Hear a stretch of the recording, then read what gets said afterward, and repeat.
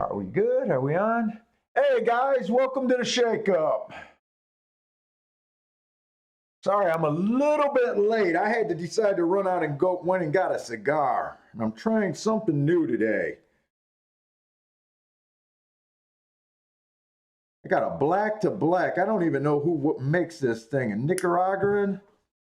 Freaking huge. Felt like smoking my brains out today. Hey, what's up, Lou Grossman's in the house. What's up, Lou? Hey, Michael. Oh, I just got back, so I'll let time sneak up on me. Let me get this off over there. All right. Hey, what's up, Partez?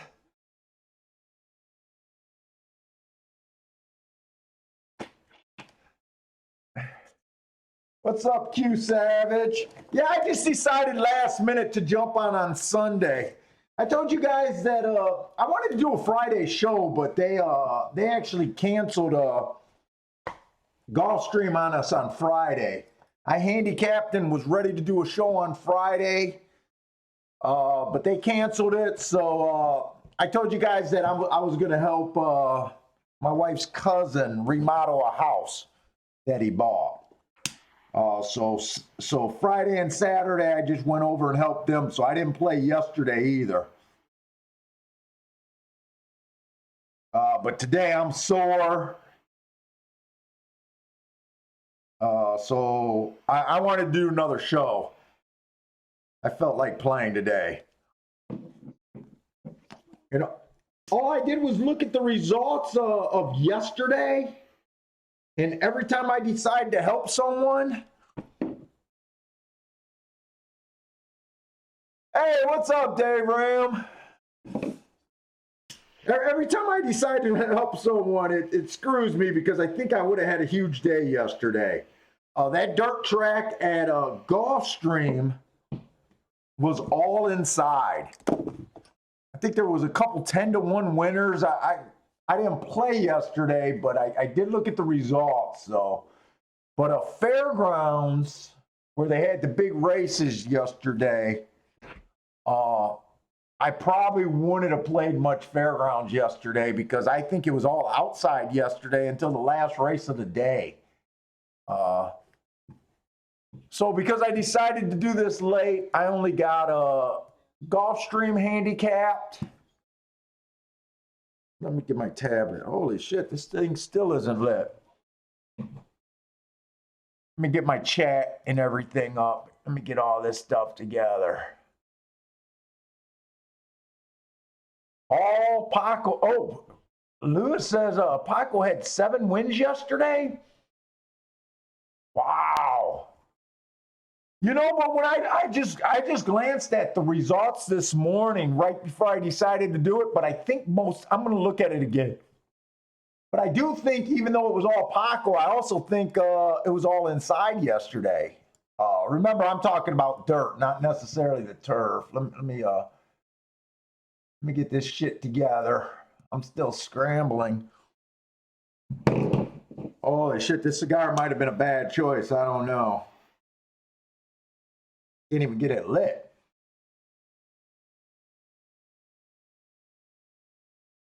Damn.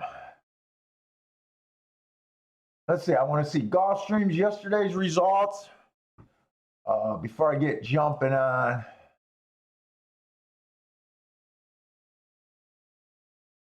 Yeah, because I thought it looked like a day that I would have had a good day, probably. I'll go over all the races. So they had a turf route race. They closed yesterday. The first mile race was 4-2-1, but the 4 was 20 cents on the dollar. Probably wouldn't have been interested in that. The turf sprint, they wired a 4-1 winner. You guys know that I look for speed there. So right now, when I'm looking at a day that I didn't handicap, I'm just looking to see if the track was running how I kind of think it's been running. And so far the answer is yes. The The fourth race was another mile on the dirt. It was won by a horse at 5-1. It came in a 1-2 exacta. Yeah, I think I would have had a good day yesterday. The fifth race, it came in 2-3. Granted, the 2 was 80 cents on the dollar, but the 3 was 9-1, almost 10-1. Depending on how high I played, that exacta might have been a possibility. The sixth race, it came in 3-1, 2 7-2 horses. Even though the one that ran second was a first timer. The fuck? This thing not drawing?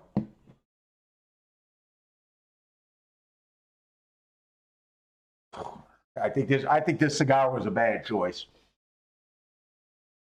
Seventh race, it was another turf race. Looked like they closed. They came from 7 lengths out.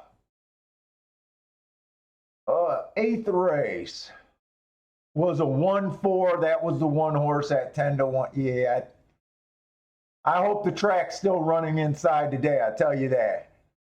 The ninth race was a stakes race, turf sprint. That was won by a sprinter or wire to wire even money though. And then the 10th race was won by the 1. 5 got second. The 1 was only 2-1. Oh, there was 11th race. The 11th race, the horse came from 2. Oh, no, that horse closed. That horse was 5 lengths off at the second call. So outside of the last race yesterday, I think I would have had a good day. A closer on the turf sprint isn't something I'd be looking for, so probably didn't have a shot at that race. And then the 12th race, another closer, but that was a turf route. Okay. I just want to get a good idea of what was going on yesterday. Hey, what's up, Vito? Who else is in the house? Bender's here. What's up, Bender?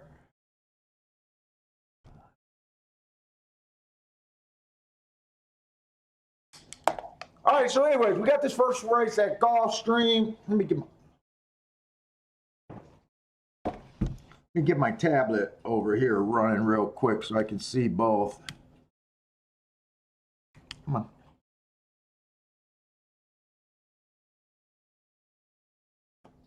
Oh, fuck.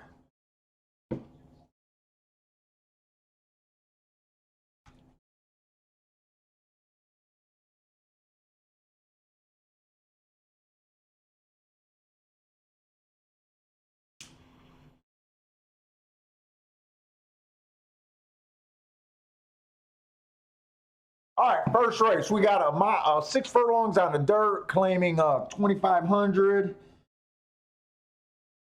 I need my tablet going. It's just so much easier for me to see on the tablet than it is my screen. So just going over yesterday, I think the inside definitely looks good to me yesterday. You know, I always start the day off going to the inside because that's been a long-lasting bias.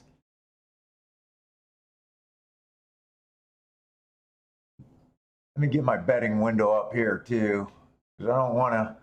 You guys know I wait till the last minute. I want to make sure I can get my damn bets in if I see something. All right, this one horse looks pretty good. Last race was the first race he dropped to this level.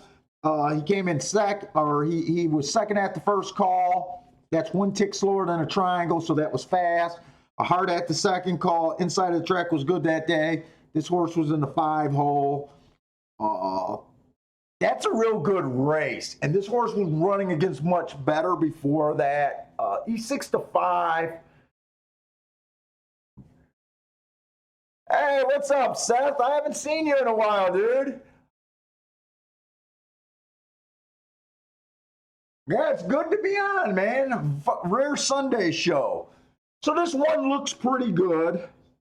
The 2 horse, dropping in class also. Outside of the track was good last race. This horse was average. 2 races ago, outside of the track was good. This horse was on the inside, so ran against the bias. I do have a question mark there. He looks like he's going to be second choice.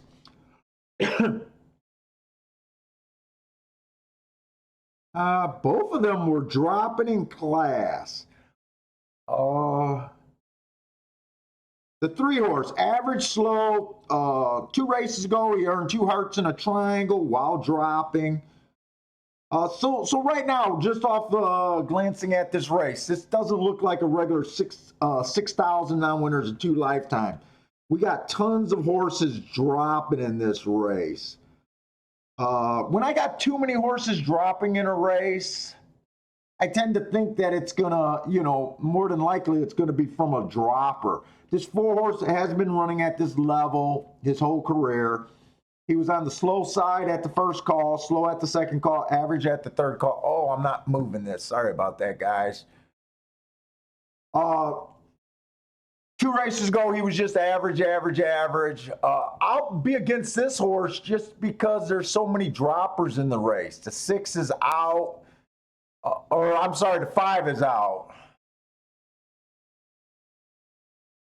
Oh, Marco Lou. Hey, what's up, Marco? 4-0 for me. I just dogged your horse here. I don't hate him. It's just I just see a lot of heavy class droppers here. But don't get off of 14-1, man. I never get off a shot. The 6-horse was slow last race. 2 races ago, 1 race sample. He doesn't look like anything special. We're getting farther on out to the outside. The 7 was average fast last race.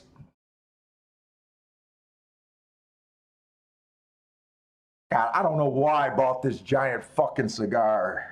Right now, I think it kind of sucks.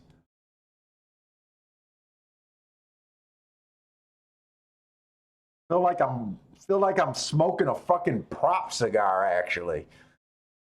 2 races ago, this 7 was slow. Inside of the track was good, had the inside. And to me, the 8 and the 9 both look good. They're just too far out. 8's been doing real good since running at this level. And there's even a 10-horse. No, the 10-horse. Whoa. Why do I got a 10-horse? Do I got the right form? We're in the first race. Why is there a 10-horse? Dude, I'm fucking, something's fucked up with my head. We do have a 10-horse. Too far outside. Dude, I'm not going to have a bet here, but to be honest, if I was looking at a bet, I'd be looking at the inside of the track right now. And I'd be on probably the 1 and the 2 right now, but I'm not betting anything right here.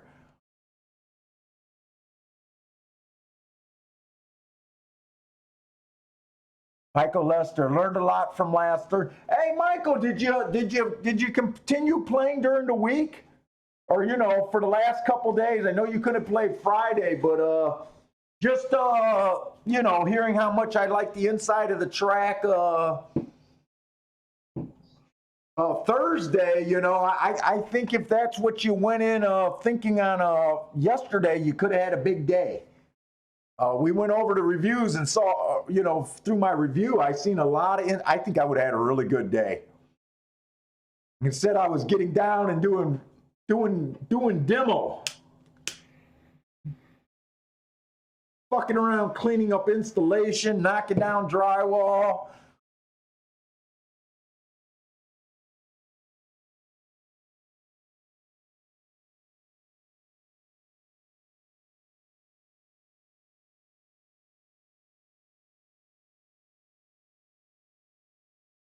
Hey, what's up, Elliot?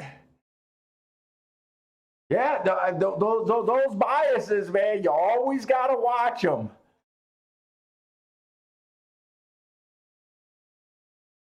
The 10's already running better than I thought here, but I would have been on the 1 and the 2 here if I felt the need to really bet here.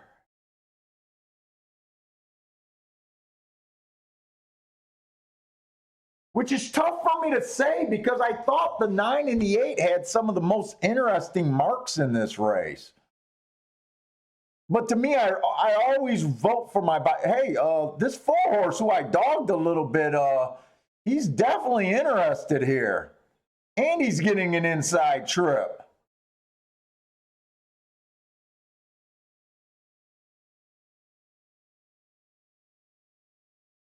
It's going to be 729. I want to look at this race again because we jumped in. I jumped in and didn't have a good opinion. Let's see, who was the 7 here?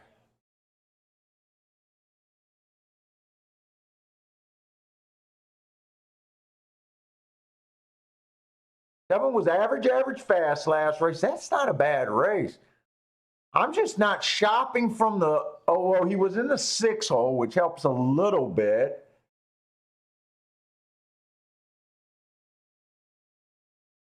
The 9 horse, I think, ran extremely well. The 9 was 45-1?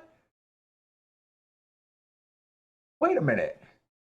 See, this is what happens when I jump in at the last second and I don't notice things. Now, I am looking for the inside of the track, but I was saying how I thought the, let me get this all lined up.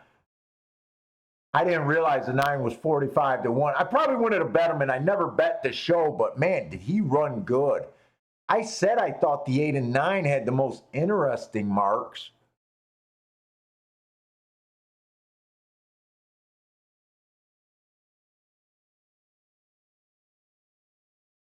I would have still thought that the 1 and 2 deserved to be bet here. I didn't care for the 3. I didn't care for the 4.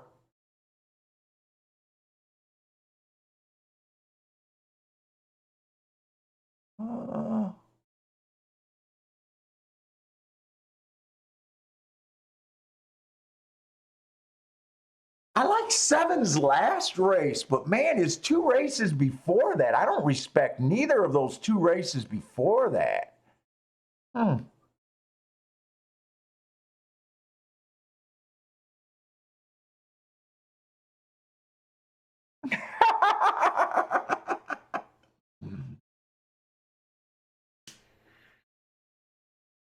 Seth, you should have been on the 7 just with all those 7s in your name and just joining us for the first time in a while. Where did this 7 come from? I got to get my head together and I want to watch the replay of this race. Let me scroll back. Even though I didn't play the race, I like to be honest with myself.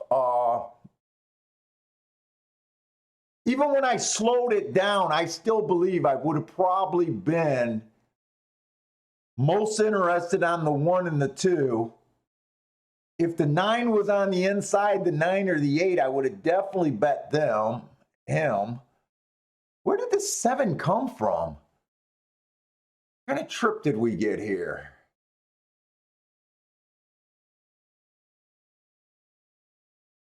Is that the 7 in the green? Yeah, 7 was at least 6 lengths back at the second call. What kind of fractions did we get? Oh.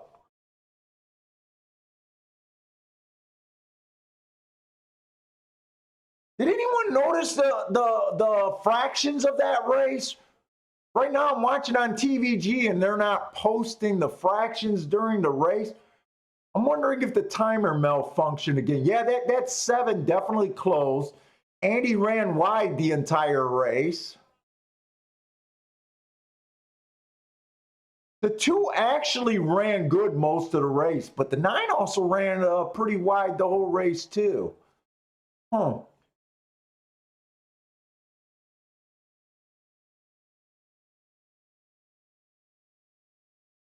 I'd really like to notice, let's see, do they got a final time up in the corner here? So they got a final time of 1:12.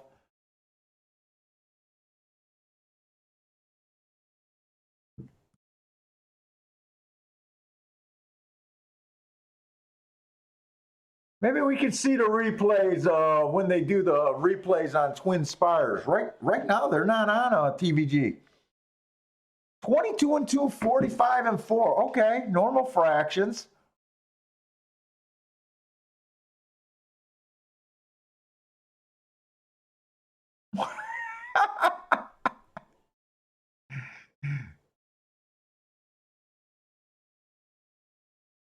Who's the horse that got? Oh, the 3 got fourth. The 3 got fourth.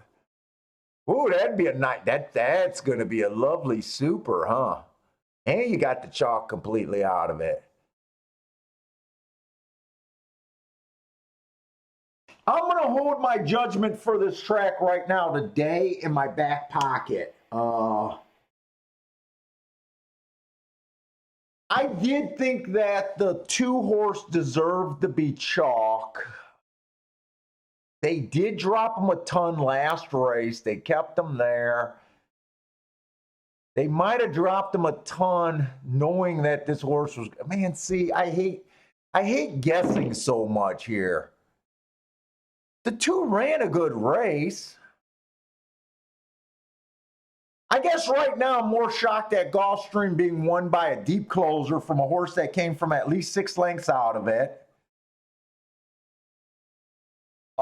And I'm shocked that an outside horse win. But like I said before, let's not panic on what I think is usually a bias at Gulfstream. We can take our time. All I handicapped was Gulfstream today. I didn't do Fairgrounds or Tampa because I decided to do this at the last minute.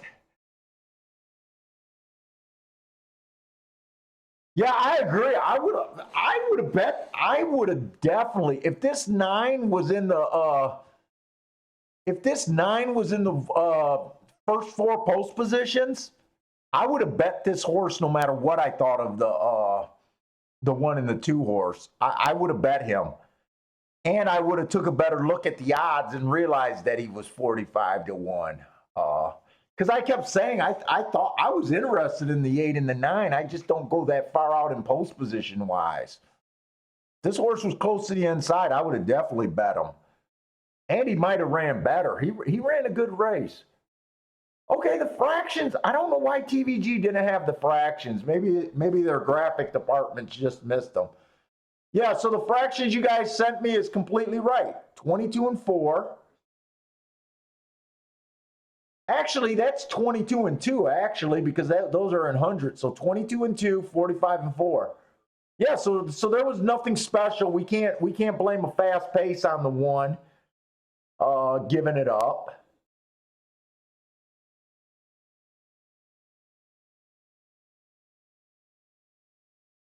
Two held on pretty well. No one was going to beat the 2 for second.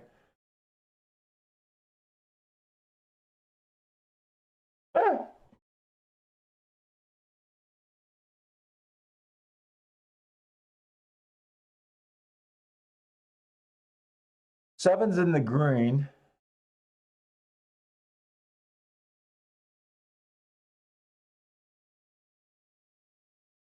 You know what? I think 7 got help. 7 looked like he got forced to pull back a little bit and lose. He came out in a stalking position. Bumped into, I think, the 6 horse maybe, or the 8 horse, fell back. 7 might have been, well, 7 was much the best, but he might have even been better.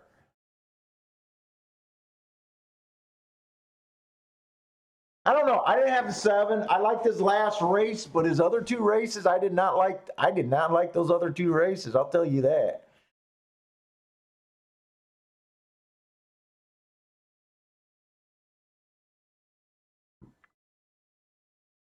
Let me see. I'm having trouble seeing.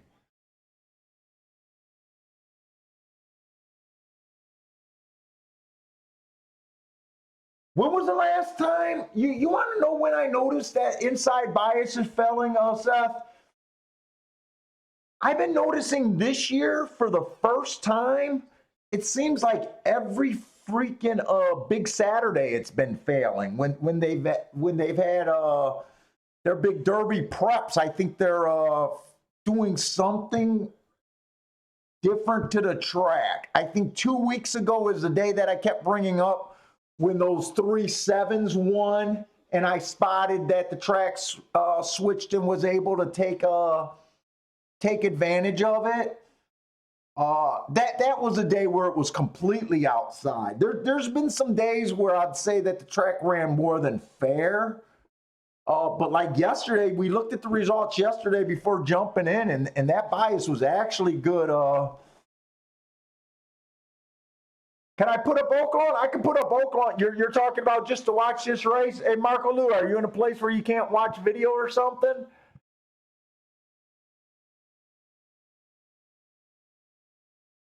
Or are you asking me to do Oaklawn?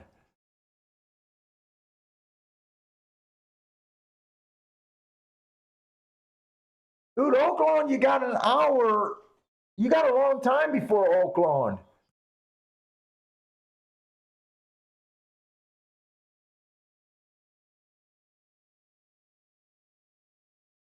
Yeah, but why are you asking me to put it up? You ask me during the race if you can't watch it. I think we got an hour and something before that race at Oaklawn. I can put it up for you. All right, cool. Yeah, it just looks like you're just asking for that.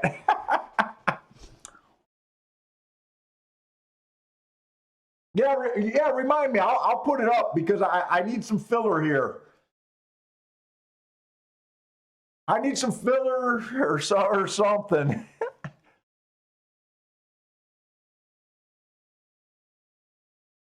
Otherwise, I'm just going to dwell on this first race forever. Which some guys don't like me going back and reviewing my shit so much, but you know, I keep saying I find a lot of value into reviewing your shitty plays. Oh, we got the second race at Gulfstream. We might as well just get going. I mean, I could download other cards if you guys wanted me to, but the thing is, I can't mark up my shit. And when I can't mark up my stuff with my notes, I don't feel like I have any better advantage than anyone else. And I think it's kind of boring when I'm just sitting down there just marking my shit as I go because it's, you know, I'm looking up stuff. It gets a little bit harder for me to do things. So I'll just start with the two. If you guys really try to get me going, Turf or Tampa Bay and Fairgrounds would be the better track for me to jump in because Tampa Bay, I've been liking speed there on the sprints. I've been liking closers on the routes.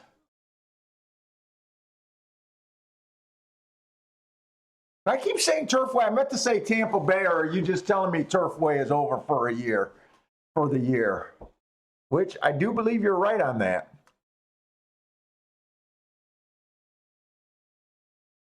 So this second race, so the thing about the second race at Gulfstream, these turf sprint races has been one of the strongest biases out there. Yesterday, one horse wired, the other one kind of closed. The closer was a big favorite. The horse that set the fractions, I did notice on the charts that he did hold up for a second. Yeah, Mizzou, this cigar is ridiculous. Here's my usual size cigar. And here's this freaking giant one. It's going to give me freaking, I feel like I'm got my mouth gaping open the whole time. I won't get a giant cigar again. For some reason, I keep thinking the bigger the cigar, the more, you know, potent, the more powerful or full body it might be. But actually, after I bought it and gave the guy the money, then he tells me that, no, it's the other way around. The smaller gauge diameter are actually more potent and stronger. I just bought this one because I felt like something different today.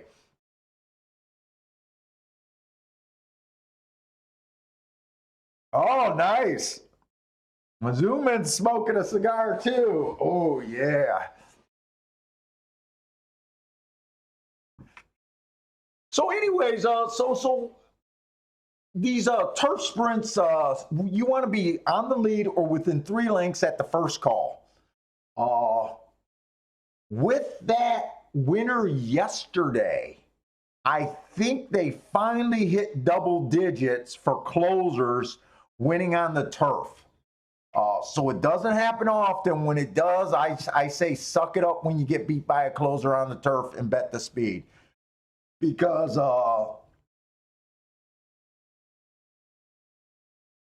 it happened twice this weekend,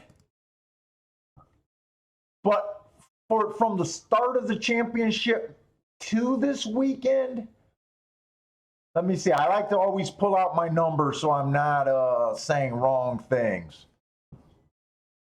So the last I updated my running styles was 315. So that's probably last Sunday. So from 12-1 to 315 on the turf, sprints, there was 99 races. That's as of last Sunday, so a week ago.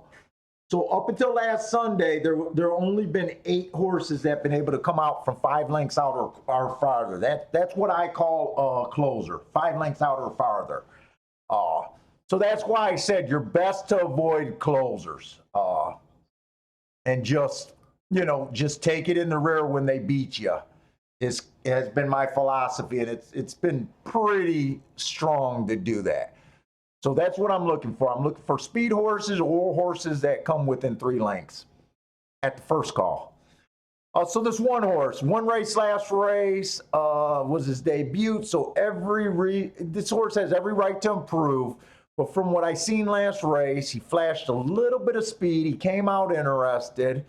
He was in the 3-hole. That was on the dirt, but he was just average slow.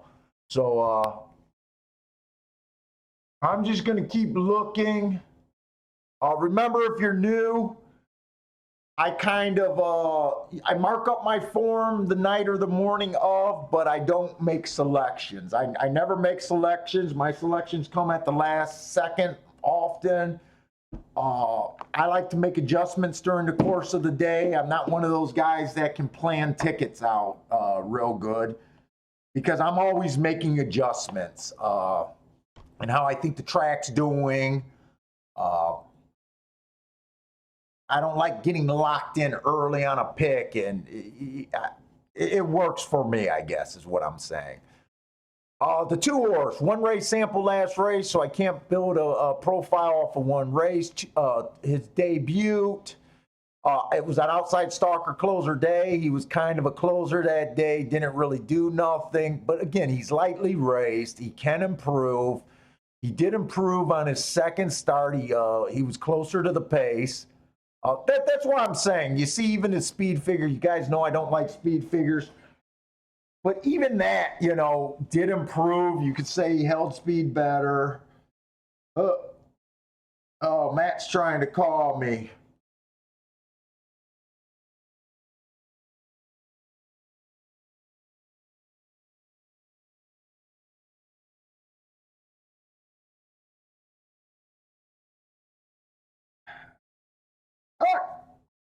My phone's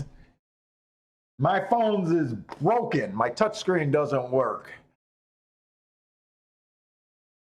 So anyways, he's not real appealing to me, but he is improving. I need to find something I like. The 3-horse, slow last race at a route. He was kind of close to the pace. I hate route to sprint angle, especially on this turf. So just based on that, he's not that appealing. 2 races ago, he was on a dirt sprint, stalking closing day. He did close. He got in position at the top of the stretch. To me, he's probably going to be a closer or maybe a deep stalker sprinting. We do only have 1 real sprint example for him. The rest of his races, I know he's kind of close to the pace, but all of those were routes. The 4-horse, just scratch. The 5-horse first-time starter. If you're new here, I don't do anything with first-timers. I ignore them. Because everything you got to use to catch a first-timer is everything I don't really use or really find much value in. a lot of your traditional handicapping factors. So I go the other end. I just ignore them, dare them to beat me. When they beat me, they just beat me. The 6-horse. 6-horse got my best marks. He got 3 hearts. He tried to show. Okay. 6-horse. He got 3 hearts, which are my best marks. They're faster than the fastest winner of the day at every point of call. That last heart is not the finish of the race. That's at the 6 furlong mark. That's why he was able to earn a heart there. Because if you earn a heart at the 6 furlong or at the finish of a race, you're freaking won the race. So if people picked up on that, I only handicapped to the first 6 furlongs. I love that race. The problem is I hate sprinters, or I hate route to sprint angle. I just hate it. And that's what he'd be doing. And the 7-horse is the only horse that I could trust having any speed. I can't trust if he likes the turf because I don't believe in breeding. But I do like that he earned a triangle for fast at the first call, average at the second call, slow. He did battle the whole way. Where's that sound coming from? He has every right to improve, but here's the thing. I don't guess on 4 to 5s. I don't play 4 to 5s to win.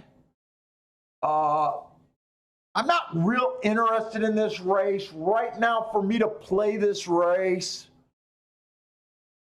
I'm going to have to get creative and find a price, or I got to pass it up.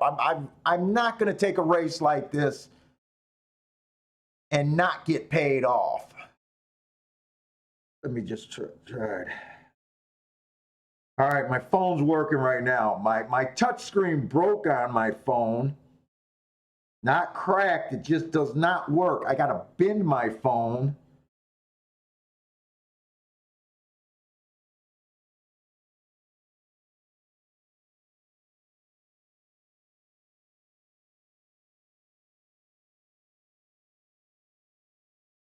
Fuck, I think this might be Matt. I also lost all my contents on everything.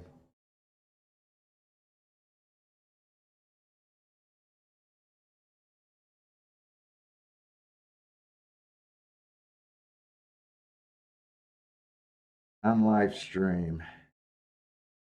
All right. Yeah, Pino, that's fucking useful. The 2-horse was second 5 times yesterday at Gulfstream. That's what I'm talking about, the inside of the track. And you know what? On all of those, the 1 or the 3 won all of those other races. When those 2s were getting second, I think I would have had a huge day yesterday.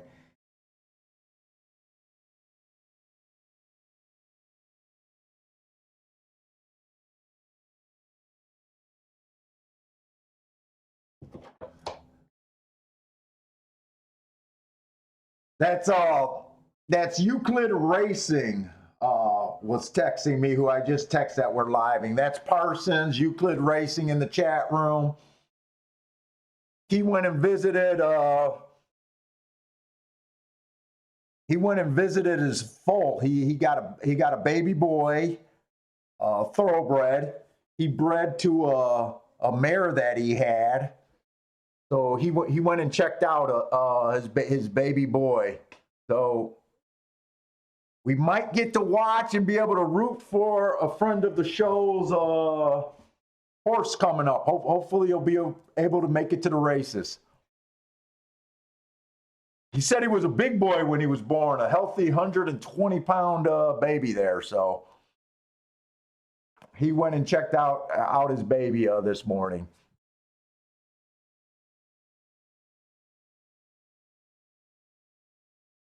I'm going to glance. Next race is a turf, too. I was hoping it'd be a dirt because I wanted to do look for a double. They got a lot of short fields today. I wonder if that's due to... Is that just the regular horse shortage that we always have in horse racing, or is some barns not fully operational right now, I wonder?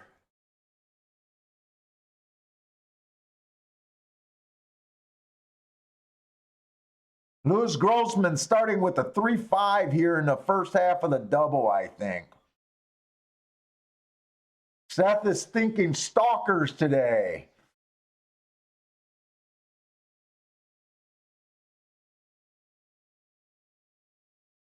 And Mizzouman, I hope you're still sitting on a pile of money in your account, dude. You had a fantastic Thursday.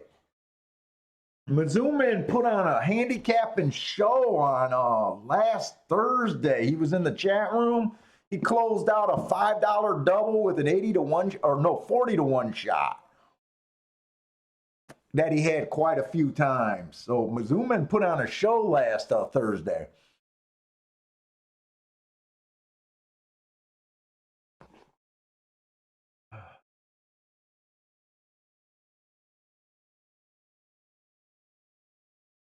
You know, I got more time. I might fuck around with this and do my odds line and shit, or unless you guys think that's too damn boring.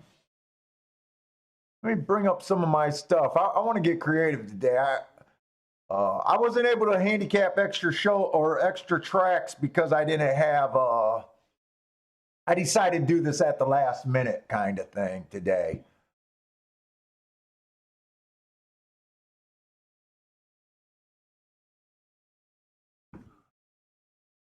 Let's see, we got a 6-horse field here. 6-horse field. Let me bring out my calculator and get all my stuff together here.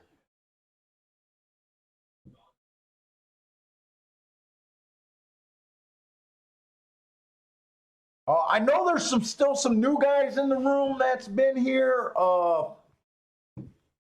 You guys got questions and comments and stuff like that, feel free to ask them. Sometimes I always say it's good. I don't do it all the time just because I got a lot of experience. Sometimes when I go over a race or make hard calls, I like to build an odds line. Sometimes I do them live on the show. Sometimes I just do them in my head. If some of you guys are kind of interested in how that works, I can kind of go about how I do that. I think they're good for new people to do, to get in habit of making their own odds line. Like I said, I got 30 years in the game, and I don't really do them. I kind of do them in my head, or I know about what I find acceptable. But even when I go on a losing streak, a lot of times I'll go back to making odds lines. And a lot of times that helps me, get back on the right side of things. So I think they're important if you guys are interested in that.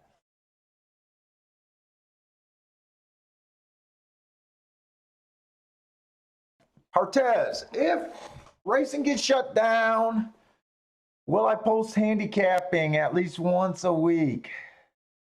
Let's just hope racing does not get shut down.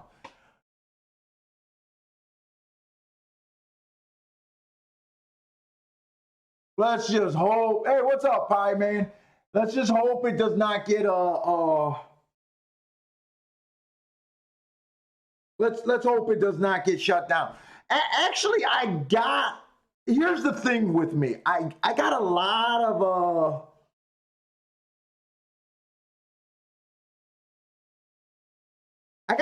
ideas about videos, and actually I made a bunch of videos, and as many videos as I made, I delete. I tried to put together my thoughts, rant videos, all of that kind of stuff. Kind of starting off handicapping videos and that kind of stuff. But I haven't had any that I really liked how they turned out. So I might, if racing gets shut down because of that, I might try to post that kind of stuff. Or I might just go into a big depression break and not want to do anything. That could be the other thing that I might want to do. But it would be a good time for me to try to do this series that I got in my head that I want to go through. I also been thinking that maybe I could do handicapping book reviews, but I got to figure out how I would do that. Like I couldn't just read a book out loud. I could have a couple books, go over the table of contents. I could do like some book reviews and some of that stuff, possibly. That might help. Oh, Michael is saying yes to doing the odds line. I'll try to do it real quick here, or I'll just give the basic summary of how I do an odds line. Yeah, I can use the likes. So the way I do the odds line is I like to do odds line to 120%. I do the extra 20% to kind of pretend it's takeout. Plus, it gives me a few more points to give to horses. It gives me a few more plays. So I like doing my odds line to 120 points. So what I first start to do is like this race. We're not going to have enough time to really go after it. But what I like to do is the first thing I like to do is do my 120 and divide it by how many horses in the race, 6. So right there, every horse, before you do anything, should have 20 points. Percentage correlates to odds. Here, we'll continue this right after the race. I can kind of do a nice little thing. I got my odds percentage chart, but so right now, on a race like this, if everything being equal, everyone should have 20 points on them. 20% chance in a race correlates to 4 to 1. So right now, if you didn't know anything about horse racing, right now, 4 to 1 would be a break-even price in the long run to take on any horse in this race, 4 to 1. So the 7 would be way over bet, the 3 would be fair value, and everyone else would be profitable in the long run. But we know that handicapping, everyone does not have equal chance in a race. So after that, I got rules, and then I start assigning, taking away some of those points and adding them to others.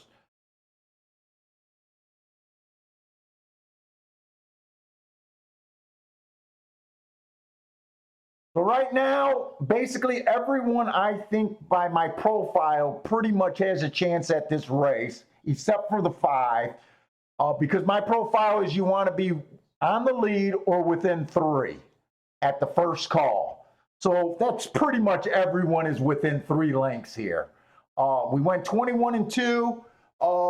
That's kind of on the standard size of the first call at Gulfstream.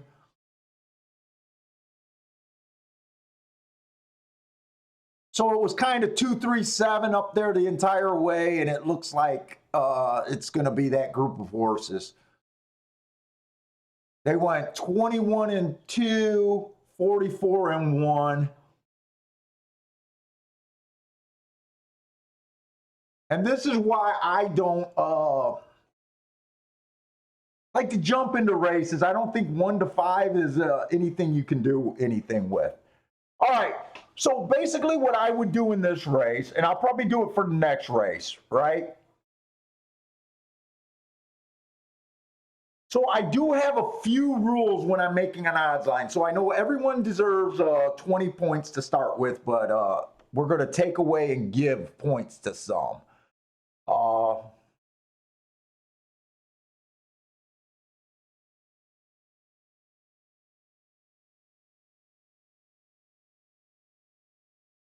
This honestly is a bad example because I don't have a real opinion. So what I usually do, so I have a few simple rules. So when I start with the point, when I start breaking it down and assigning them to more points, I have a basic rule. No one can get more than 50% of the points. So I don't make an odds line for 1 to 5 horses. If I love the 7, the most I can give him is 50% of the points, which would make him correlate to even money. See, 50% even money. And as we assign our percentages to a horse's chance, they correlates to the odds here. It's kind of how I do it. The other thing is everyone gets at least 1 point because everyone has at least a 1% chance to win a race. Those are my basic things. But for a race like this where you really don't have a strong opinion, it gets harder to do. And then after that, I just tend on, I like to assign the points to the horses I hate. Because as I take away points from them is how I get points to give to the horses I like. So I'm gonna try to do that on this next race. Hopefully I got a better opinion to help you guys, the people that are interested in this out. And I'll just go to the next race. Hopefully we can do something.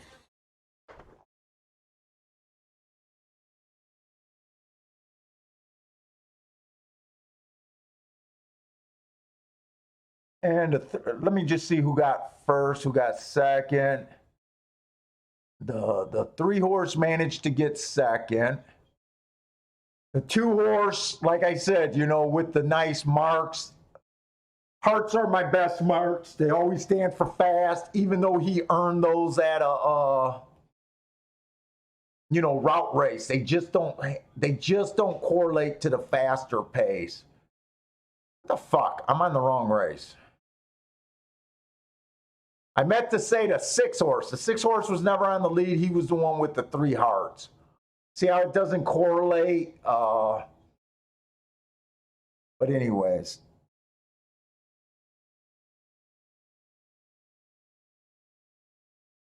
Yeah, I like Brad Freese. But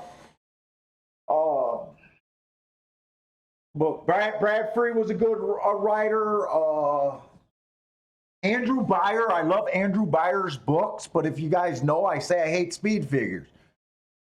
How can you love Andrew Beyer's books and hate speed figures at the same time? He's a fun read to me. He's a fun read, and he's a legit handicapper. I like Andrew Beyer's honesty, and if you read between the lines, and you don't even have to read between the lines, because the guy straight up tells you his speed figures haven't been good enough to beat the game for years. He will acknowledge that his speed figures alone are not enough to beat the game, especially since he sold them to the Daily Racing Form. So I love his honesty on that. If you read the book closely, you'll understand how Andrew Beyer really handicaps. He uses biases, even though his chapters are not really dedicated. His books really aren't dedicated toward talking about biases. And he used trip notes with his speed figures. Most guys who use Andrew Beyer's speed figures do not use those 2 things that he says you have to use. So I do appreciate his honesty about his speed figures, and I do love that he acknowledges that he, as we watch these races, these speed figures. Now these are not speed figures. These are speed figures. These are not Beyer speed figures on my form. They're Brisnet, but they're all grouped and they're all kind of made the same way, just little tweaks with them. That's why I like Andrew Beyer's. Plus, he's a legendary gambler. No one can argue with some of the hits that man has. He's been doing this for a long time. So I do like Andrew Beyer stuff and his honesty, because most guys will say, "Hey, I'm a Beyer player," but they keep no track of trip notes and they keep no track of biases. So they're not really playing how Andrew Beyer is suggesting you play his own stuff.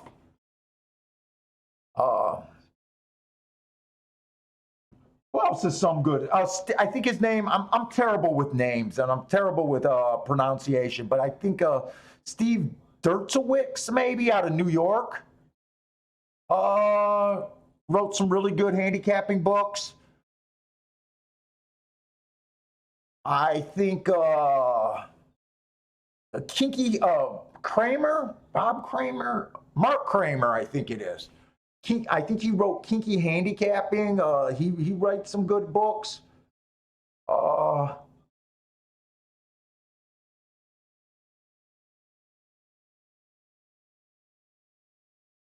Let's see, what's going on? Hey, Paul, I have included buyer figures to see if I should include winners. Yeah, and you know what, Marco? So I've been doing this for with this way for about.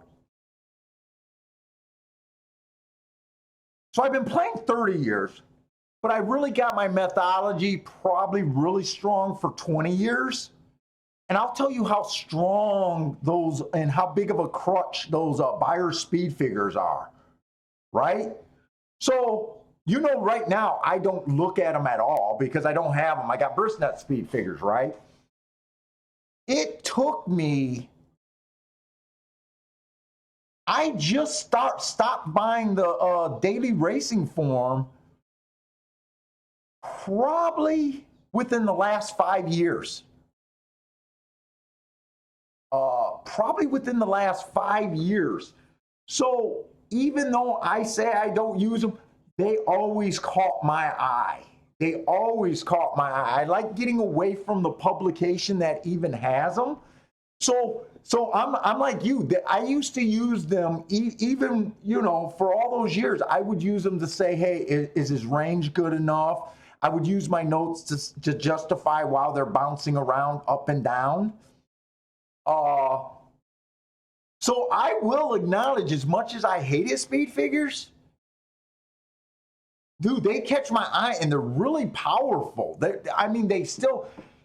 The thing is why they're not enough to beat the game right now is just because every Yahoo can have them, right? And they're so easy to interpret. The higher number, the better the race.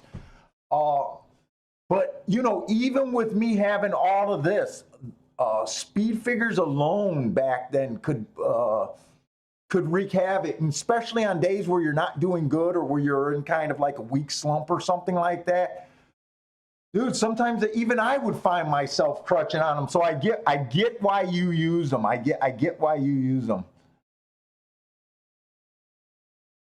Oh, Partez. He did. Oh, okay. So it is David. That is the guy that I was talking about. Wrote some good books. Yeah, Kinky Hair. Scared Money about. Yeah, I used to have a library of handicapping books, and I moved so much. I actually lost all my handicapping books. I don't know if I lost them and they're buried in a box somewhere because I move so often, or I know a couple of them I loaned out and I no longer see those people anymore. But I lost all of my books. Yeah, so Marco Lou, so I would say include them, but I would say use them how Beyer used them, with the trip notes that you make or with any bias information. They're still powerful enough to help you understand the game. So yeah, I'm not dogging. I'm not dogging them. I know how powerful they are, and especially, man, I think I just took away that crutch within the last 5 years, to be honest with you.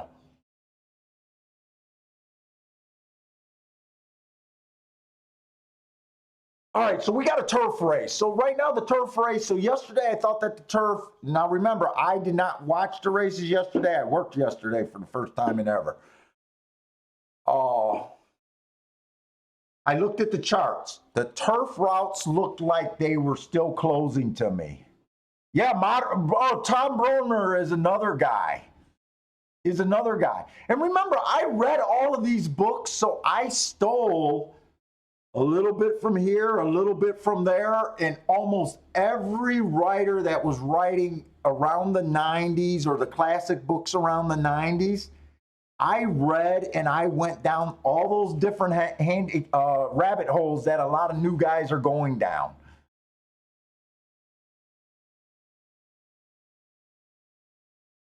You know, I used to try to keep track of jockeys for a little while. I would try to look at things. I just, as you go older in this sport and a handicapper, you'll find things that you find useful. You'll discard things. Turf was one thing or not turf. Breeding is one thing I never got involved in. I just thought that was too heady of a read for me, and I never got involved in turf handicapping. I keep saying turf handicapping. I'm meaning to say breeding handicapping. But I will be so I don't believe in breeding. But then again, at the same time, I will say guys that play this game on another level, meaning owners, trainers, breeders, people that spend hundreds of thousands of dollars on horses are going with breeding. So for me to say that breeding is garbage is just my opinion. And at the same time, I will acknowledge it has to have some importance, because guys with $800,000 to spend on a horse, unborn horse, that's what they're going for. You know what I'm saying? And these guys are able to find horses that can qualify, for the Derby. Shit, I'm just trying to find an edge in a $5,000 racing. So I always say that, just because I don't like breeding don't mean you might not want to throw it out. Because guys that gamble at a way higher level than a bet is using breeding. Yeah, and Zoom-In's right. The level of races that I'm comfortable in, breeding don't mean shit. Right? Breeding don't mean shit if you only like $5,000 claimers, $6,000 claimers. When you start getting nervous when you got allowance 1X race, breeding does not have a lot. So, yeah. Hey, Parsons or Euclid Racing, Matt, you got too many aliases. I already told the guys that hopefully we'll be able to watch your colt. I told him that you went and seen your baby boy this morning. Hopefully we'll get to follow him, as hopefully he'll make it to the races, and hopefully he'll be a special boy for you.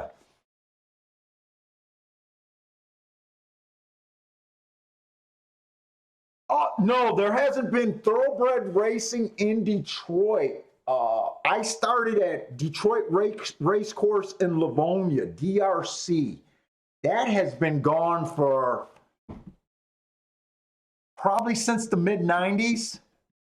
Ladbroke used to own DRC, the big betting company out there in Europe. When the casinos came on to Detroit, they bagged ass and left. We got some harness tracks. We had Hazel Park that went under. And then Northville Downs supposedly sold their land. They were supposed to be taken away. Northville Downs is a trotter's track, but they had the simulcasting. That's where I used to go every day until I started playing online. I just started playing online probably within the last 3 or 4 years. I'm terrible with my time frames of shit. Time just blends together for me. So it's only been 3 or 4 years since I've been playing online. We got Great Lakes, but by God, I don't even know. Are they still running out there, Partez? Great Lakes? Dude, that's like horses on their I mean, that's like $2,500 claimers. Unplayable.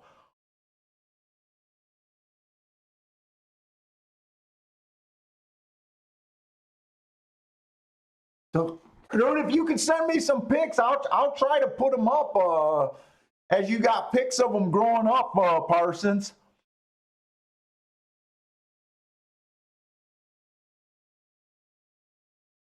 Oh, you said they shut down that bull ring. Yeah, so when DRC went under, it was at the first. It was one of the first few years. I think it was the first year. I think they ran the first year they got a simulcasting. They survived 1 or 2 years with simulcasting, and then they just bailed. When I first started playing in the 90s, at 90s, I think you said you wish you could take some pics and videos and post it here. If you send them to me on another show, I'll be happy to put up the pics of your little guy there. I'll be happy to put them up. So when I first started playing, there was no simulcasting, guys. It was like 4 or 5 years of me playing without simulcasting. When our track went down, I used to go to Windsor Raceway in Canada. I think Canada got simulcasting for a few years before anyone in the States did. And that's what we would have to do in Michigan. We would go over to Canada.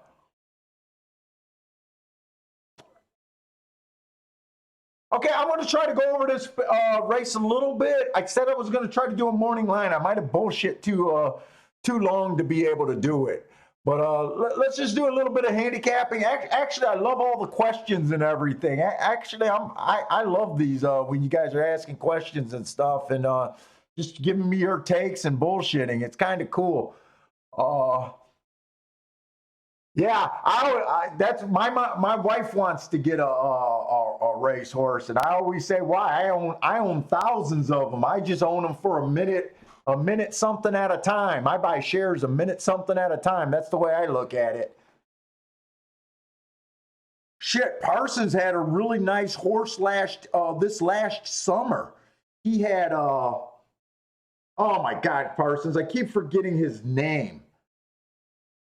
I want to say Patton or something. No, it wasn't Patton. Parsons had a really nice horse. His horse went on a nice run, stepping up the class ladder. Put Parsons immediately in the black, which is great for a freaking horse owner. Portal. Parsons had Portal. He won, I think he won 2 races for Parsons after he claimed him and ran a solid third. Looked like he might have been had a chance at the claiming crown, you know, for those solid claimers over there at Gulfstream. And he pulled up lame or something. The horse is doing fine. He's just enjoying being a horse on the farm right now. But he was fun to watch with Parsons for those 3 races. And he really was a nice horse. Nice. I think he worked his way up from like $20,000 claimer and was won a couple $40,000 races or something like that for him. So, but Parsons got him on the farm, being a horse again. So, anyways, we got claiming 25,000 non-winners 2 lifetimes on the turf. This one horse, slow last race. I wrote all over. That race doesn't look like any special. Okay. That race was on the dirt. His last 3 races were on the dirt. This horse has ran 4 races ago. This horse ran a nice race on the turf. If I would have realized that, that would have been the race to rate him off of. So all my marks are pertaining to his dirt races, sprints that just aren't going to help really this race. So 2 races back, the outside of the track was good. He won. He was the slowest winner of the day that day.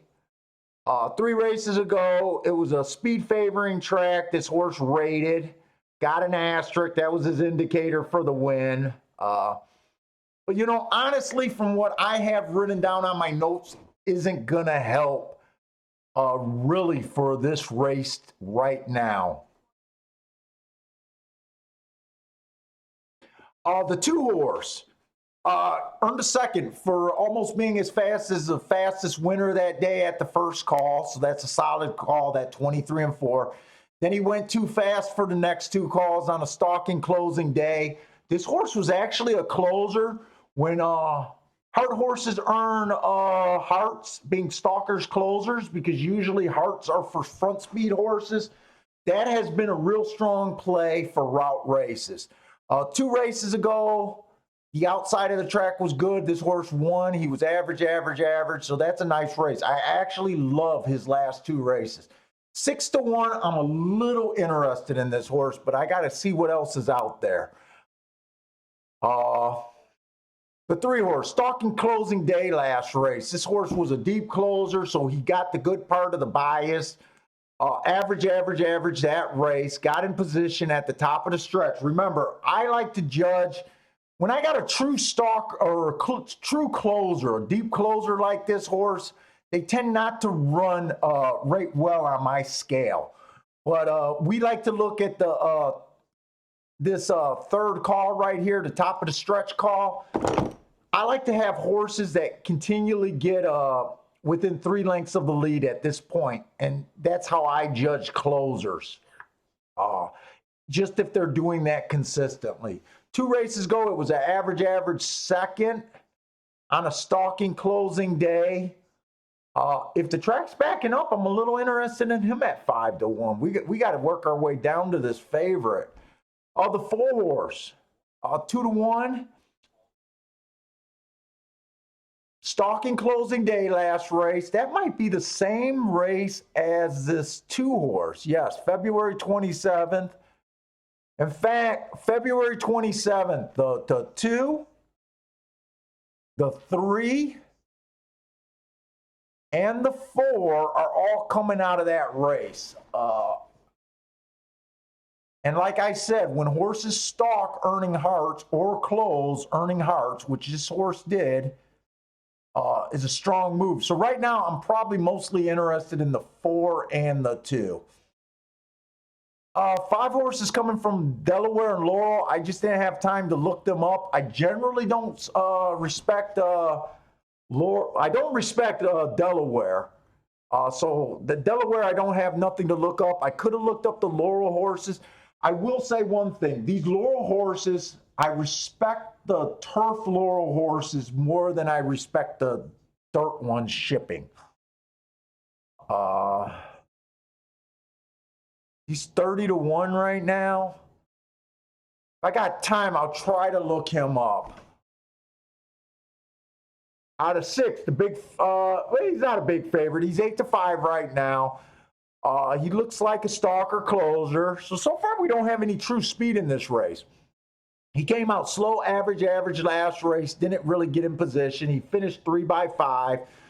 2 races ago, outside of the track was good. Stalking closing day. This horse was a closer. Probably could have gave him an asterisk there. That was at Woodbine. That was an average race.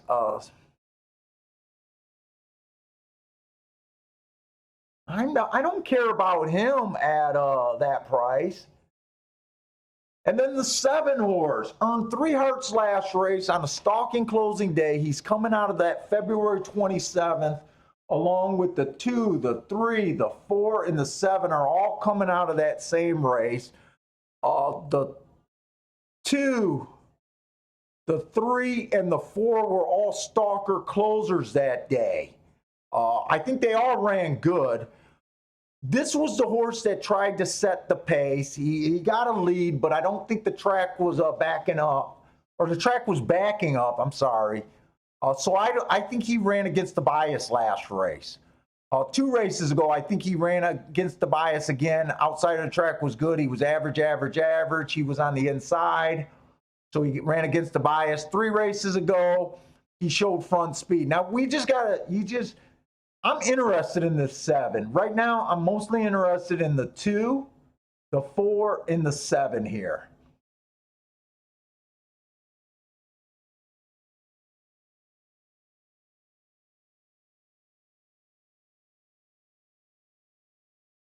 And they're all about, well,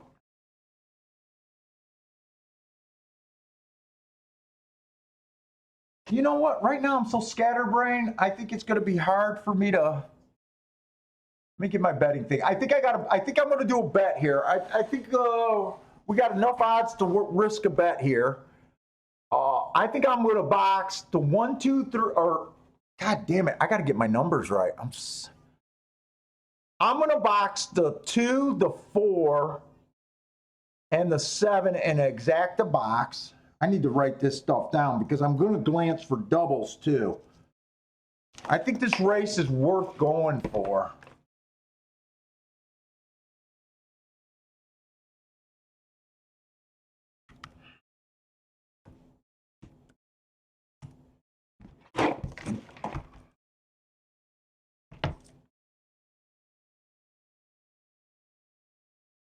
This is the third race.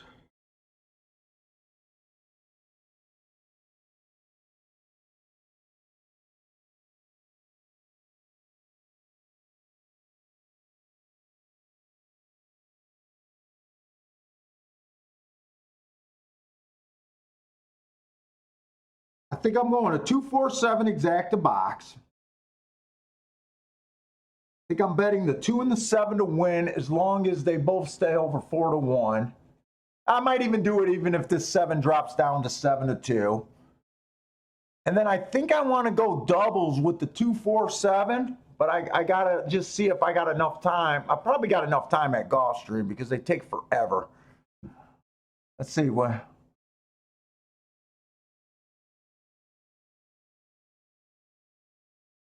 Right now, I agree with Marco Lu. I seem to think that this could be on the slower end of a pace. I'm hoping that the 4 doesn't get a little bit more aggressive here. This is what I want. I want the 4 to route. I can't even talk today. I want the 4 to rate. I think the 2 and the 3 are going to be closers. I think the 2 is probably going to get the first run over the 3 horse. I'm playing against the 6 because honestly, he has a layoff since November. I don't think he towers over these, even though he's not being bet like he towers over these. Parsons, I can't answer my phone, man. I can't. My touch screen does not work. All I can see is that you're calling.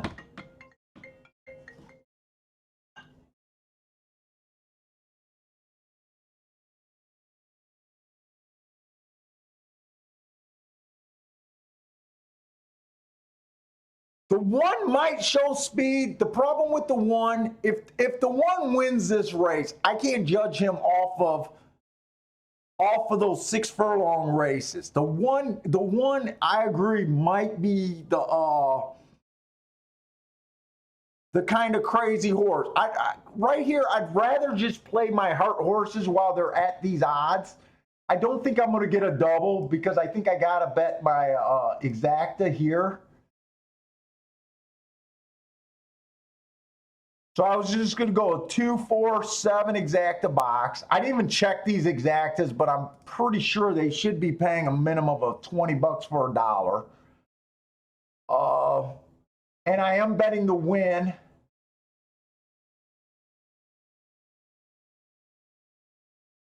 On the 2 and the 4.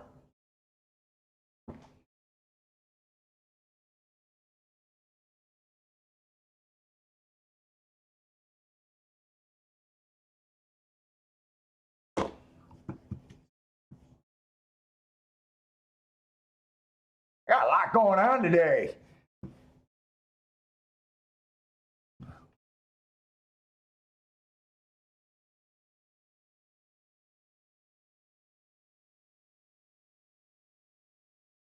Parsons, what email did you send those to?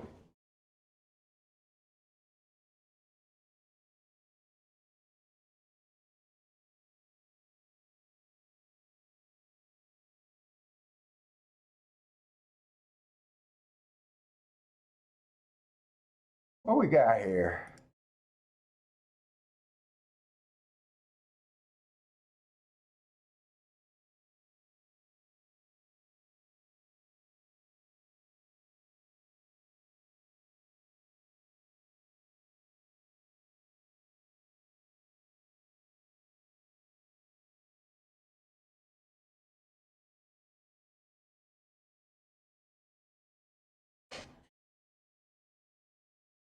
All right, this is what we wanted. We wanted this 7 to get the lead. I don't know if we wanted him to get a 5-length lead, 23 at the first end. 23 you can wire at Gulfstream. It is just on the faster side. You don't feel comfortable with 23.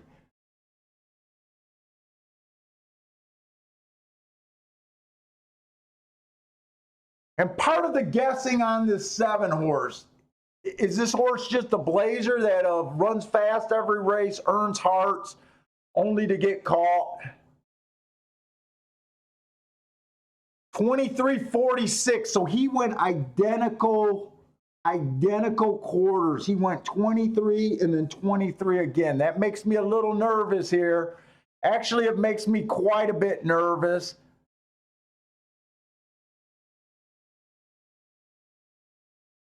Come on, 3.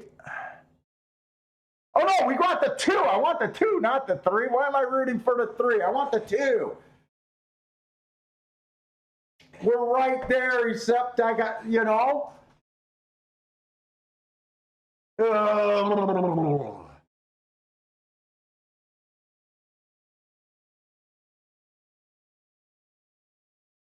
I am okay. It comes in 6'2", 6'2", 4'7", I want to say. I tried to beat the chalk. The chalk, you know, the Woodbine horse beats us.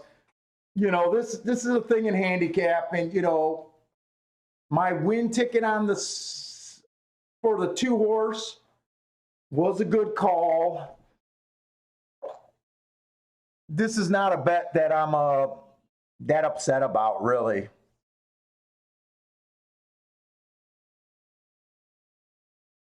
In fact, other than not knowing really what to do with the shipper, kind of freaking handicapped that race perfectly. That's horse racing.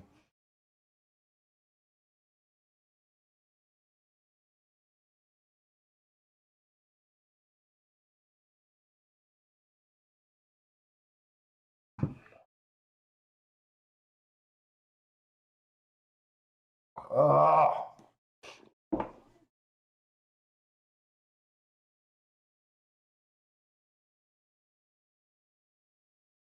I don't think I could even did savers with the chalk on top. Let me see what they were paying. I never checked them out. You know what? I'm okay with that. The 6'4" exacta was paying $5. I would never have played that. The 6'7" was paying $10. That's not really what I'm looking for. And the 2 was the best option.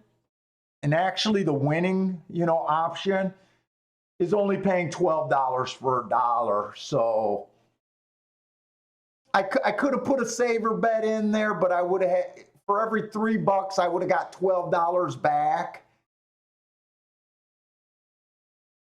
At the best, I would have broke even probably for everything I did, or just I would have definitely lost less. But I tend to try to avoid those low-paying exactas like that.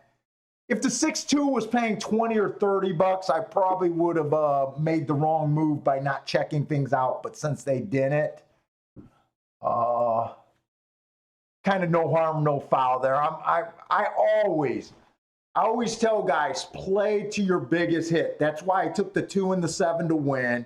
That's why I boxed the 6, 2, 4. I felt like, you know, with the 6's layoffs, I knew it was dangerous, but I just thought with the layoff, it was worth, you know, playing against them. So I don't regret this bet. This is actually not a bad bet for my first bet jumping in. But no matter what, it's still a losing bet. Is Parsons back?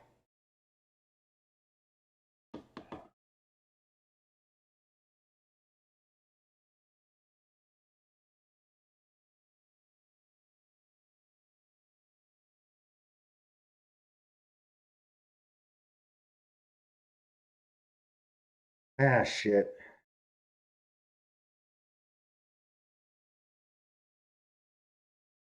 Parsons, if you're in here, I still haven't got those picks.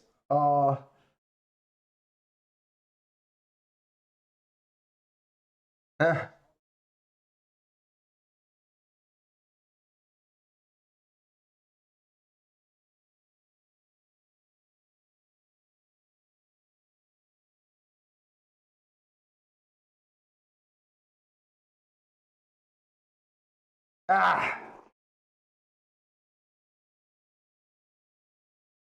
I need a new phone, except the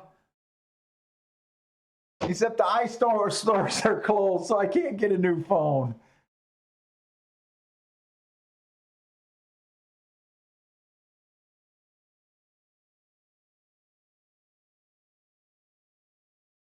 So this 7 horse who keeps getting my best marks, speed, uh,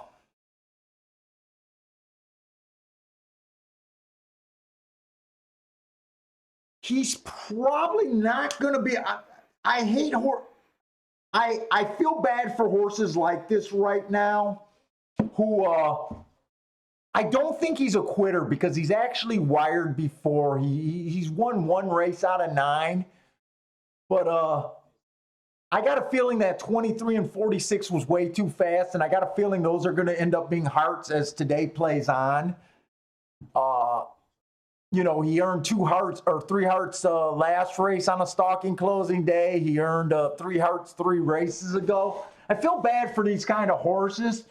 I'm just not sure, and I still remain a sucker for these front end horses because I know they're in shape. The trick with them and a horse like this, I'm not calling him a quitter right now because he's won 1 race out of 9. And I think I keep giving him excuses, but eventually these excuses are going to wear off, and he might prove just to be a front end horse that needs a favoring speed track. And unless he gets that, he's just going to keep putting up hearts until he runs. And eventually every horse loses forms. A horse's form does not stay consistent for a long time.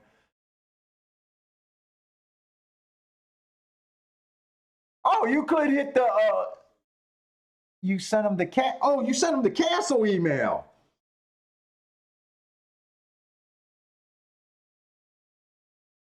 Well, shit, I haven't got him there either. I haven't got him there either.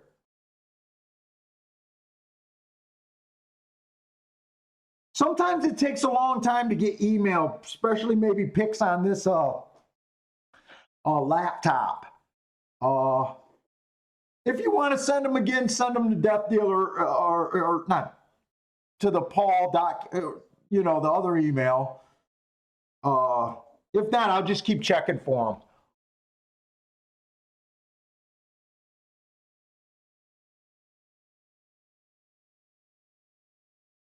Okay, Parsons hit the exacta try. Oh, you hit everything, Parsons.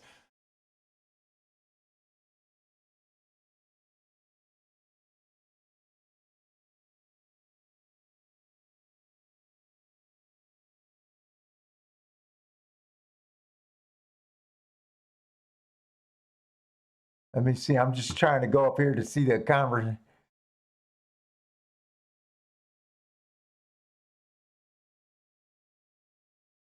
They got racing in Russia? I didn't even know that.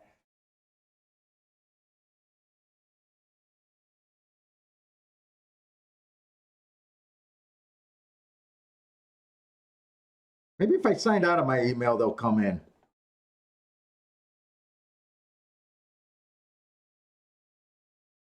All right. Well, that actually saved me money by not looking at a double. I want to see if that try. What did everyone make? A lot of guys hit that.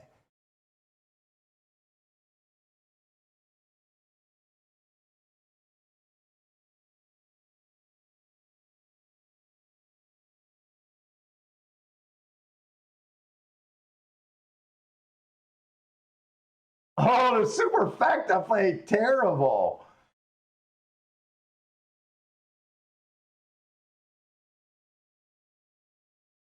Hey, I should Actually, I shouldn't say that or complain about that payoff on the super because that's better than what I did. It's still better than what I did.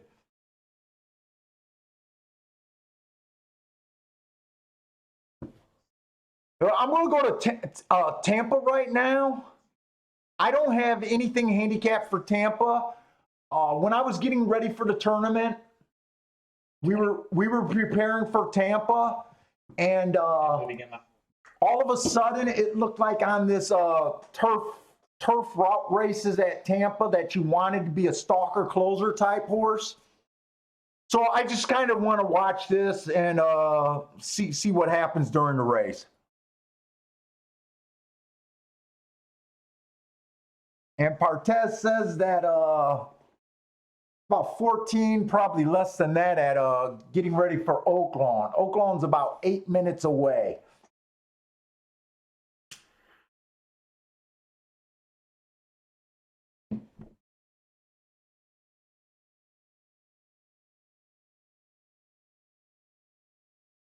Yeah, I still don't have that damn email.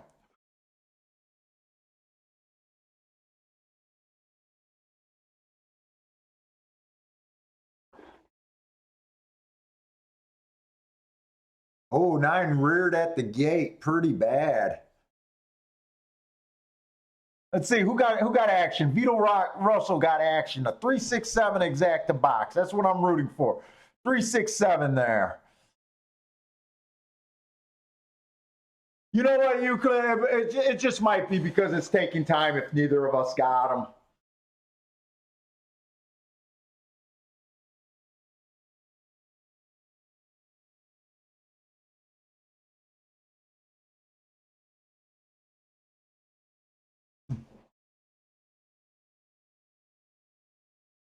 Mizzouman got a, what is that, an all? I'm gonna take that asterisk at, oh, 8.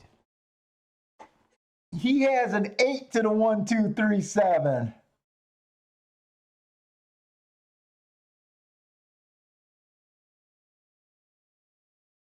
I think that's a Tampa bet also.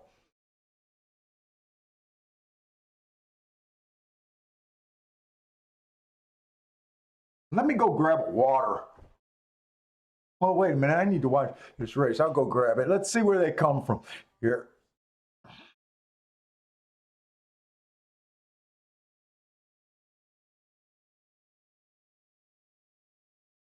And to me, it looks like the 3 got this, and maybe the 2 can get second. Nope, the 2 looks like, well, looks like the 7. Jesus Christ, these horses are stumbling home. 7-3. So they did come off the back end there.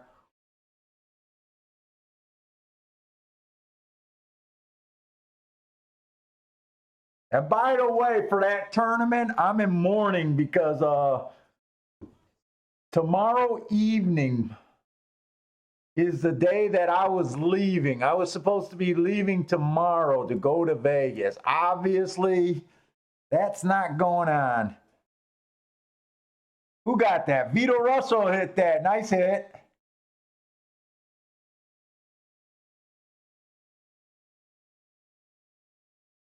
Yeah, he hit it with the 7-3. There you go. Hopefully this one got into trouble all by himself. I don't know. There might be objection there. Hopefully no.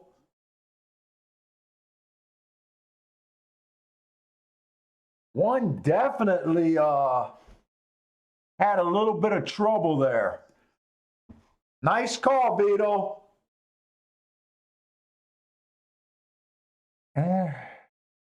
I'll be right back. I'm going to go to the restroom and grab a water.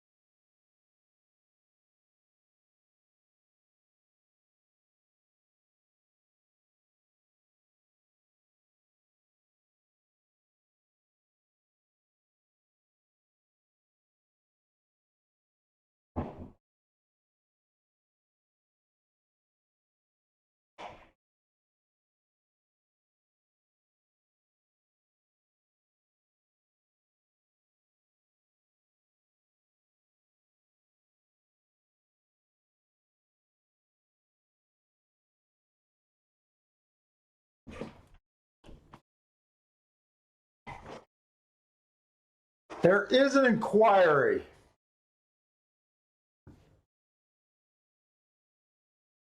Oh, fuck. Vito, nice call. I think you're in trouble. Nice call.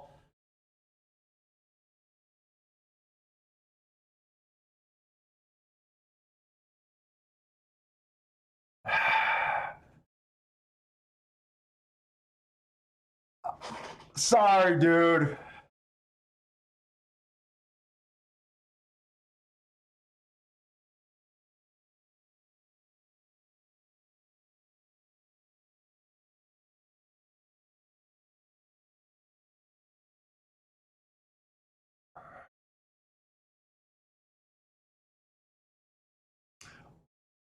All I can say is good luck on surviving that. I think you're going to have a hard time surviving this. You did a good job handicapping.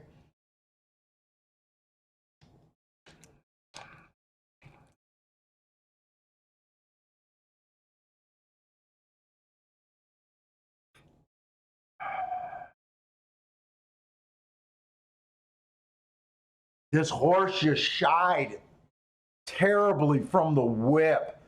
I think he just did one slap with the on the right side, and this horse just decided to go left. One slap. Oh.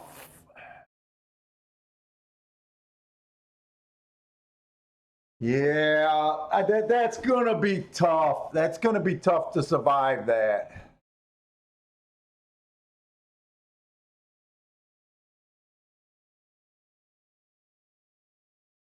Still, man, you know, sometimes when shit happens in racing, you made the right move. You made the right move. You made the right call, and it just didn't. I just don't know how you're going to survive that, man.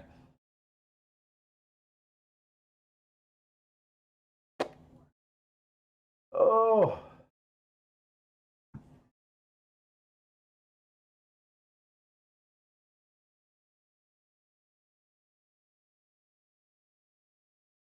Someone say they got the super?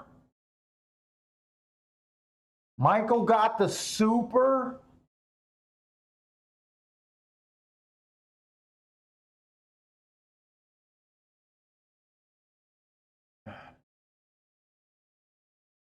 Michael, if you got the super, you might survive if you got a box. I don't think they can move this horse out any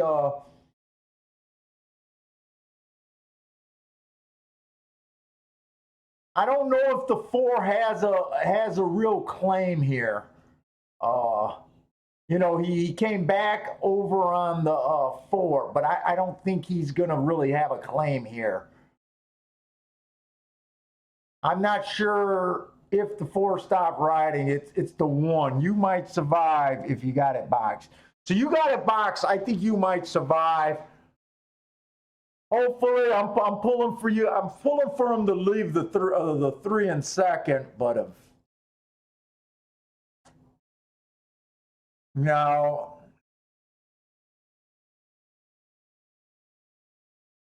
Yeah, and I was right. So the four didn't jump in this claim. So the 4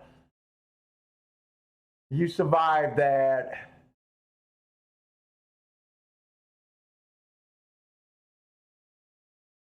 All right, Gulfstream Park.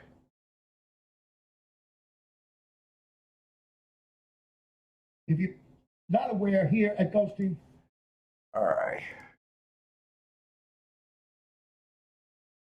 All right, we got the 4th race. So we got a mile on the dirt. We had one dirt today. The outside of the track performed pretty well. It's still a mixed bag because I still thought the 2 ran extremely well for second. The 9 at 45, the 1 got third. Since yesterday was so strong on the inside, I think I'm going to stay on the inside.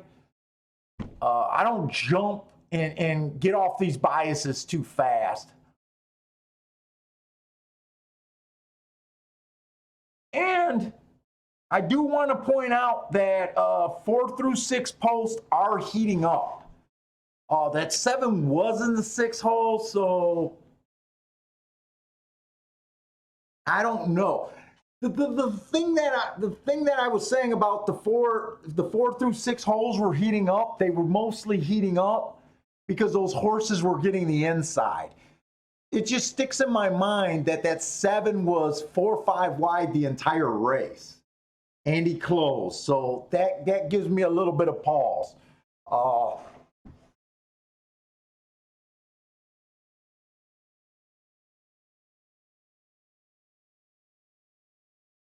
But I do like the inside of the track still, so we'll see how this plays out.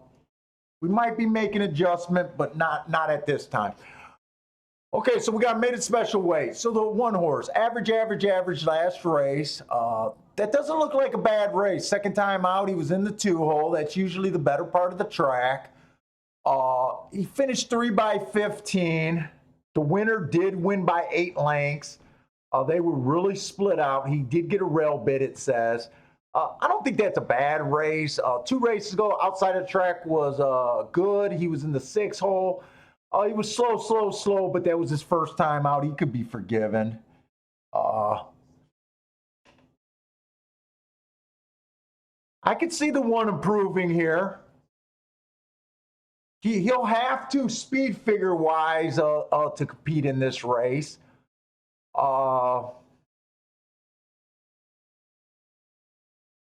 He's stepping back up the maiden special weight, even though I don't think that's a bad thing to be stepping back up. He was at pretty high maiden claiming prices, 50,000 and 75. So it wasn't like he was dropped, started his racing at the bottom and working his way out. So yeah, if you like him,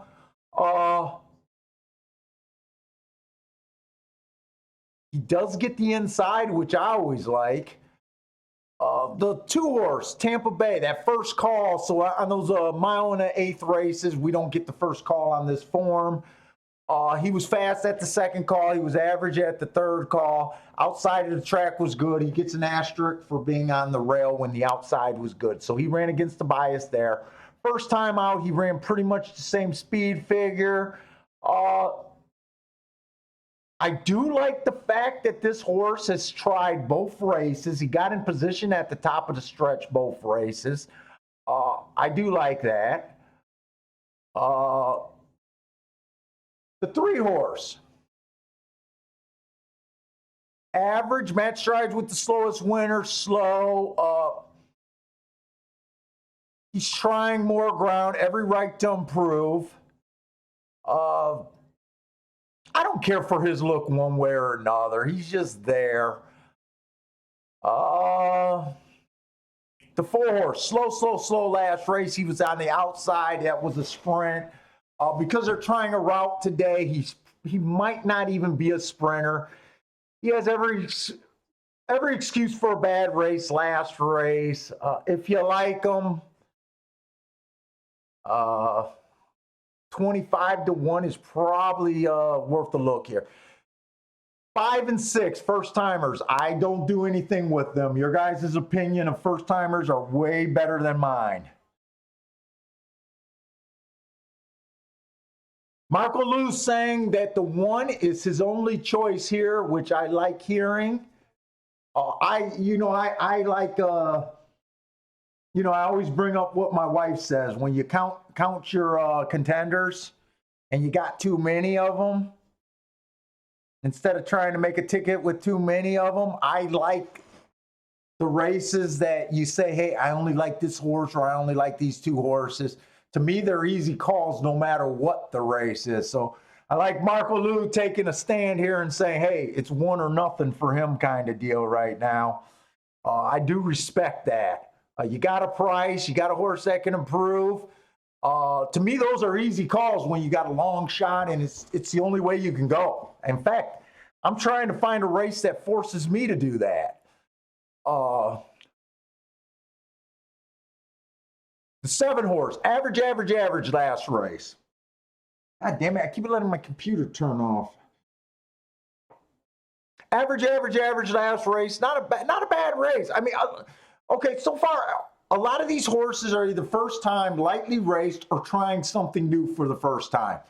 That's what the 7's doing. He's trying a route for the first time. 2 races ago, inside the track was good. This horse was on the outside.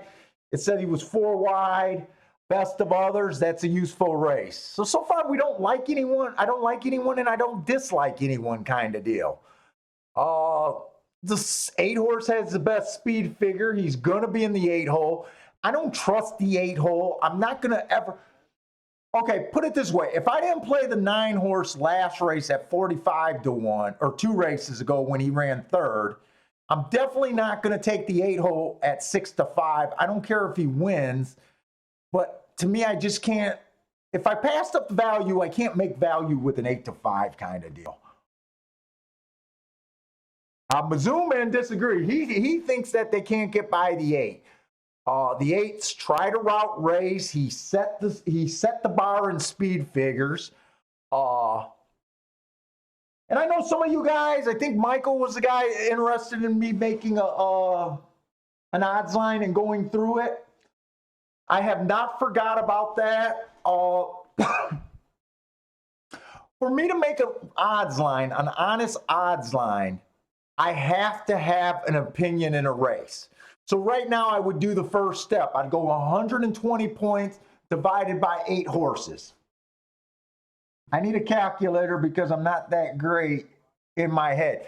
But the reason why I'm not going to use this as an example of me making an odds line is because after the initial points, I got 2 first timers. I don't know whether I should take points away or give them. Usually I take points away and just have every first timer at a 10 to 1 morning line. That's a lazy way to do it.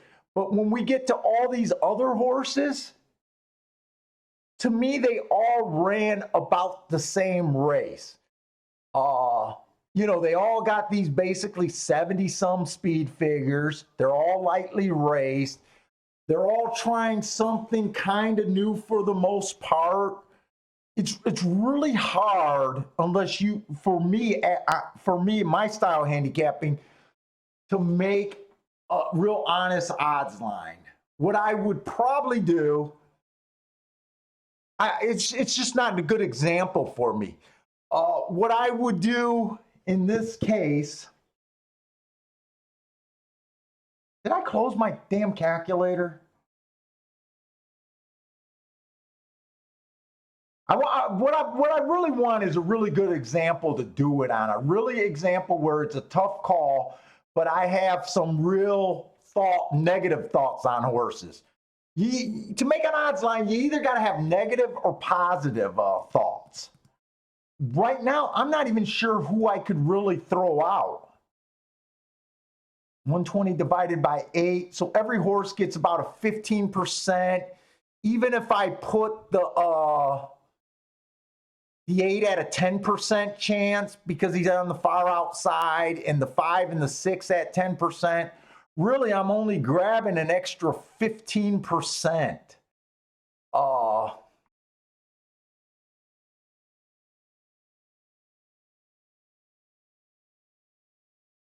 And when I say I would take points from the 8, it's not that I don't like the 8 on paper. I'm more taking points from him is because of the outside of the post.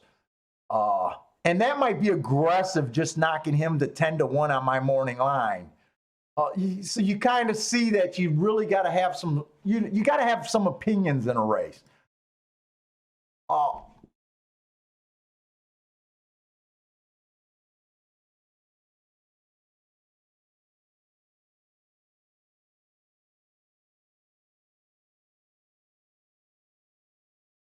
I think the direction I would go here,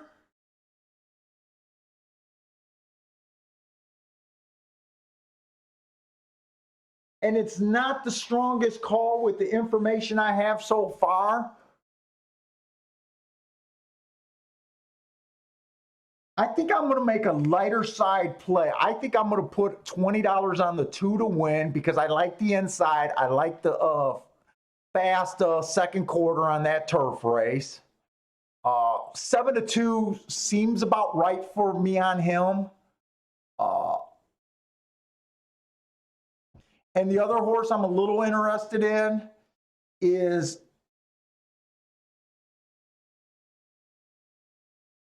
I would say I would have one as about my fourth choice here. And I know 50 to 1 is way too much. But when I do a $20 bet, it's kind of in my almost my play range kind of deal. And when I do a $5 win bet, it's kind of just saying, hey, I see a little bit on the one. If the one wins, I'll be kind of pissed with $5 on them. You say, hey, why are you going to get pissed? You're going to get $250 back. I know in the long run that I should have had the minimum $20 on them. But to be honest, with my second best of the bet of the day, I don't really feel like he's worth the whole 20. And I don't want to dig, even though I only played one race, I don't believe in being like super free with my money. You can be super free and make way too many loose kind of easy calls. There, I got the win bets. And this is kind of one of those races where, would I be surprised if the two doesn't run a lick? No, I wouldn't be surprised. If the one doesn't run a lick, no, I wouldn't be surprised, because this is a race where, all honestly, I couldn't throw anyone out. So this is a race where, to me, this is a minimum type of bet or a sit out. I could have just as easily sat out this race. But then, you got to say, hey, if the one wins, even $5 on them, if it gets you $250 back, hey, that's not a bad hit. I want to be a part of that.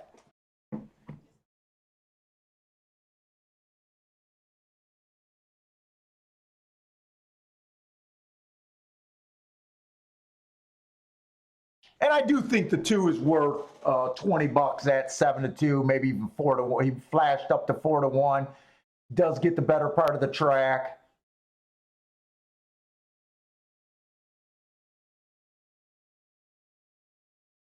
I wouldn't be surprised if the 3 can rush up this rail either.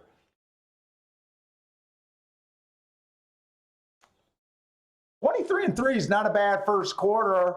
I'm hoping this one didn't miss the break and just decided to rush up. I hope this is a legit, I got a lot of horse under me and I can go.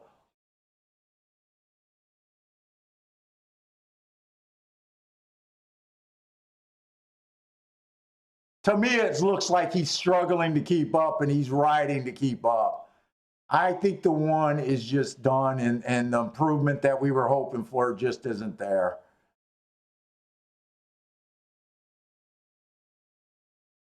And the 8 looks like the only way the 8 can lose this is if he's pumping too hard on the outside of the track. And I think he just took the lead. So I think this 2 bet is in trouble.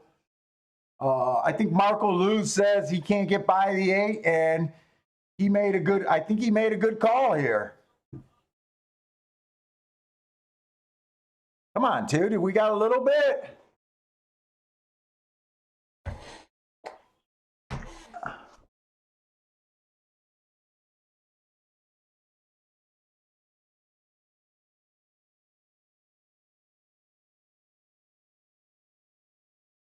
It came in 8261. Who put out that try? Did someone get this try here? 826.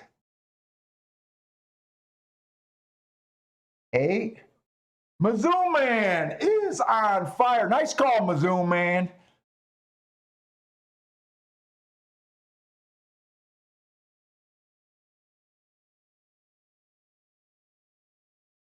I think the 6 beat the one out for third, right? Yeah, I think you got that try. Mizzou Man been on fire. You guys go watch Mizzou Man's bets on these things. He's been slipping them in.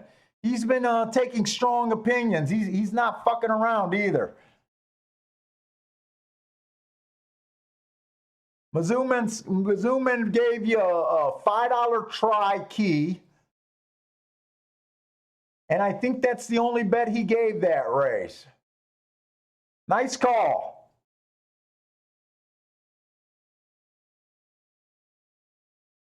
Yeah, Parsons, I just looked for those picks. I think it's just coming slower on my end.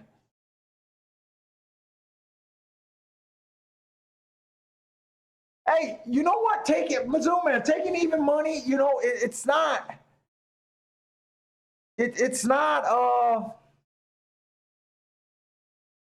It's not bad when you have an opinion, and that was the only horse you put on top. Uh,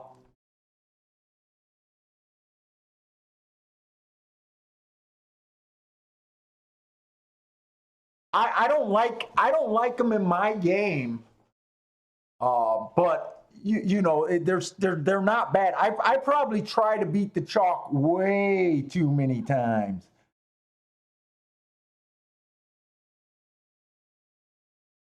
Yeah, and sports betting, so I told you guys I've been watching that other show. Actually, I enjoy that other show. Uh, Jimmy the Bag Show. He's been doing horse racing. He's a sports handicapper, but he's been doing horse racing during the break because it's the only game in town. I think he's just a gambler that does everything. I do enjoy watching his show, but I do notice a difference in their play. Uh, and I'm not being critical. I'm just saying that, someone's pointing out, that sports bettors take even money all the time. And I noticed that he picks and relies a lot more on chalks, and that's probably the difference. If I bet a lot of sports, I would probably say, even money's not winner's a winner, even money. Me being only a horse player, and just knowing how my bankroll works.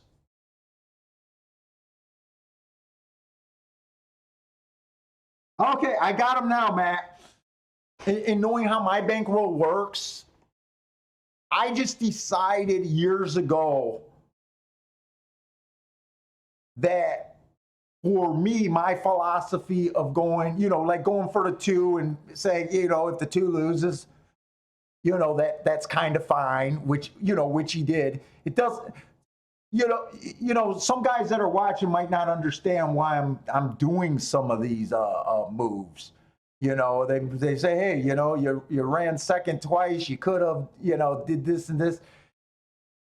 And I guess for the day it matters, but for your quarters and your year in and year out profits. Hey, what's up, Mac and Company?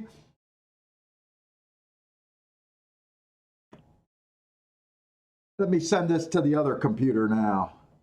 Oh, fuck yeah.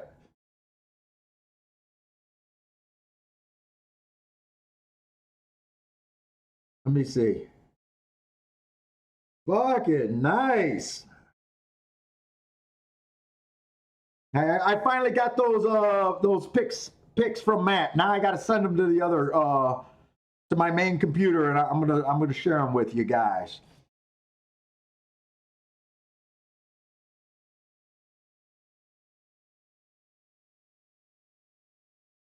Oh yeah.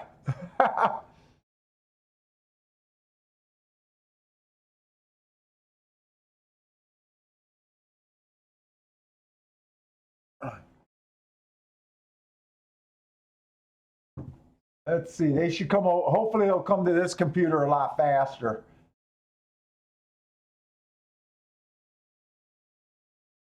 Yeah, we got them right away, Matt.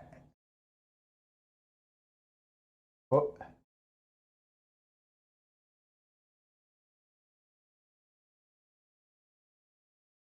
hey, Matt, do we got a name yet? Do we got a name that we're hoping for, or do we got it approved through? Do we got to approve? Do we got to approve it with the secretary, or is this time yet?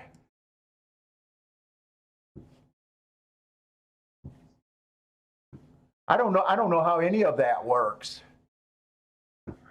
Or is it too early? It might be too early to have an official name approved by the thoroughbred. So it looks like that's his little baby boy with the new mare.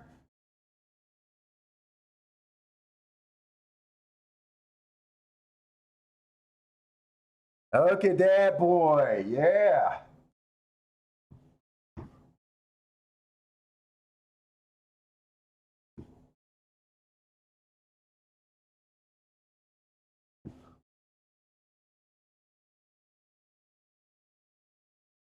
Two weeks old.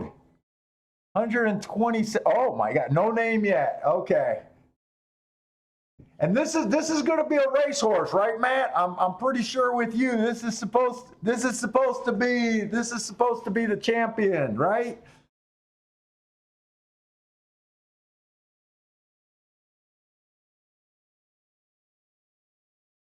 Look, he looks like he's all knees right now. Ah, cool.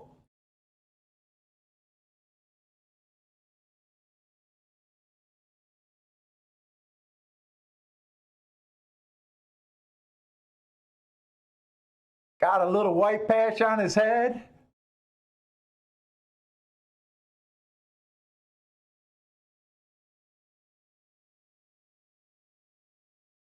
You're saying he's twice the size of the one, so he's a big horse. Do you want a big thoroughbred? Do you want him big?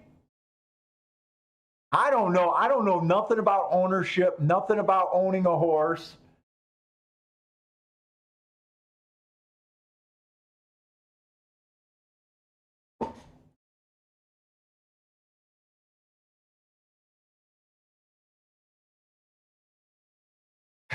No name. Cool.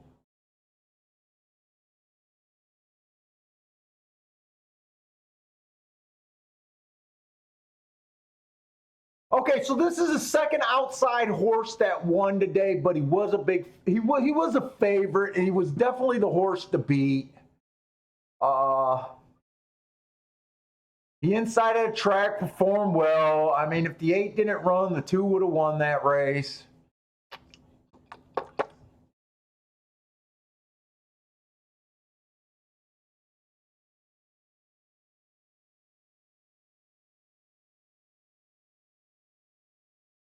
Oh, Vito Russell got a 3 on top of the 10. Oh, no, looks like a 3, 10, 11 exacta box here. Now on the dirt at Turf or Tampa Bay, I think the track is favoring to speed and stalkers type. Up on the outside third.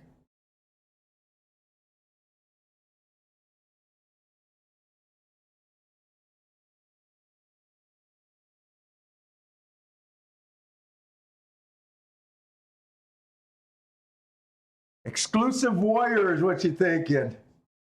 When do you do that paperwork? Since he's going to be a racehorse, you got to get the names approved, from what I understand, right? You got to submit a name, and they got to decide if it's a goer or if it's a good and all that. So it did look like the one horse went wire to wire here. 2-1 winner. 2-11 or 1-11-3.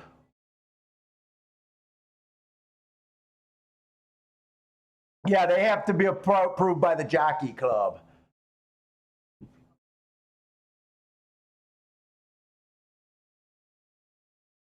Well, good luck. Best of wishes with that guy.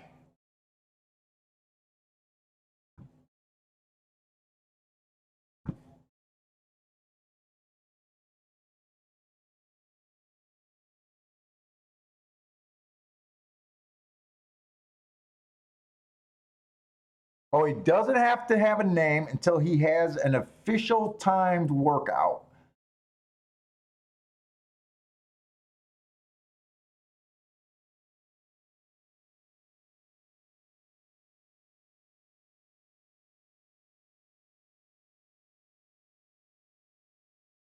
So with him being a thoroughbred, even though he doesn't have a name, does that mean since there's a possibility that he's going to be a racehorse, and they're so like, they keep that database on lockdown for the most part. So does that mean you have to report that he's a true live, thoroughbred right away, that you have one? When does that have to happen? Does he have to be, registered right away as a true thoroughbred? I would imagine that has to happen already. So far, he looks like he will be a turf router, but that can be changed. Oh, wow. You even thinking surface. Yeah, very interesting. Very, very cool on that end.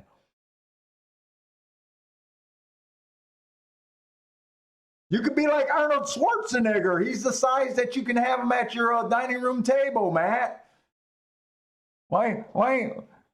Oh, you got 1 year to register. Okay. 1 year to register. You could smoke your cigar at your dining room table like Arnold Schwarzenegger. He got that mini pony that he keeps putting on Twitter. Let him stay at the house for a few nights.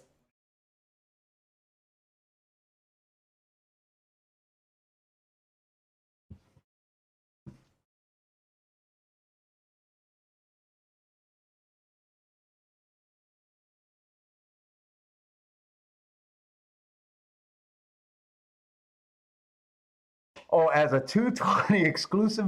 Oh, okay. So that's what he's So Sarah Sky. He's an exclusive misfoal by Sarah Sky. Oh, Sarah Sky must be the breeder, right? Right? Exclusive mist. And exclusive mist was your racehorse. Am I right about exclusive mist being your racehorse that never quite made it to racing? A nicely bred horse, but had troubles and didn't have an official race. Is that what it was?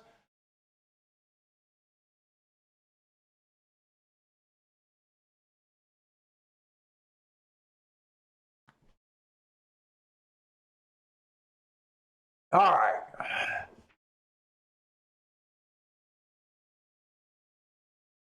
Oh, Sierra. Yeah, I'm terrible at reading.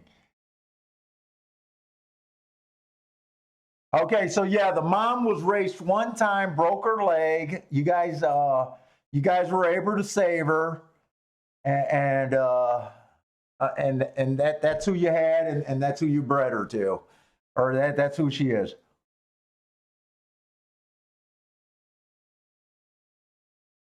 All right, let's look at Gulfstream.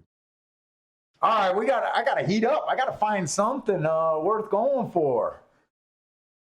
I don't like these days where I don't have many plays. It's just how it is sometimes. So we got a mile, optional claiming 25,000 on the turf. They did go fast last race. They did close. Came off the pace. Nothing was shocking about the last result. All the horses were pretty much there. The chalk managed to win. So I have no real thoughts on this turf race right now. As far as, could there be a bias? Might there be a bias? I think it's probably best to think that the track might be backing up a bit. And probably best, other than that, probably best just to think of the track is on the fair side of things. That might be the best thing. Sometimes I get too caught up in worrying about biases and stuff.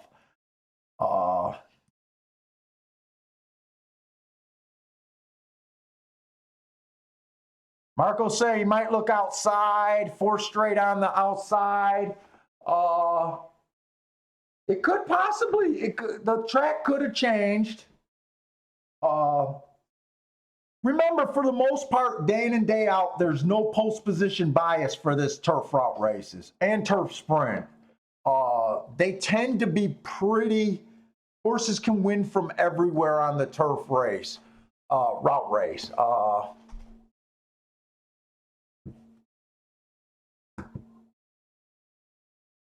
Let me see.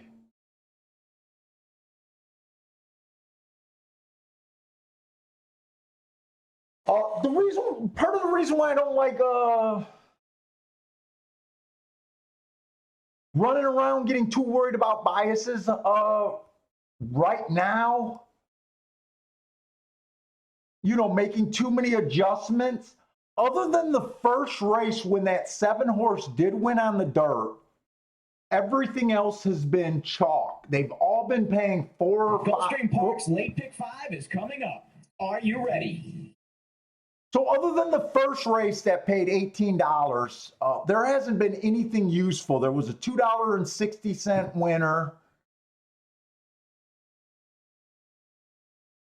a $4.80 winner,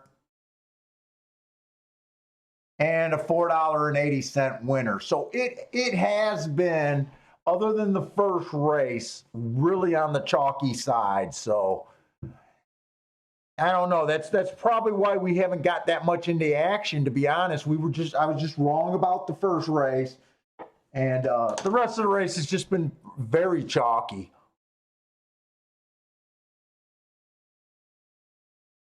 So we got a mile optional claiming 25,000. Just one horse. Stalking closing day.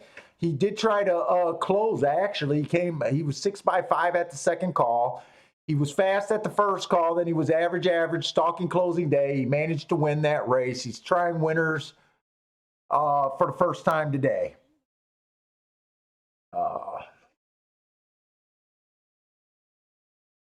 So not really a bad race. 2 races ago was 1 race sample. Probably flashed a little bit of speed while being in the 10 hole. Even though I can't make a profile for that day on the dirt at Gulfstream, the 10 hole is usually not a place you want. You could probably throw out that bad race right there. Plus, it was on the dirt. 3 races ago, he was also in the 7 hole. He was slow. He hit the gate. That was probably just a throw out race also. So he is trying turf for the first time.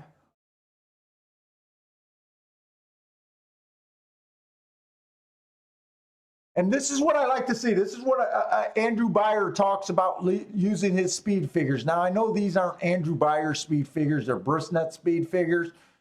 But, he starts his career 75 at Churchill Down. He comes back, that could be just because it's off of a layoff or because he had a 7 hole. We got to do a little detective work. His Beyer was down, but that's fine. The next race, he puts up a 74. That was on the outside of the track, which is usually bad. And boom, he finally gets towards the inside of the track, 4 wide, 4 hole, and it's speed figure. So actually, this horse, he's kind of a mystery, but he's kind of, he is improving. The 2 horse, turf race last race, won that race. He came out fast, then he was average, then he finished the race. He was the slowest winner of the day for that 6 furlong point. He battled. He showed a little bit of guts. It was at, a little lower maiden claiming than what the 1 was able to beat his at. But I mean, hard to say it's a bad race. 2 races ago, he dueled. It was a 1 race sample. I can't adjust. I don't have an opinion about that race. Just looking at the running lines, it wasn't a bad race. This horse is getting in position most of his races as of recent. And then 3 races ago, kind of inside of the track was good. He was in the 6 hole. So I can kind of see this horse been improving and stuff. But he is trying turf for the 3rd time in a row. So he looks like he might be the speed or at the worst a stalker. We got the 3 coming. Oh, here's Oaklawn's second. Oh, they're in the mud again at Oaklawn.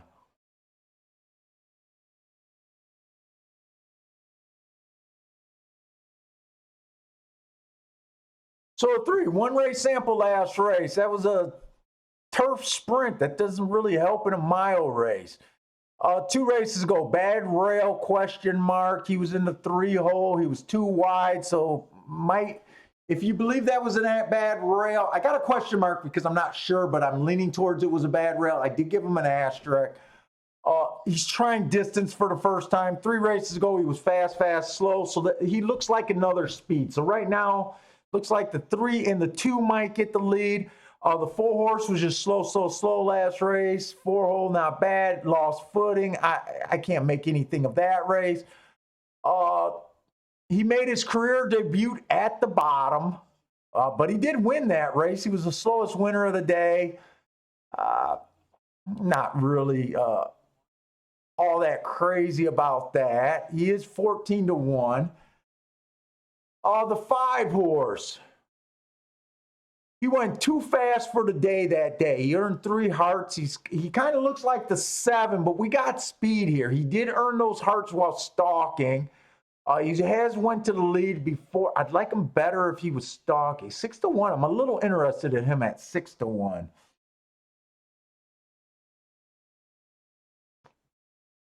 And we got the 6 and the 7 are both scratched. Okay, we got the 8 horse. He tried this race last time. He's 4-5. He's, oh, Jesus. I'm not interested in 4-5s, whether they win or not. That wasn't a bad race by any stretch of the imagination. He closed. He came from far out of it. It looks like the leader of that race just went insane fractions. Remember, my times are adjusted. I run my time through my form through the Brisnet software, so my times are already adjusted. This horse is another front end horse. Can we get a nice back end? Right now, I'm not that interested in this race unless we can kind of get a back end move here.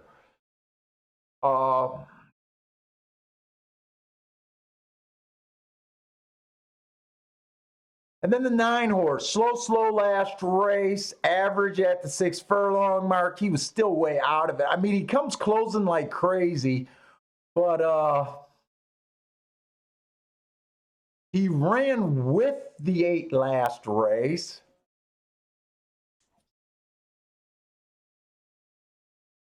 He doesn't have enough races to.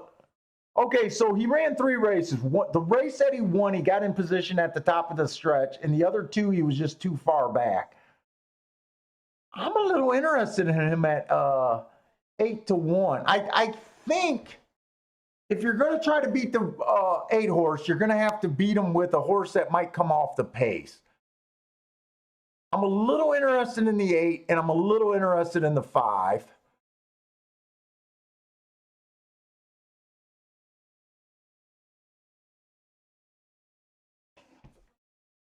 Oh, the 3 actually tried it. The swell, the 3 horse actually ran in a grade 3 race. I'm trying to think of what, dude.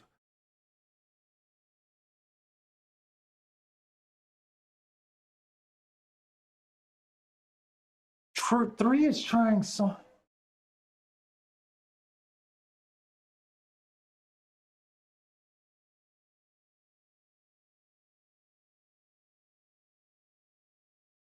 I'm also interested in the 1 a little bit. I think I got too many contenders. I got the 1 being a fairly strong contender.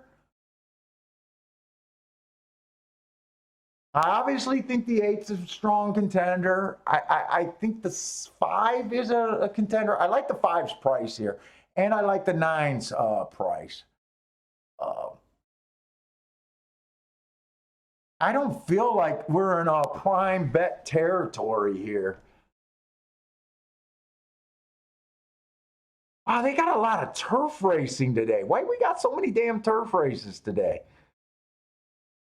I was hoping to play a double. I'm either going to have to heat up on the turf or I'm going to have a tough time finding plays today if I don't find something on the turf that I really like right now. We're in the 5th race. The 6th race is a turf race.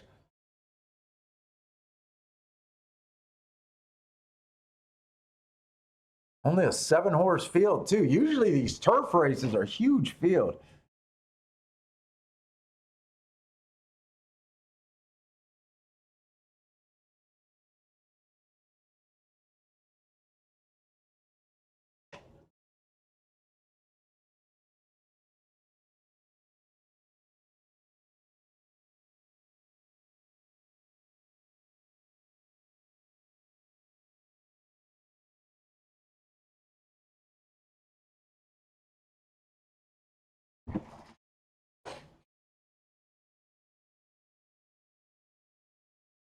I don't like the 2 because I think the 2 gets chewed up by the 8.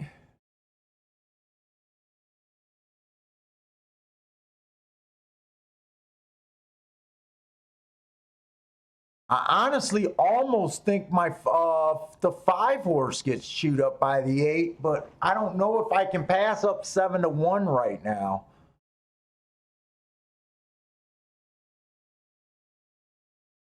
And I don't want to keep betting and running second. You could have a real bad. I could have a real bad day doing that, saying, "Hey, I made the right play for the or for the right reason, but it's still a loser."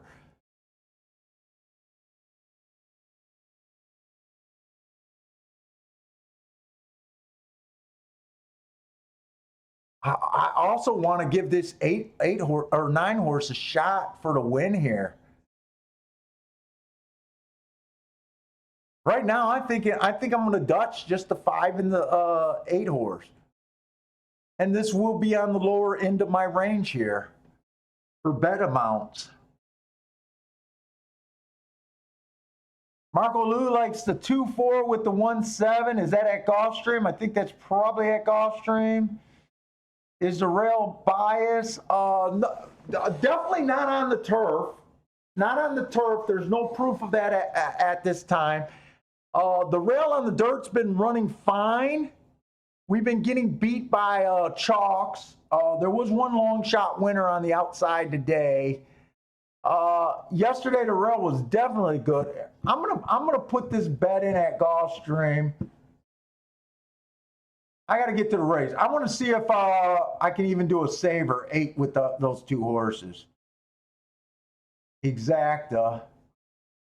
8-9 is only paying $10. 8-5 is only paying $12. I can't even do the exacta saver. I'm going to do the only bet I can, and the only way I can protect myself is not going heavy here. But right here, I mean, I like the 1, the 8, the 5, and the 9, but I can only bet the 5 and the 9 to win.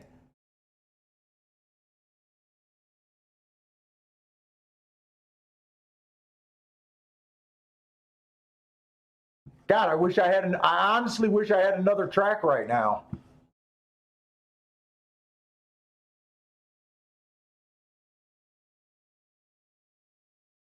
Oh, you know what? Fairgrounds isn't running today. I probably should have just downloaded Tampa Bay.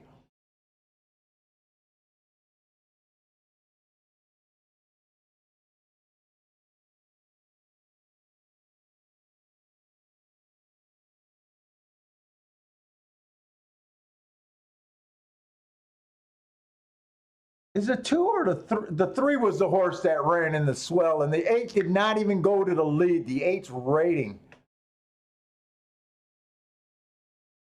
And they went 23-2. The other turf race, they went 23 flat today. I like where my 9's sitting. I just wish that the 8 was dueling. This pace is a little bit slower.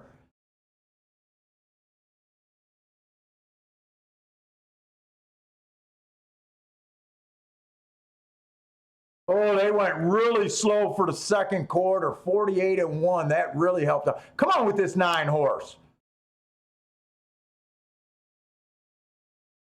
I want the 9 to at least force the 8 to have to go inside. Come on, 5. Come on, 5. 5, you look like you got tons of horse. Let them go.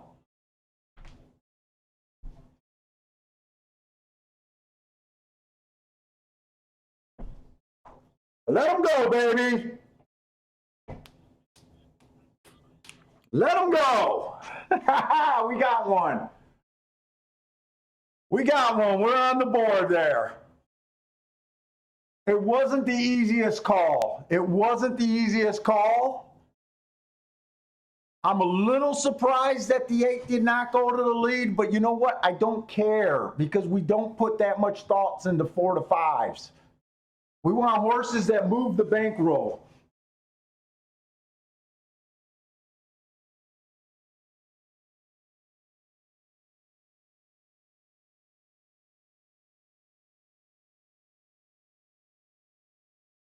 And you know what? If the 8 horse didn't look so good, the 5 was by far.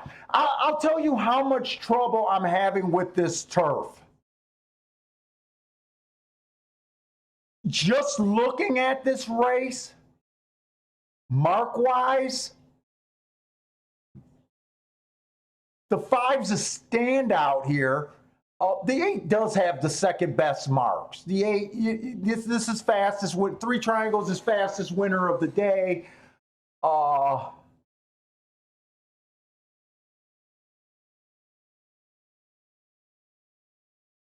I'm having such a, you know how I keep saying, dude, I don't want to play on a fair track, and it's just I don't want to play on a fair track. And with me in the back of my head, I keep thinking that this turf, I think, is leaning towards stalker kind of closer types. And my heart is usually horses with front end speed.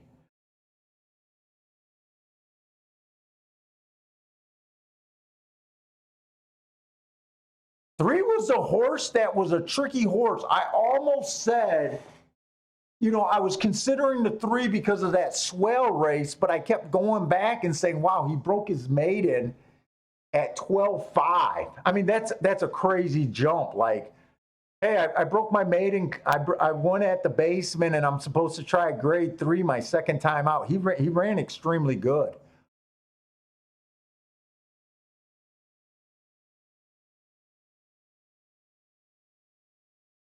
Extremely good. Artez is saying, Rosario, big rider switch.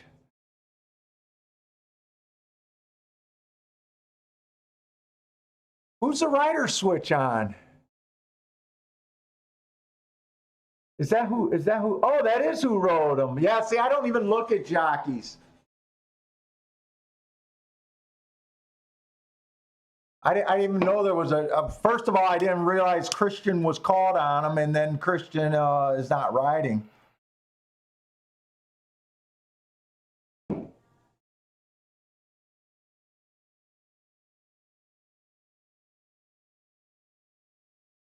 Yeah, there was a lot of horse on him. He made a nice move. And you know what I should have did it, and it's what I said last time. The 5 was kind of tricky to me because we keep going back, right? See him on the turf here? He comes from 3 and 4 lengths off, and he was able to stalk and win. Then the very next race, he was able to wire to win, right? Then he looked like possibly a stalker. We don't have times on this 2 races back. That's why I got that line. Couldn't rate it because there was no time. And hearts mean you went faster than the fastest winner of the day. That's why I said that front end horses usually get hearts. You know, but if you guys remember, you know, I pointed out, hey, you know, in that other turf race, when stalkers and closers get them, but this horse just doesn't have a big enough profile. One race he won stalking, almost a close actually, and the next race he wins wire to wire. I was like, well, is the 5 going to go to the lead, or is the 5 going to go and rate? Today he decided to rate. I'm a little shocked that this 5 horse didn't or this 8 horse didn't go for the lead. I'm a little shocked at that. Lightly raced horses, it's kind of, you know, it's tricky as a handicapper, especially, you know, you're trying to guess with the running lines you got, and lightly raced horses, they don't have as many races to really put them, you know, hey, they got to be a front runner, they got to be a stalker, they got to be a closer. But to me, as a handicapper, I got to kind of fit them in a window. And, you know, sometimes you're just wrong about what the call. Okay, $18. Okay, so that puts me up for today. That's not a bad hit. I would have liked to have been able to get down a little bit more on them, and on a different day, I probably would have. But on a lightly betting race today, it wasn't a bad. It was a bad. It wasn't the worst win bet. On a confident day, I might have had $50 on them.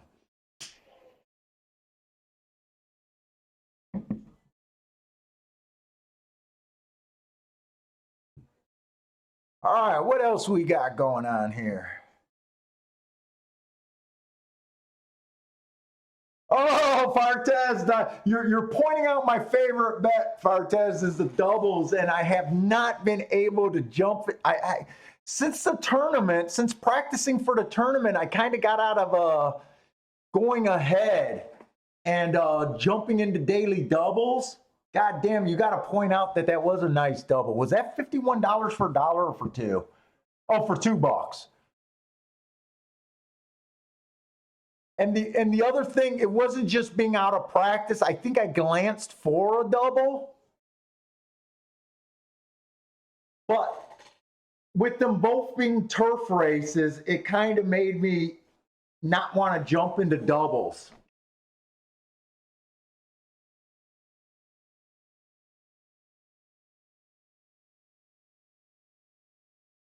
I really should have jumped into the doubles, though.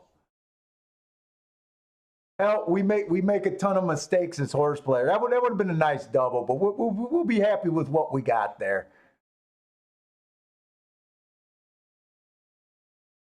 I should, and I think I looked for a double ahead again. Wait a minute. Sorry that I'm scrolling all over. I want to just make sure. That was a turf race, and the fourth race. Oh no, the fourth race wasn't a turf race. Oh, I looked to start him with the double. Yeah, I probably could have went doubles.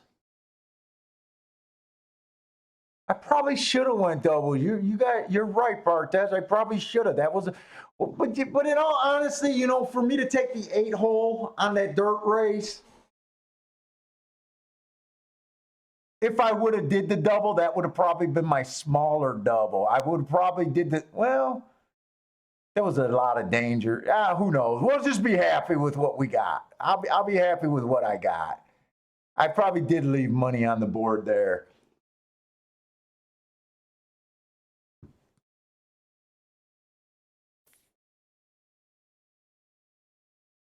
Yeah, Seth, that winner helped us. I think we only made one. We only made 2 bets prior to this. We didn't go heavy in none of the. Well, I didn't go. I don't know about the other guys, but I didn't go heavy in any bets so far today.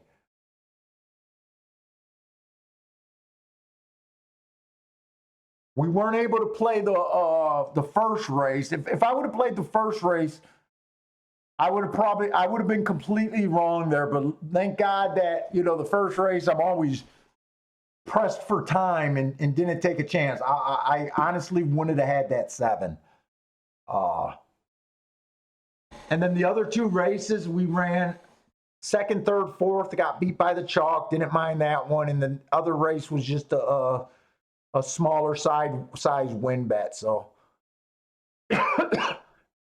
going in the 6th race. Oh, Michael's saying that the 7th and 9th races are the only other dirt races. And I think Michael, I think you're one of the new guys. So I always try to play towards my strongest biases, which I would say the strongest biases right now is what I think about the dirt track and the turf sprints. You kind of heard me over and over say that turf routes are my lowest ones. Uh, but day in and day out, I'm more comfortable on the turf. I'm sorry, I'm more comfortable on the dirt. I have not started tracking in my notes and going after turf race. I've been playing for like 30 years, and it just the last 5 or 6 years I even included turf. So most of those 30 years, I skipped every turf race. So if you just want to go comfort level for me to begin with, is always I'm least comfortable on the turf. Then I say go to your strongest bias, which brings turf sprints in. But I did get in these last 5 years, I did get more comfortable with the sprint. Like last meet, before the championship meet, I wasn't having any problems with the turf at Gulfstream. There was small periods of times where I said, "Ooh, the turf is kind of chewing me up a little bit," and then I'd be able to work through it. But it comes and goes. And in fact, one of my biggest cashes lately was the last race of the day, and we made a big adjustment. I noticed that the inside was winning every turf race that day. A lot of times I pull up charts and I like to review races, and we noticed that speed was holding real well, and we were able to capitalize on a nice 16-1. But that was kind of a big adjustment, and I thought I spotted a bias for the last race of the day. But for the most part, I'm way more comfortable on the dirt than the turf. And then I had another big hit on the turf, a nice $110 exacta when I was in the chat room for that other show. I think Marco Lou and me were in the same chat room that day watching the other show. And I like the 3-horse exacta box on the turf that worked out real well. So I do hit them, but for the most part, I'll go times. If you watch the show enough, me and Matt Parsons or Euclid Racing, they're all the same person. We'll play privately on Skype a lot. And there's just some days I'll say my game plan. Hey, I'm not comfortable on the turf at all, or I think I see something on the turf. We can work it out. But I've been starting a lot more days saying, those turf routes, I'm leaning towards no-go. In fact, I think you're newer than the tournament I was going for at the end of this week at Vegas. I was supposed to go to the Orleans tournament, and our game plan was to avoid the turf, not waste your bullets on turf unless it was late in the day for the route races. We were going to concentrate on the inside at Gulfstream on the dirt, and we were going to concentrate on fairgrounds on the dirt, and that was our main game plan. And then we were going to rely on Oaklawn for later in the day because I don't have a real strong grasp on that track. I was hoping to do some studying in the last couple weeks and come up with more Oaklawn shit. But, without the tournament, I don't need to, it's too hard. I only handicap one. Even when Parsons and I play, we usually only play 2 tracks at a time or rely on 1 or 2 tracks and maybe have a third for in the pocket. But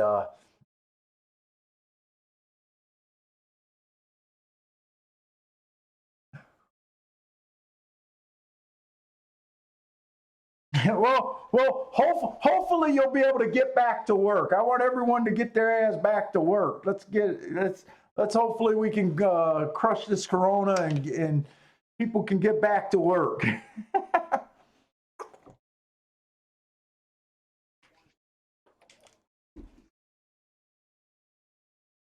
All right, what we got going on?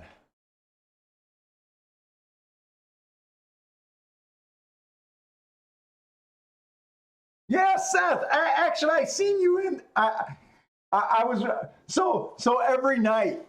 You're mentioning that those sports guys are now doing horse racing shows, and I seen you in the chat room the other day. But I wasn't watching it live. Otherwise, I would have said what's up. I love watching their shows. I still love watching their shows. I support their shows.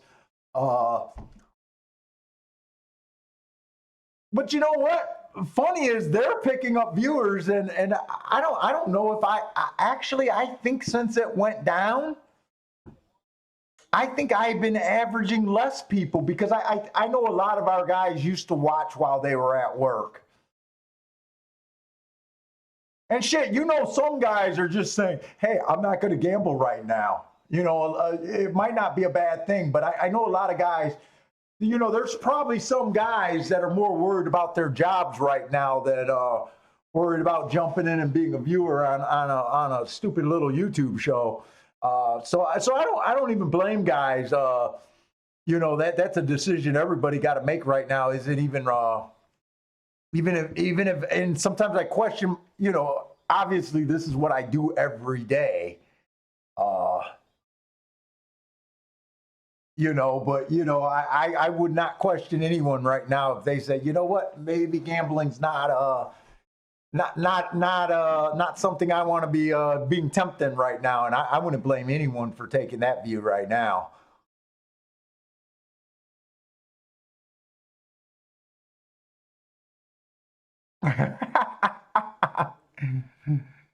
I'm crushing again at saving the Coronas for celebrity. Nice.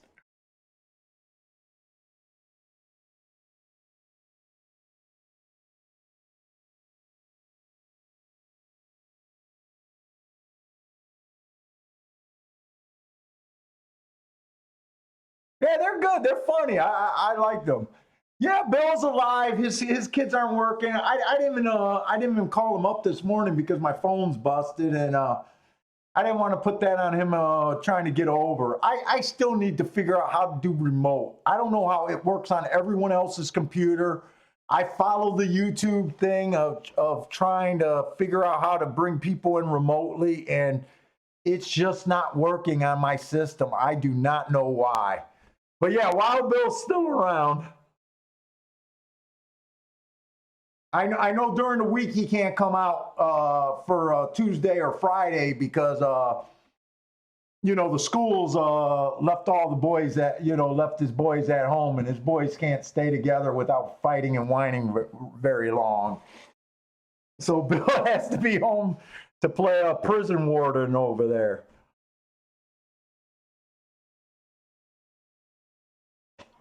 All right, so we got another turf race.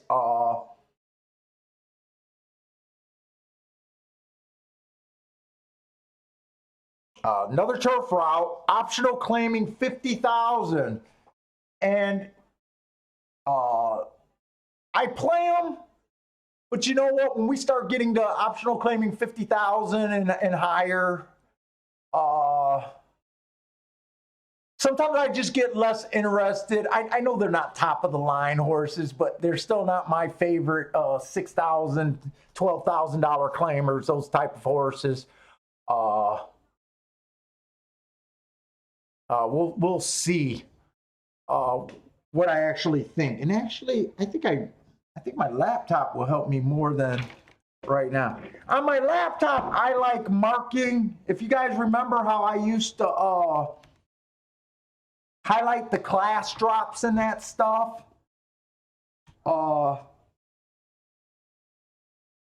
You know, I told you guys that, you know, I'm not a class handicapper, and I just now started using it a little bit more, and it's helping me. You know, even after 30 years, I find some things that, you know, I go back to. I liked marking the class moves and everything, but the way I was doing it doesn't show up on the computer. For some reason, the red marker works, but all the other markers just blacks out the running line, and the form looks like shit. So I'm able to mark, what I'm able to do is that on my laptop, which I can also see better, just because of my poor vision. And I like to use it especially more in these higher, a little bit higher class races. Let's see if we can do another decent job on the turf again. Oh, in this race, I didn't even handicap the class. So I just turned on everything and it didn't even matter. So anyways, we got another, I think it's a mile. So this one horse, a little stakes race, and this is what I have problems with. I have problems with these little stakes races, how they match up to current levels. To me, the class at the lower races are a lot easier to find. You know, guys that follow and know the class structure really good at Gulfstream will be able to tell you, hey, you know, that $60,000 stakes race, starter stakes or whatever it was, wasn't that great. Other ones were good. That kind of matches up with this. I will admit I have a problem with that. I don't think it overall affects my game because forever I don't even consider class all that much.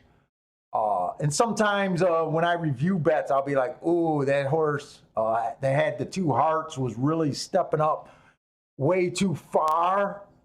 You know, I like the little warning there, but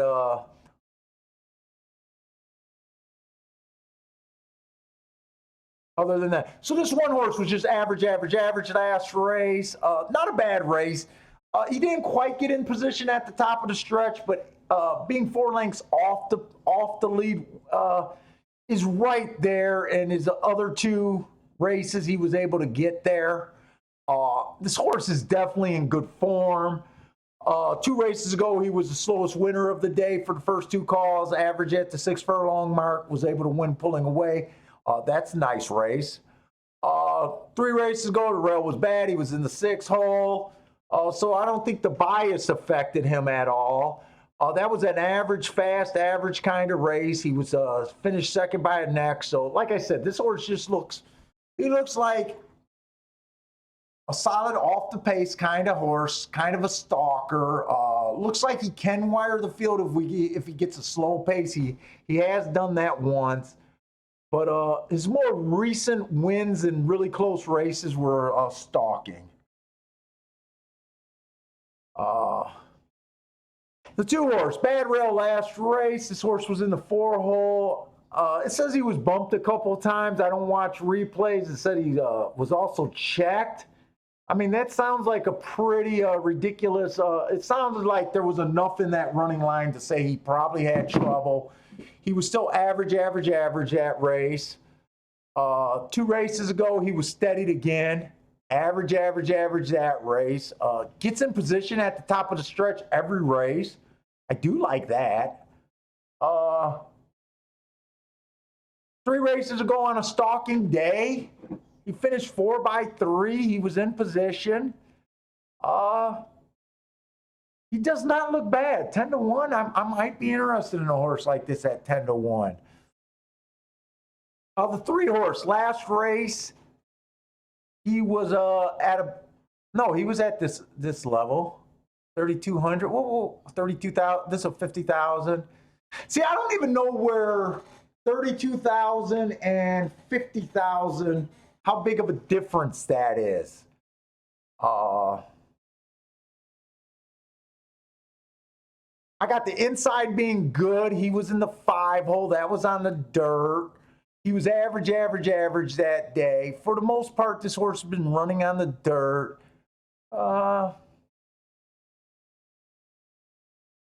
This horse doesn't ring any, like, he doesn't make me want to jump on him. He got a decent price. To me, he's just there. The 4 horse, average last race. 2 races ago, outside of the track was good. He was in the 7 hole. He won that race. He closed. He was the slowest winner of the day. He improved, wins his next race out. I'm sorry, I got that. He won his first race being the slowest winner. He stepped up and improved his speed figure, I guess is what I want to say. He's 2-1.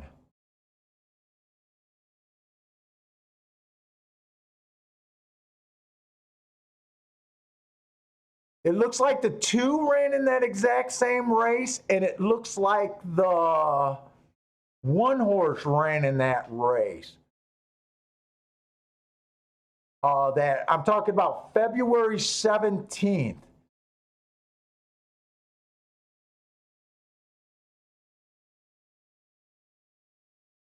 To me, this horse, what I honestly like these races where a lot of horses are running at, and I don't pay attention to beating lengths at the top of the stretch or the finish at the finish race. How I judge horses when they're coming off of a commons race, I like to go back to that stretch call again, and I like to see where they were. Like the 4 was 4x2. The 2 horse was 7x3 3/4. And the 1 horse was 8x4. So to me, the 4 horse gets the jump on these, but they're still all close enough to be able to reverse their finishes. I like to just see if horses were all about, kind of the same place.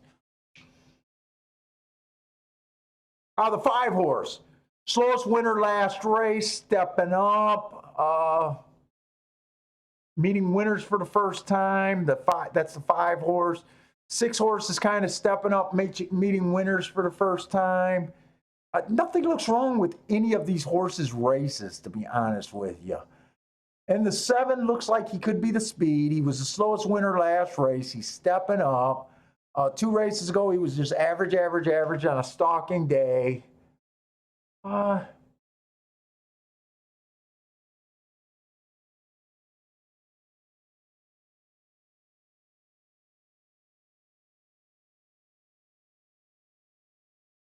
To me, it seems like the 4, the 1, and the 2 should be bet here.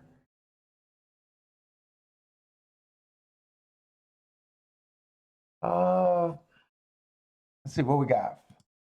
Marco Lou likes the 5. He thinks the 7 might get the lead. I agree with you on that. He thinks the 5's worth a win ticket. At 11-1, sure. This horse got a back end move. I like that. It's just can he step up? I like that bet. I think I'm most interested in the 2.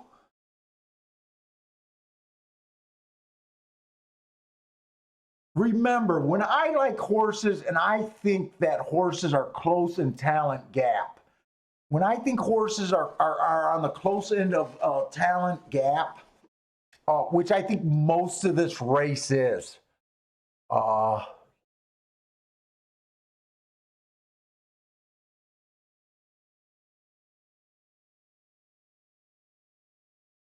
and the betting board kind of has them at it. I just scrolled down one more time and scrolling through it. There's honestly isn't a horse here that I could completely throw out of this race. I think we got a field of pretty much 7 contenders. I think everyone can win. I wouldn't be surprised if anyone would win this race, and I wouldn't be surprised if you told me who finished last. It's just one of those races where I closely gap. So I always lean towards, if I'm going to play a race like this, I need to get paid off. That's why I feel comfortable. I said that I'm kind of most interested in the 1, the 2, and the 3. To me, this is an easy call. I'm going to jump on the 2 horse out of that group.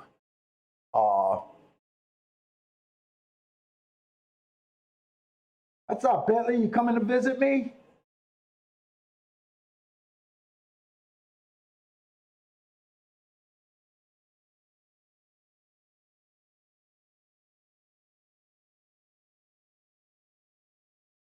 Everything today points to the outside. I wouldn't argue with that other than we had a bunch of chalky results. But we did have 2 $18 horses today. Other than that, it's been chalky. I just think this is a closely matched race. Put it this way, if Bill was here and he was screaming out horses, to bet. You know how sometimes I have a real reaction to his bets? Here, I want to have a reaction to anything. I can see anyone winning this race. To me, I can only bet the 2-horse or sit out.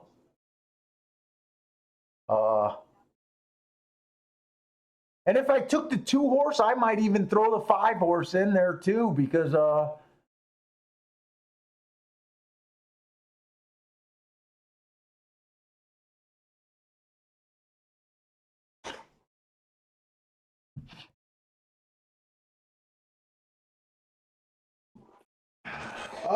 doubles.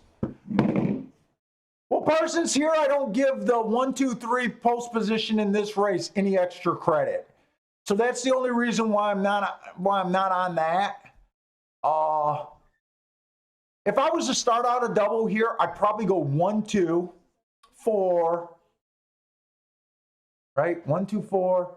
And I'd probably throw the 5 in because I think the 5 offers value. Right now, if I took those 4 horses, I don't know if I have a better than 50-50 chance. I honestly think every horse in this field can beat me. Next race, I like the 1 and 2 a little bit better. I definitely like the 1 next race. Maybe I will look at a double.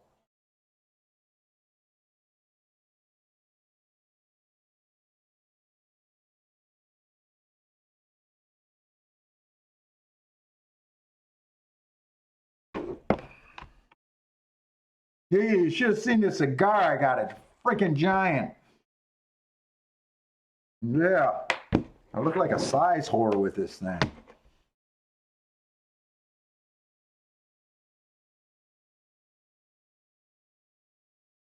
No, it's some brand. I bought 2 cigars. I just wanted something different, and it caught my eye. I don't know. And I wanted something that would take a long time to smoke.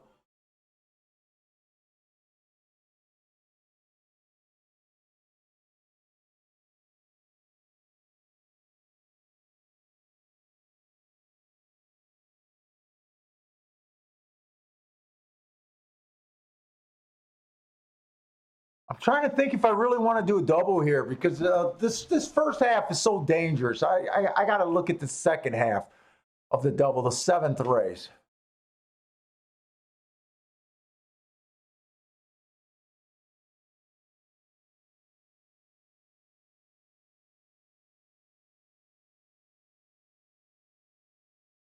Why the hell did this 1 horse?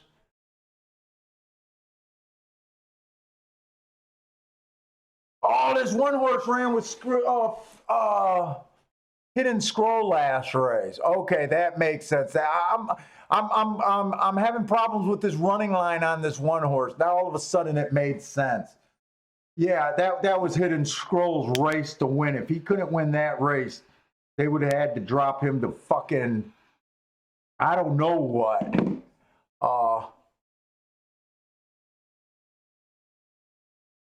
This horse should get credit for that race.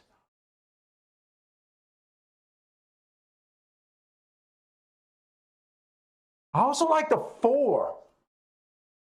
I think I am going to throw in a silly little double. I like the 1 and 4 next race. Shit, I don't have the regular betting window open. I don't know if I'll be able to get this. I think I'm going to go those 4 horses, and I won't be surprised if I lost that race. Who did I say? 1, 2, 4, 5, right? And I want to just try to get alive to the 1 and 4. 1 and 4 next race. And usually I like, usually I like to look at the doubles. I had to scramble and get that in. Actually, I had more time than I thought. 1 to the 1 is paying 42 and 93. I'm happy with that. 2 is paying 92 and 1. Oh, shit. Actually, these doubles are paying good. 2 is going to be hammered next race. You got to beat the 4-2 double, which is paying $6, and you got to beat the 7-2. So 2, you guys keep saying you like the 2 next race. 2 is going to be a big favorite next race. He's the lowest doubles next race. I'm happy with this bet I made. I will admit it's a little risky on the front end.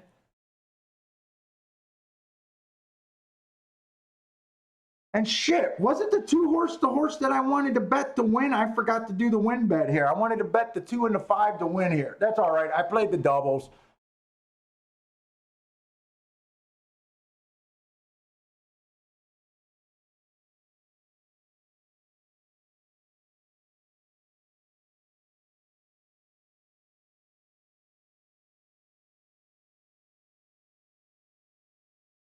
Come on, 2, nurse these fractions out for me.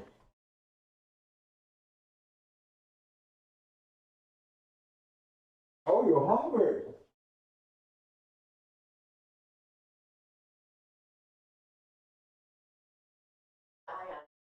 Say thank you. The fake temporary shirt. That's all right. I'm starving. Well, get this 15 to 1 home for us. I wanted to put a win bet on this horse, and I just got caught up and forgot all about it. Come on, 2, have some horse here. You got the fractions to run away with it. Ah, shit, the 6 horse gets free. Come on, 5 can save us. Come on, 5. Come on, 5. No, we're going to go dead. Oh, man, the day I got second-itis on my calls, but I honestly can't be upset about this race. Cannot be upset about this race.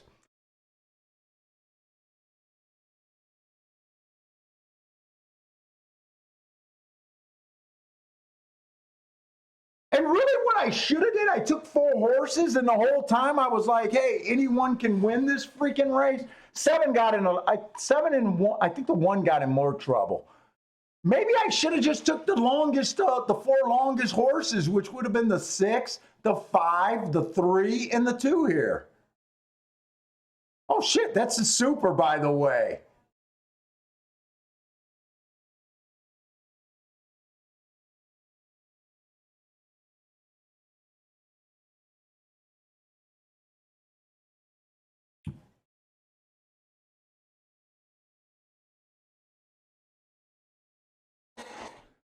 See, we all want to handicap for winners and stuff. There's some races like that where, you handicap in, probably the real move to make it a race like that where you legitly said, no one would surprise me. Nothing in that race would surprise me. They all had a shot. The right move if you were going to go 4 deep because you had to play a double because you're feeling a little crackish, probably would have been the better move. Probably would have been taking the 4 longest shots opposed to having 2 of the lower shots in the race. And that would still be a crackish bet. Like, hey, I'm a crackhead. I need to play a race. But really the right move on a right day playing, you probably should have just sat out a race like this. And I'm talking about me.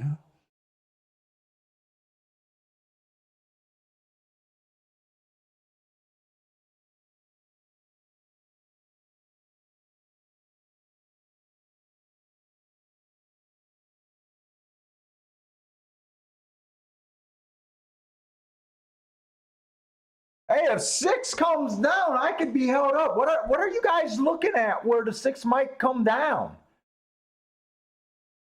Is that where the trouble's at? What 6 may come down. And Marco Lou's still sitting on, forever. You keep saying it every race, and it's kind of bearing out what you've been saying. Just sticking on that outside of the track, Marco Lou. 6 bump to 3, maybe I'll get lucky. Oh, I seen it there on the top of the turn. I did see it that time. Whoa. Can we get lucky here? Maybe we'll get lucky.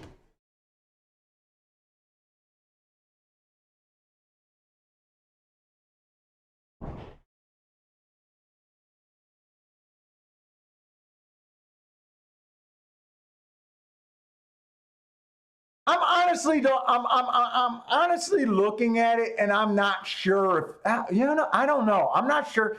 Here's the thing, right? It's almost like watching these ejections is watching a fucking catch in the NFL. They just are. You got 30 years in. You should be able to know which way a race is going, or objection is going, and I just. Other than if it's so bad, it's almost like it's still 50-50. I think they're more likely going to leave it up.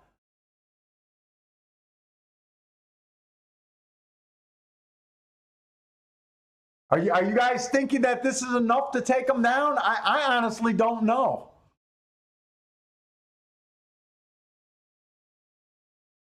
As guys that watch this sport day in and day out, we should really have a good idea. I still feel like every freaking objection comes down to a 50-50 call.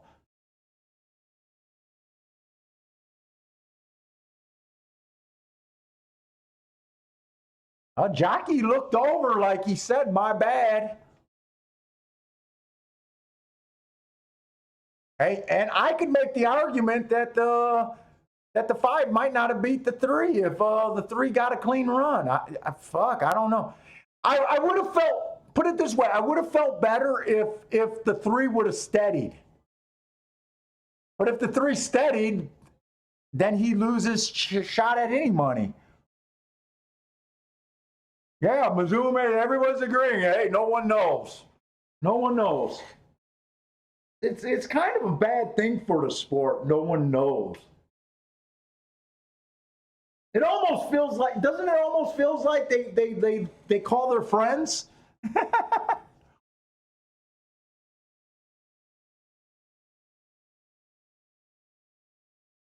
It's better for more drama at the track. Partez think he's coming down. Fuck, I hope so. I mean, I can afford to get lucky every now and then.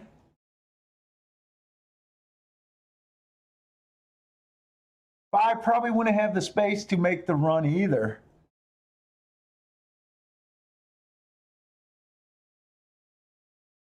Partez is holding.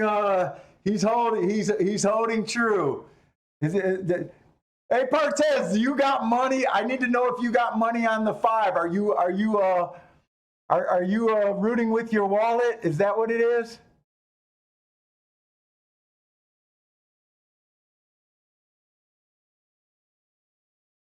Oh, Marco Lu knew him because I remember Marco Lu called him. Marco Lu's still been, I mean, come on, as a handicapper, that's all we want. We want our horses to be performing well at the wire. It feels like we're seeing it.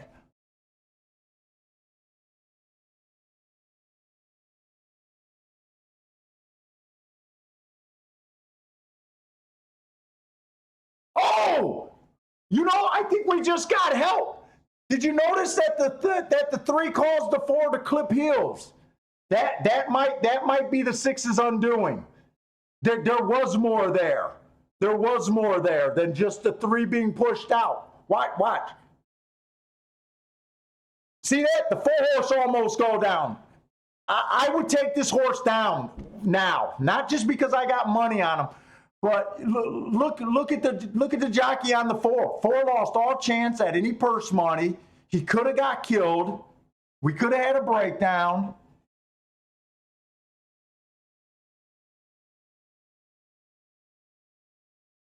See, sometimes it's like building a case in a criminal case.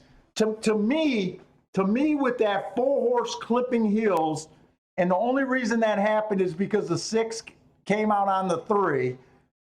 To me, we just add more. We add more data for hopefully this 5. Come on, Marco Lu.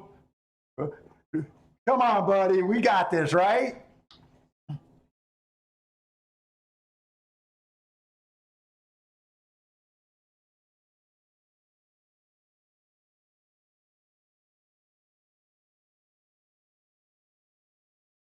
Come on, let's build this law. Let's build this case. This is like Law and Order right here. You can't tell me that he didn't cause the 4 a shot at a placing. Especially when 4 was going to be a closer, right? And the speed was backing up. Not that I believe that the 4 would have been there, but he could have been there. This is taking a while. Yes! Marco Lou, we did it, buddy. Sometimes we got to get lucky.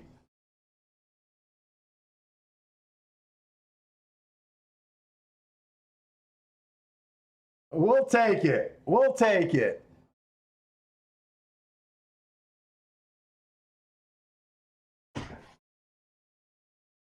Woo!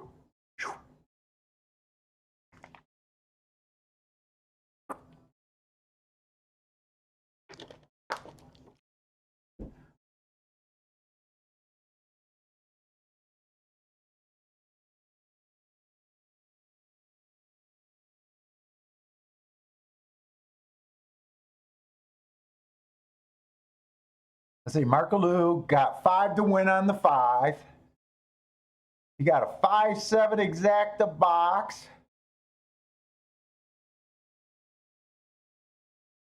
Marco's still living on the outside of the track. I don't blame him. I don't blame him. Each race is building your case.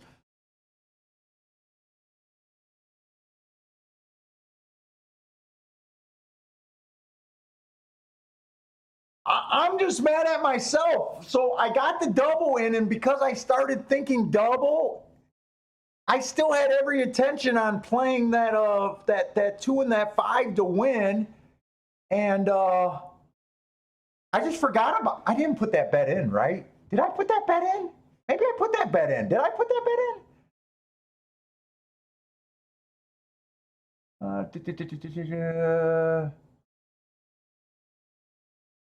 No, I did not put the bet in. I did not put the bet in. Oh, that would have been a great little surprise if I put the bet in, but no, I didn't. I just got distracted and forgot all about it. Hopefully I'll hit the double because I played the double decent.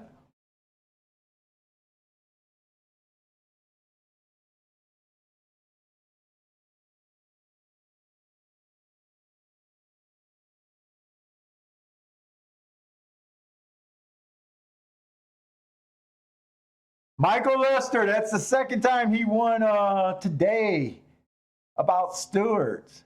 You know what? All honesty, this is what I think. I think without the 4 clipping heels, I thought that it was a 50-50 call. And for the most part, I say let them race. And I would have to live with a 50-50 call. But soon as I seen that the 4-horse clipped heels, you got to make it an 80-20 call, right? You got to make it an 80-20 call, maybe even higher. But you still don't feel comfortable. You never feel comfortable with that. And if there's guys in the chat room with the 6, man, sorry. I don't want to be cheering too hard about your guys' pain, but you know, I do think with the clipping of heels, it made a difference. And didn't Marco Lou get taken down on an exacta at Tampa Bay today? Was that Marco Lou that got nailed? Well, here's the thing. Okay, we got nice. We got fat doubles, right? We should have fat doubles without me even checking them. So I'm alive to the 1 and the 4. Let's see, I'm on the right race, right? 1 and the 4. Doubles are paying 120 and 496. But I'm in a position that I love, but I'm also in a position I hate because I did like the 2. But the 2 is so low right now that there's no way we can protect ourselves. You know, I'm not going to put $200 on the 2-horse just to protect myself.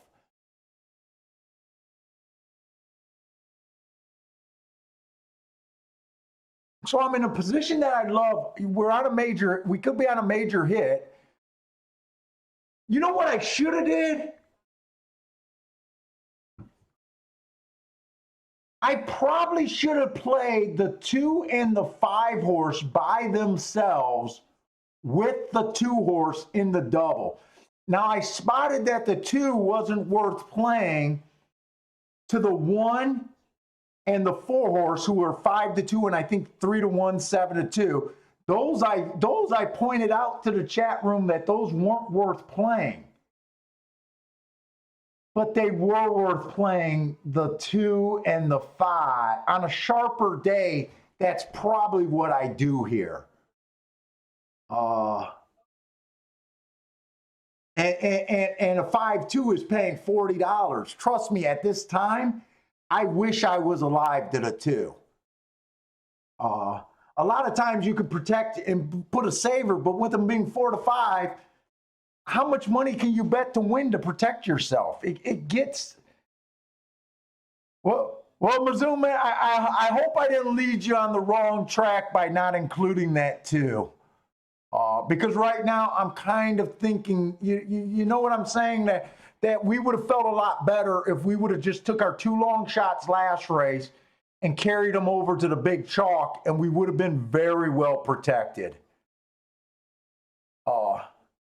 But you know what? I gotta take the punches as they come, because you know I could just as you could just as easily say, hey, we didn't actually win the last race. We did get put up. So I guess I'm not gonna bitch too much about the position I'm in. But on a smarter day, I think we would have had a little bit of doubles going to that too.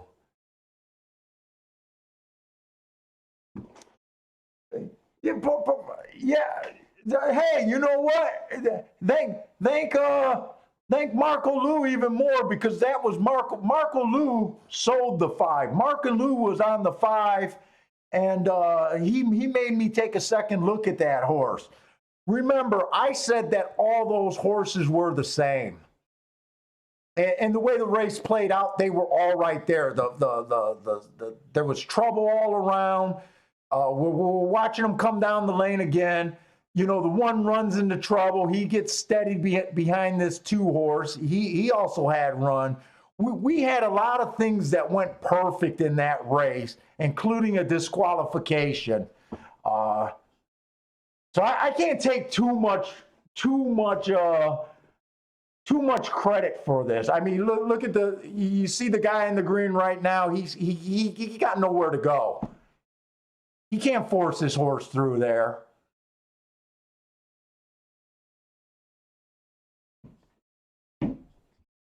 But I do feel good. We're on a nice hit here. And we got some guys, man. Mizzouman been hot in the chat room. Marco Lou's been making tough calls in the chat room. We got some good guys. We got some good guys making calls in the chat room.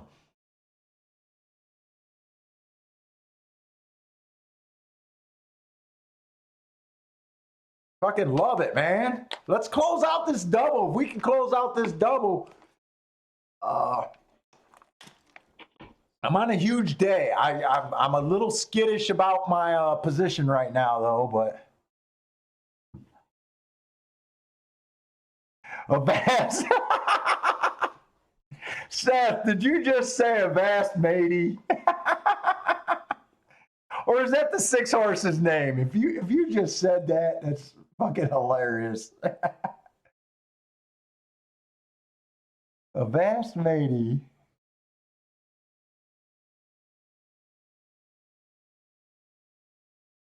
It is, man. That's horse race. Dude, but fuck, we got to thank the beauty of this sport just being able to fucking be such a good wagering opportunity, man.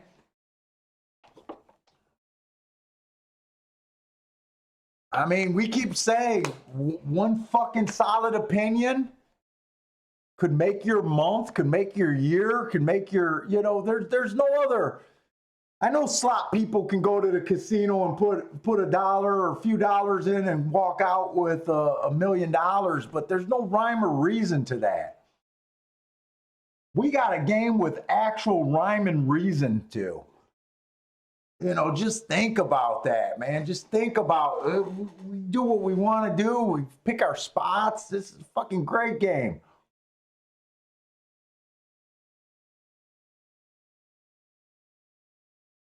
I mean, compare this to sports betting where you gotta hit over 50% winners. Unless you can do parlays, and I haven't played sports betting in so long that I don't know if sports betting I probably call it, with a really simple view, just talking about even money for sports bet, not even even money when you count the juice. But I know that they can make some odds with parlays, but nothing compared to what we can do. Horses are prettier than defensive linemen.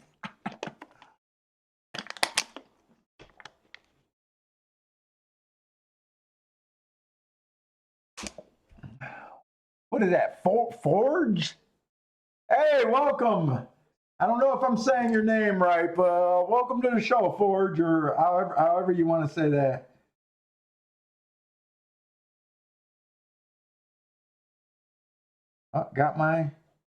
Check your email. What am I checking my email for?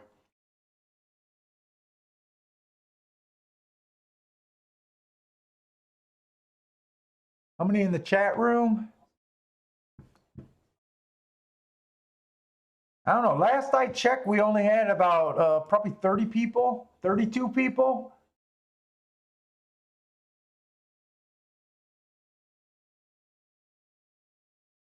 Check my chat room.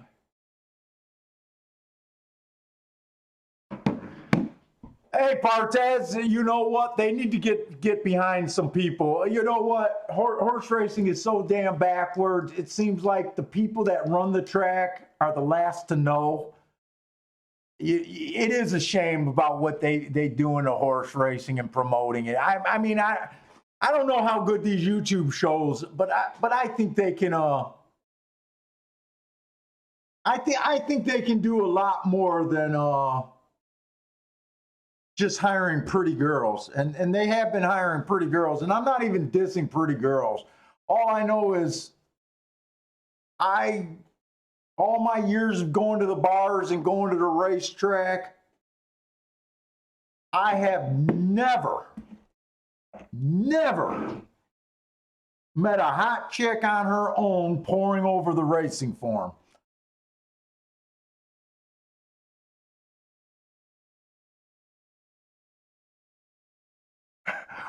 Wait, what? Wait, what is Parsons trying to sell shares to a racehorse?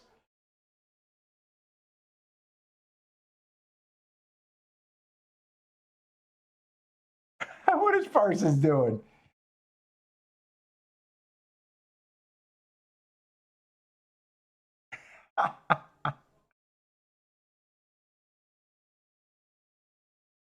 Parsons is disagreeing with me. You know what? He might be right.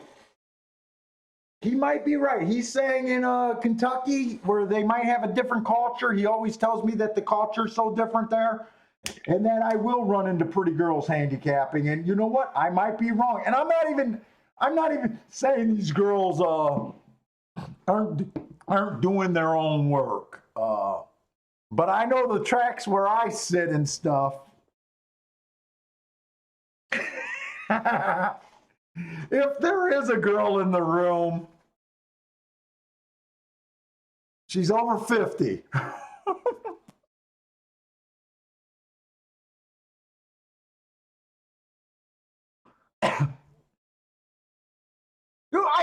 But no, honestly, I think horse racing could do better at promoting their shit.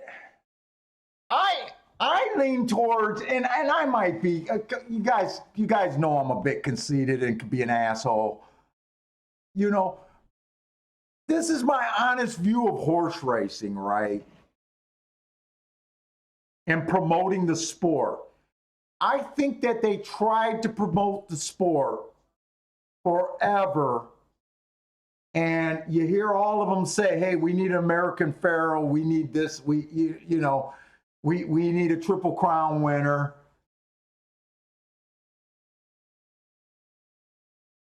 To me, they've been promoting that sport. We need to promote our jockeys. To me, I honestly think the sport should say, hey, the sport's, I don't want to say secondary, but what did poker do? Poker promoted the players. Poker promoted players. Poker made high school and college kids say, fuck you, mom and dad. I'm chasing the degenerate lifestyle. I'm chasing a game that can be beat. Because they promoted players.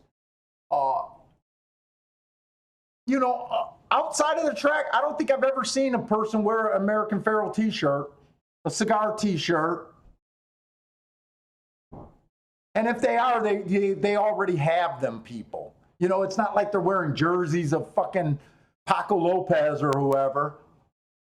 Not that they would wear top handicappers jerseys, but if people thought that you could beat the game, and really, so we just had a big cheating scandal with steroids, right? They should have some fucking players, some real handicappers saying, doesn't affect my game. I don't care that they just busted I don't give a shit about the steroids. I only care about the steroids for the horse's health.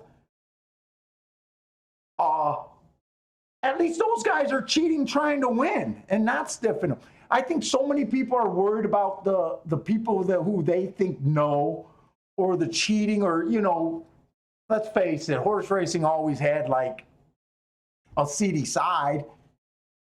But I know all the good players I know don't worry about the cheating. Honestly, we just don't. I stay off of 4 to 5 favorites because to me, if you're going to stiff a horse, it's only the chalk and the cold chalk for the most part, right? So if you're price sensitive, you kind of avoid that. Through all the cashes, through all my years, I can't tell you which horses have steroids or not. I don't know. I think it's biases and good thing trip note work, but maybe I did get the juice that morning. I don't know.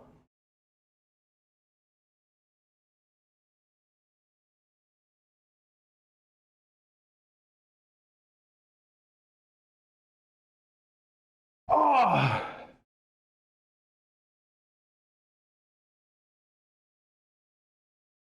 Yeah, we might get a commission.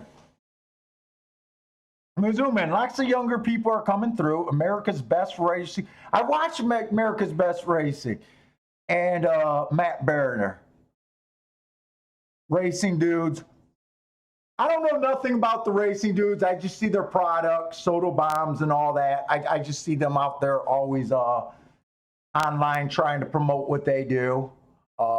I tried to listen to their the podcast, but they focus on bigger races, bigger events. I don't know if I've ever watched or seen one of their podcasts when they just talked about handicapping and that sort of thing.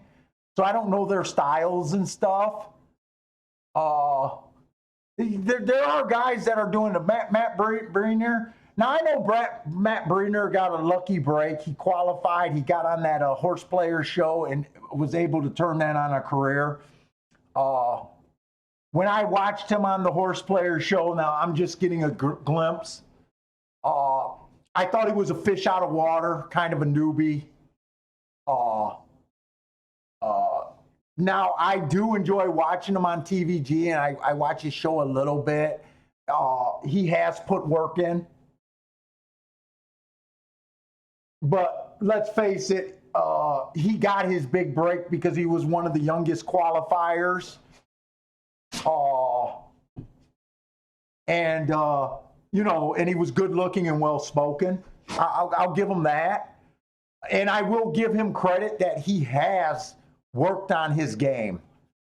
I will give him a lot of credit, and he's trying. He's one of the young guys that are trying. I honestly think horse racing tracks. When I had a seat at Arlington Park, I used to have I used to own a box at Arlington Park, and they had a guy that used to take care of you. I don't know, players guy, or always make sure you were all right. Because you were investing a lot into the game just to sit there. I don't know, concierge or whatever you want to call them. And I used to tell him. So they used to have Arlington University where they would hire young people to kind of answer questions for new people. And I would go over to their booth every now and then. They had a booth there with a little workstation.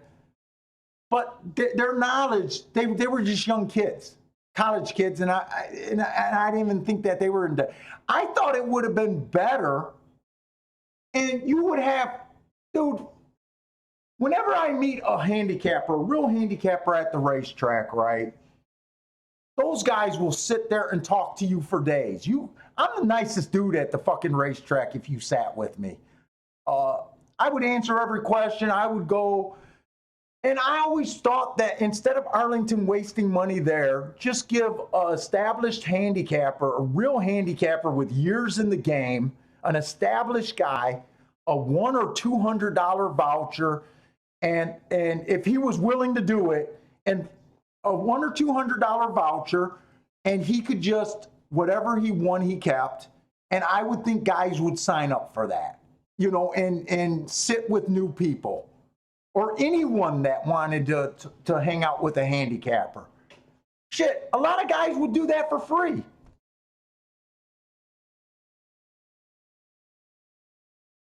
I had a box. I had a box with 8 seats every day. I could get 8 seats in, people in every day, and I would go every day. And there'd be times, especially if I seen a guy with like a veteran's hat or something, an older guy, I would say, hey, don't pay. Come in with me. I'd give them my forms and I'd invite them to my box. Sometimes they just took because I would get a free program. But I would get guys in the track for free and give them my program because I wasn't using that program at that time. But if they wanted to sit, sometimes they don't want to put someone out. I tell them I got a seat. But there was a few guys that would come up and just sit with me and would hang out all day. But I think horse racing should try to think of doing something like that out the fucking box. You know what, Andy Sterling, I've watched his not little show. He's a pretty big deal in New York. I watched his, what did he used to have? A Trips and Something show back in the day. I like that he talks about biases. I don't really follow his picks. Public handicappers, I don't really follow. I never followed because I handicap on my own. And I give them a break because they have to handicap every race on a card. They have to have every race an opinion. It's not their job to say, hey, sit out this fucking race. It's not this race saying I wouldn't touch these pigs or this is the best opportunity oh shit. I did nothing. We're just on the 1 and the 4. I got distracted. Sorry. I should have been protecting myself. I don't know what I could have done here, but you know what? I don't hold his bad picks against him because like this show, I tell you when it's a play bet. I tell you when we're going for something. So I don't know what he does in the year. I don't know if he's a successful player or not. I don't know. All I know is when he's with that big guy, if I was that guy sitting next to him, a couple times I'd want to strangle him because that one dude, he's pretty fucking rude to. I can't think of the guy that he sits next to.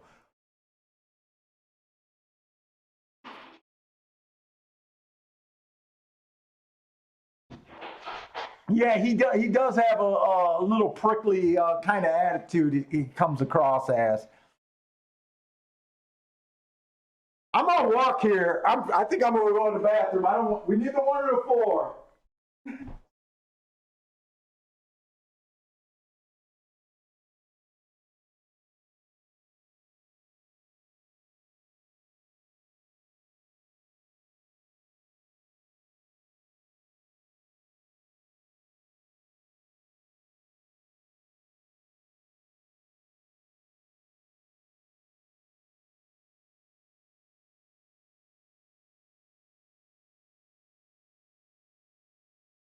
What's up, Bentley? You want to go peek and tell me if I'm winning the race?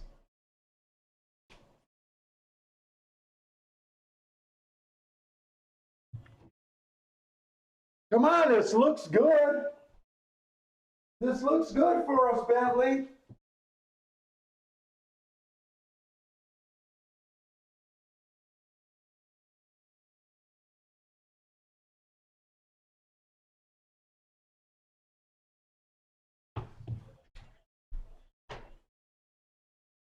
Ouch! Oh, man!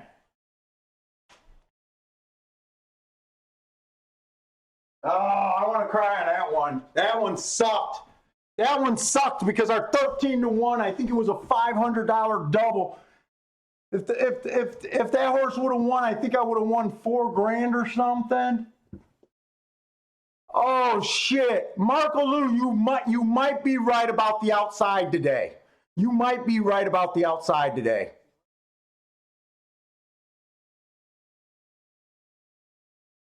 Oh, this one hurts so bad.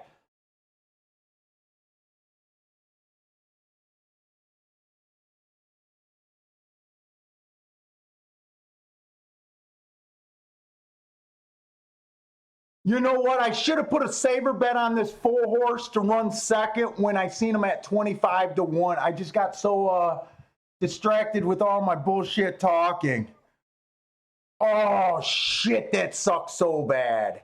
I feel good about the handicapping, but fuck, I don't want to feel good about handicapping.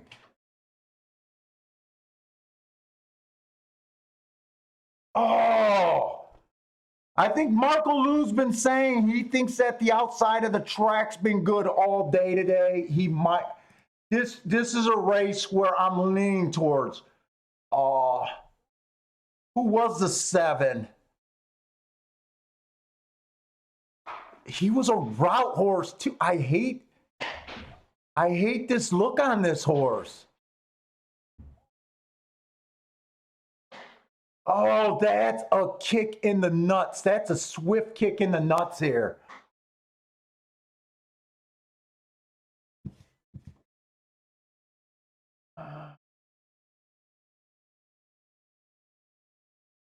Oh no, the double. Oh, I was looking at the 5s payoff on the double, thinking I was alive to almost $5,000. The 4 horse was paying $229. I read that wrong. I said he was paying 4. When I looked at it earlier, right after the last race, I was looking at the 5 horse, not the 4 horse. That still cost me $2,000. Is there another freaking inquiry? Do I got a shot to get a double lucky for $2,000? Who is this objection on? Oh, the objection's not on the 7. Wait, who is this objection on? It's not on the 7. It is on the 7. There's 4 little.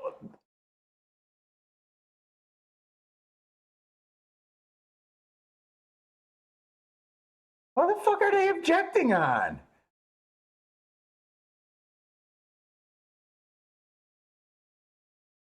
I don't think you can take the 4 down because the 7, or I'm sorry, the 1 came out on the 4. I could see why they're objecting on the 4 horse, but I don't think you can object on him. I think the 3 horse is trying to get lucky I don't think I could get lucky there. I don't think the 4 is going to be taken down. If they take the 4 down, I think that's ridiculous because the 1 calls that. But there's nothing on this 7 horse.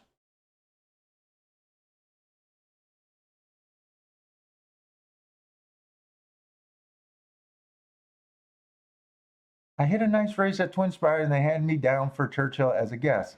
Met Joe. I don't know who that is. Great guy. Dude, a lot of horse racing guys will fucking talk to you like crazy.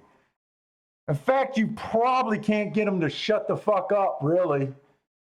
If we meet anyone that's interested in horse racing, I know very few horse racing guys that don't want to help and don't want to say whatever they know. I think that's a pretty, man, oh man. Okay, so they took the ejection down because that's what it looked like.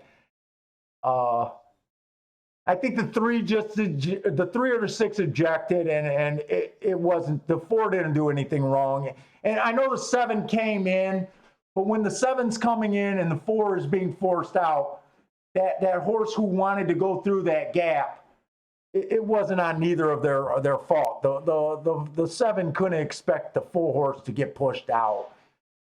So I think the stewards did the right thing there, which sucks because I would have loved to be able to get put up with the 4 horse. You know what's so sick about that? The sick part about it is we actually beat the 4 to 5. You know how I say I don't like to make any adjustments right away? I know Marco Lou has been saying, hey, he thinks the outside.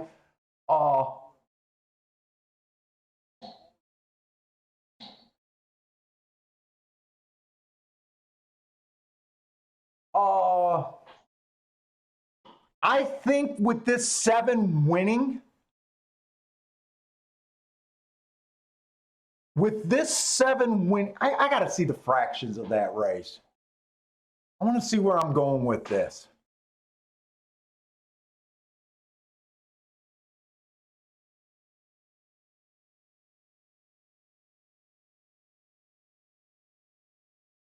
Partez is asking me, would I have covered with the exacta? I probably would because I don't like place bets, but I got to be completely honest with you.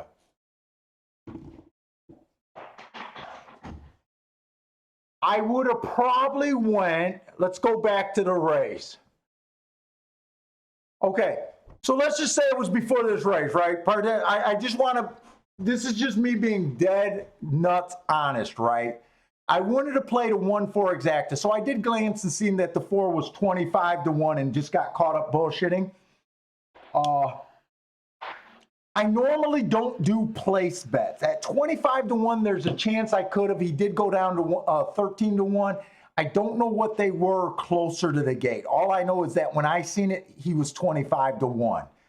But I never honestly looked at the board again. So I wanted to did a 1-4 exacta or exacta because I got the 1. The 1 was paying $120 and I had it 10 dimes. I would have been happy with the $1,200, right? I would have used the 2 because I was scared of the 2. I would have used the 3. I don't like the 3, but he's on the inside, right? And I wanted to back up the 1 because the 1 was like 9 to 2. It's only with the 4 in second. I don't like the 5 because the 5's a router, and I didn't like the 5, right? The 6 had the good part of the track last time, and he was still slow. So right now, I would have only backed up with the 2 and the 3 horse. Let's go to the 7. The 7 looks okay. Average, but he did have the inside of the track last race, and he was just average. The other thing is, he was a mile horse going 6.5. It's hard to say what you would have done. It's always hard to say what you would have done. If I would have included a third horse, he's the only place I could have went. But before the race, I am not looking for routers at 6.5 furlongs, and I'm not looking for the outside. So there's a small chance I would have included him, but I'm leaning towards more than likely, because when this horse won, I'm like, it had to be him. I didn't like him. He was 3-1. I might have at the time, because I always like to go wider, but I honestly can't say. So that's your answer, Partes. Small shot I might have, probably. All honesty, probably not. And all honesty, depending on if he was 13-1, I probably wouldn't have done the place bet. That's just me trying to be as honest as I could. As much as I like to say, oh yeah, I would have backed this up if I wasn't talking. This game is so much emotion and so much, one bet leads to another. I honestly can't say one way or another. Hey, we got a good run. I feel like the handicapping was good.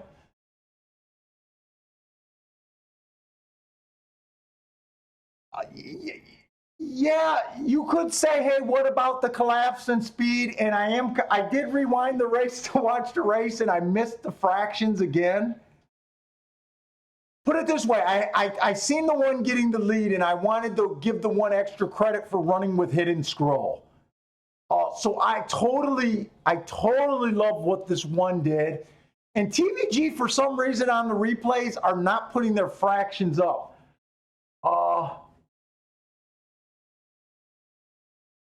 Did they have the fractions during the race?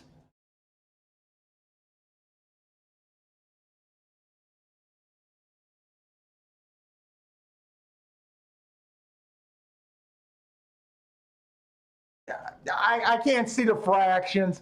I thought it was going to be a fast pace. I did think the one was going to outbreak the two, because the two's last race was a mile race. I was scared to death of the two. I honestly can't say. Yeah, now after the race, yeah, we can see the pace meltdown.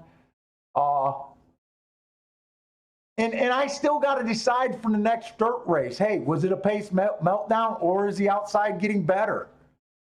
Right now I got kicked. You kind of got kicked in the teeth twice. The 4 looked like he only held second because he drifted out. It's a tough call. I generally don't like route horses going to sprints. It's always been a thing of me. But when you're talking about save or bet, okay, could I have bet the 7 ever in any scenario to win here? Absolutely not. I would not have touched this 7 to win.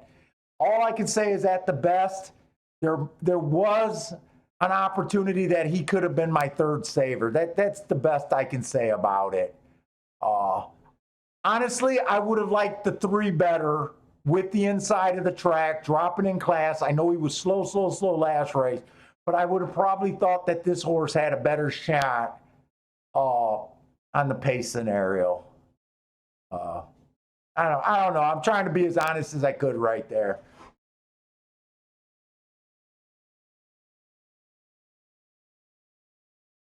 Really, when I seen the start of the race and I seen the one horse get the lead, I kind of thought, and the 2 wasn't anywhere near him, I kind of thought I was stealing money at that point. When I came back in the room and seen the 7, it was that's a swift kick.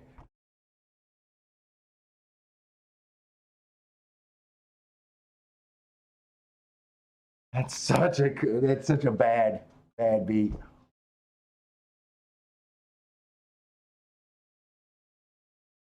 Yeah, Marco, you got me thinking about the outside. So the earlier races with that 7. So if we determine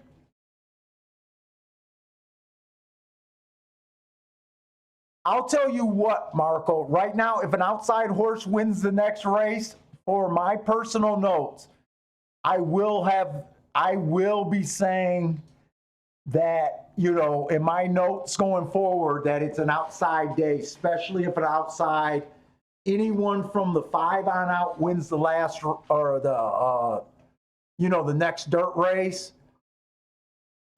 But I can't say right now that I'm going to make the adjustment in the head, but the warning bells and the extra thinking is definitely, I'm leaning towards your way of thinking. I am. It's just, I'm so ingrained with that inside. It's so hard for me.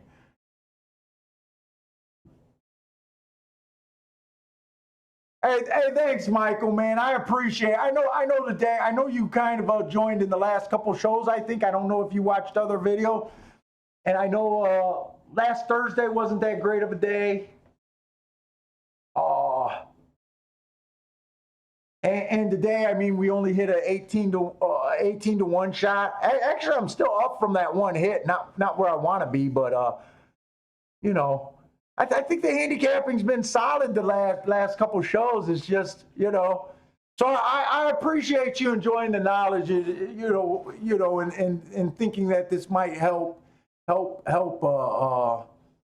in some of the young thing. And you know, really, my goal is not to be a tout, really, a pick guy. You know, I keep saying, you know, I really enjoy just the thoughts, because I'm never worried about where I'm going to end up for the end of the meet or end of the year. I'm not worried about that. You know, I feel like, dude, that was a $2,000 miss right there. I mean, on a 10, think about it.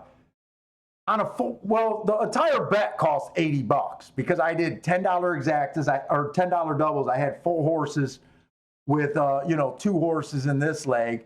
So, you know, that was 40 to the 1 and then 40 for the 4. So it was an $80 bet, but only a $10, you know, a $10 bet would have cashed.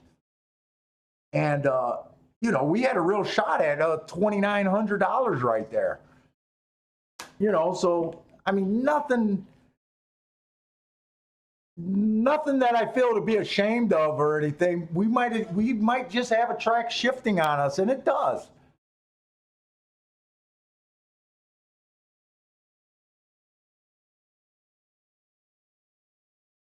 So what are we? We only got 9 races today at Gulfstream, huh? They went with a lighter card today, right? All right, I'm willing to give it another shot. I'm willing to give it another try here.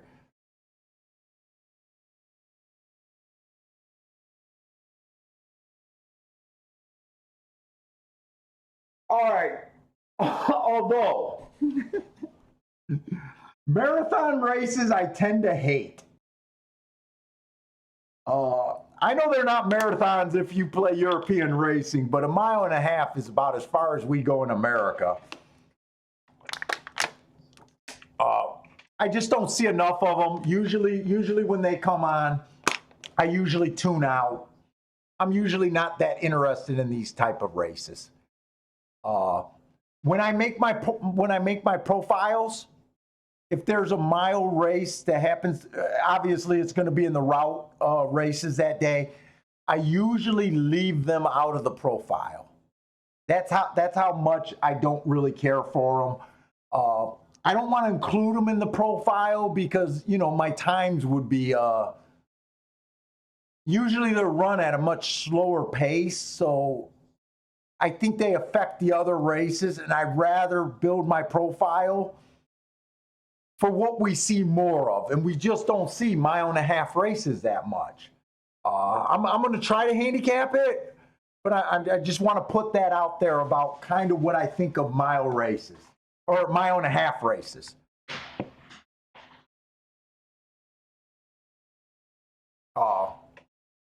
So we got an average slow. This is also optional, claiming 25,000. We're on the turf. We got an average slow. Last race, he finished 4 by 17. That was 1.16 miles. 2 races ago, he was average. Wow. That still was average. Okay. Let me see. Is there anything else? This horse looks like he used to have a little bit of speed, and lately he has almost none. Mizuman likes the 8 a little bit here.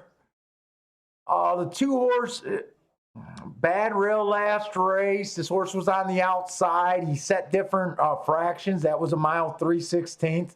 That's another type of race that I don't pay any attention to. Oh, man. As much as I want to play something here, I got a feeling that it's just not for me.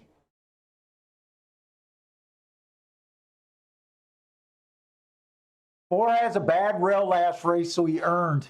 And that I probably started marking this race, and I probably realized it was a mile, because you notice a lot of races I try to do the last 3 races, and I was probably marking this race saying there's no way I'm even going to try to do this race, is my guess.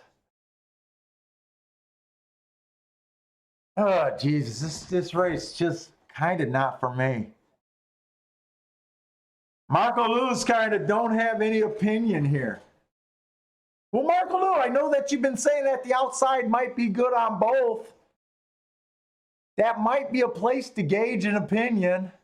I don't know. I don't know. I'm with you on. This is not just. This just isn't my comfort level. And I know you guys know that when I don't feel like I have an opinion or an edge, I kind of lean towards kind of not giving one. I don't, kind of like I said, public handicappers like Andy Sterling, I don't judge them because they're paid to give an opinion every race.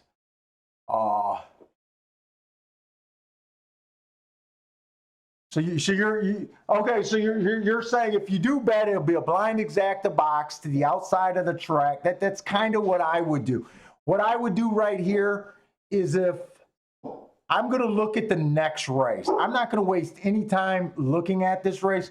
I'm going to look at this race. If I do play this race, I would go wide this race, and the only thing is if I see something that I want to get involved in next race. Kind of how we played the last double. I went wide because I wanted to get involved to the 1 and the 4. It's kind of the same thing here. I don't want to just do grenade tickets just to do them. I'd rather bullshit about something else or just watch opposed to just kind of doing that. So let's just go to the 9th race. At least it's a $8,000 claimer. Maybe if I don't even have a double, maybe I'll see something that says, hey, I gotta stay on, and I'm interested in the last race. Let's just see what we think about the last race. So this is 8,000 claimers on the dirt. This is the 9th race. This one horse dropped to this level last race. Now, I pointed out that I have been considering class a little bit more, and I pointed this out to Parsons a little while ago that I have noticed a lot of these horses, like this one horse, I noticed he had been running in a higher class, and he finally dropped to this level last race. He didn't win this race last race, right? But he did run a decent race. He ran his same speed figure he has been running, right? He was pretty close to position at the top of the stretch. I have noticed you just don't use the class drop for the very next race, which would have been his last race. I notice a lot of horses, they kind of come and run an even race on the initial class drop, and the second or third race, a lot of times they'll pop then. And the public will a lot of times say, well, he came to this level, he didn't win, and we're forgetting about him. And I've been catching a few price. I don't like angle handicapping like that, but I have been noticing, and that kind of has been working. Now, the thing in the back of my mind that I'm kind of believing is maybe the outside or the inside of the track isn't the greatest place to be. But we're just going to handicap this. And I think I'm going to kind of in my head just act like this might be a fair track right now. Or maybe even leaning towards the outside. So he came out slow, average last race. The outside was good 2 races ago. He was just slow, average. That was at a higher class. And 3 races ago, he matched strides with the slowest winner, average. Notice how much closer he got at the top of the stretch just with the class drop.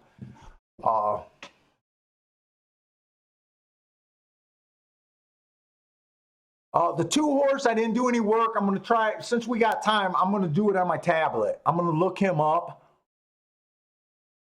He has been running at a little bit lower of a level, 6,000. I got a feeling there's going to be a lot of class droppers in this race, though, because I'm kind of glancing ahead at the 3, and he's also been dropping in class. Now, this horse ran at a higher level. I'm on the 3 now. That's a real good race. He earned 2 hearts and an average. Bad rail that day. He was in the 3 hole. Remember, when I say bad rail, I'm just talking about the inside. The first 3 post positions for the most part. 2 races ago, outside of the track was good. He was fast. He just missed by a K hair. He was 3rd by 3/4 of a length. Can't hold that against him. That's a nice race. I might say the outside was better. Usually when I'm saying the outside was better, 4 through, 4 on out was winning more races. I almost never say that the 10 hole was good. So even though I say that the outside was good their time and didn't give them an asterisk, I'm just pointing out that the 10 hole is almost never good at Gulfstream. And 3 races ago, that was on the turf. Fucking forget that. No, the outside of the track was good that day. I don't know why I was thinking that, because this is a dirt race. Sorry about that. I'm not going to upgrade him or downgrade him because of that 10 hole either way. That was on the turf. The turf is usually fine no matter where you run. He looks good just because of the 2 hearts and the class drop. That's the 3 horse. I'm interested in him. The 4 horse, slow last race. 2 races ago, he matched strides with the slowest winner. The inside of the track was good. He earned an asterisk. His better races came in 18, so all of these races back here, I wouldn't even glance at. I say that 2 races ago was probably his best look. The 5 horse, average slow last race at this level. Before that, he was at 6,000, didn't win there. Before that, he was at a higher level. To me, this horse needed fire in that 6,000 or 8,000 level, and he didn't. I'd hold that against him. The 7 horse, been at this level, been at the lower than this level. He was average second last race. I like that race. That's not a bad race. A 20-1 morning line, I got in the back of the mind. I might be interested in him. Seth is saying outside all day and inside was second all day. And I think he's been right about that. The 8 horse. Earned the triangle last race. I think some other horses ran in that race with him. Why do I think I seen March 1st already? Maybe just other races are blending together because I'm not seeing. Okay. He did not run with anyone so far. He looks good. He's one of those horses that was at a higher level. December 19th, he was at December of 19, he was at a much higher level. There's some interesting horses here on the outside. So he kind of falls the same as the 2 and the same as the 3 horse. Or no, the 3 never made a drop yet. This is his first drop. He's the same as the 1 horse. I'm sorry, where this is the second time he running at this level. He did improve last level.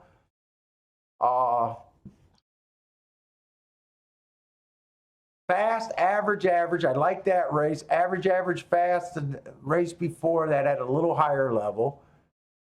There's some outside horses in this last race that, shit, I'm kind of interested in this race.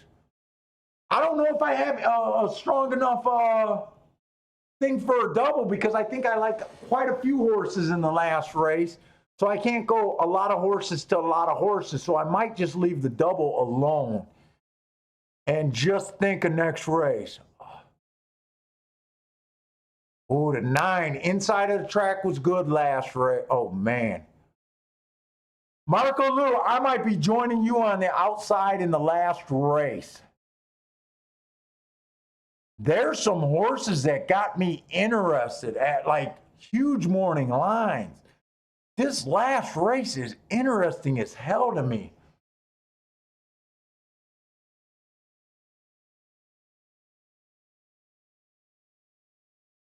The last race, I could put way too much money in this race if I'm wrong.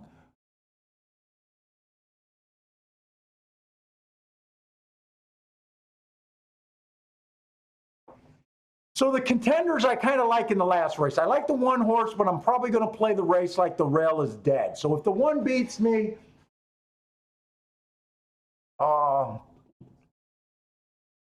I'm probably going to be kind of upset with myself. But I think I'm making an adjustment because I'm not going to get interested in a 3-1 on the last race. I'm still barely up. I'm up just a little bit. 3-1's not going to make me get a. Okay, here's the race. I'm not going to do a double.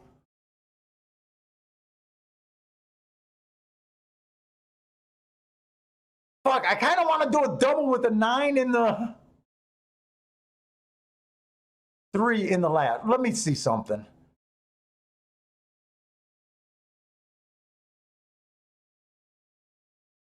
Two, 5.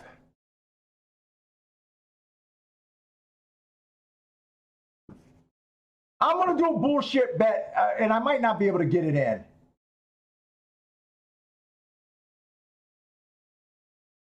I might not get it in. I'm going 2, 5. 2, 5, 6, 7, 8. God, that's a grenade. To the 9 next race. And a 3. I am doing this in. Actually, I'm not doing it to the 3. The 3, 7 to 2. I got 5 horses here, and I'm singling the 9 next race. The 9's 20 to 1. I want that look. I at least want to have a ticket right there. So I use 5 horses here. And you know what? I got to go to my bet account just to even recall what I just said. I use 2, 5, 6, 7, 8. 2, 5, 6, 7, 8.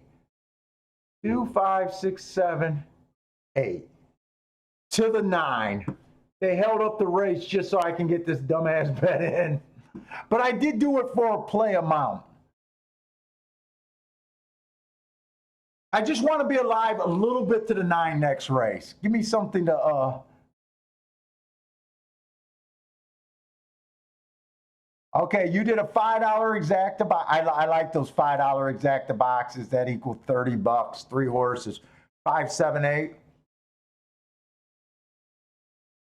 So who did I have? I got to keep looking because I don't even. 2, 5, 6, 7, 8. 2, 5, 6, 7, 8. So I really want an outside horse here. So if the 8 could just win, I would appreciate it. And I only did this double for $2. It's a total play bet here.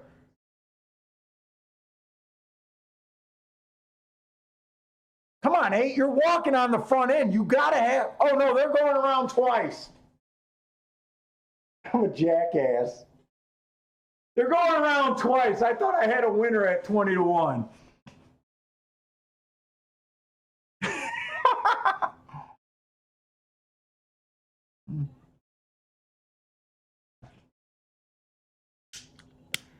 Okay, can 8 keep this lead the second time around?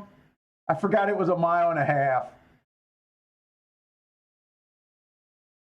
I was looking at the first quarter, 24-4, and seeing him round the far turn, and in my mind, I was like, I got this. You might still have it. I mean, these are fractions that you want.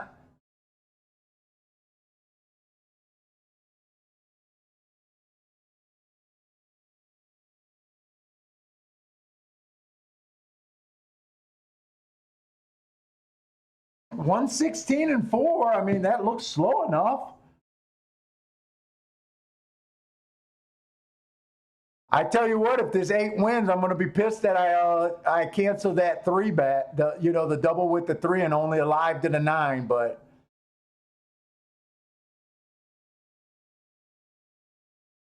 5 looks like he's quickening pretty good. I don't think the 8's quickening at all.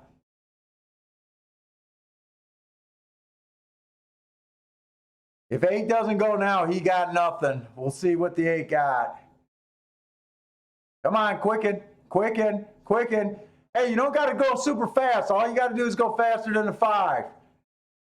No, no, come on, quicken, quicken, quicken, quicken, quicken.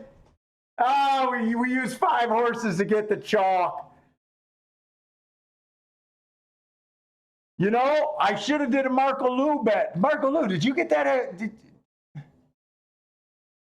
Did you get that exacta? Or were you 6, 7, 8? You might have been 6, 7, 8. No, Marco Lou hit it. 5, 7, 8. Nice hit, Marco Lou. $5 exacta. I told you to watch his damn bets today. Marco Lou's been hot.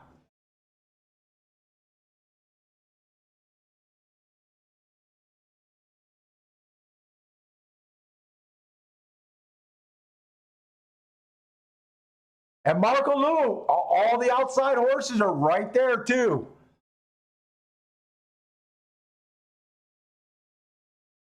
In fact, your exacta box was a try box.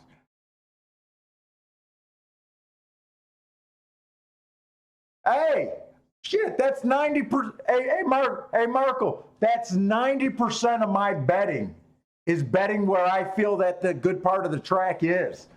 There's nothing wrong with that. In fact, if you remember that last double I had where we had that 5 horse with the only play I could make at like 5 to 1, he was like a 15 to 1 morning line. If you remember, I just said 1 through 4 in the second leg because I didn't have enough time. I was like 1 through 4, it's the inside of the track.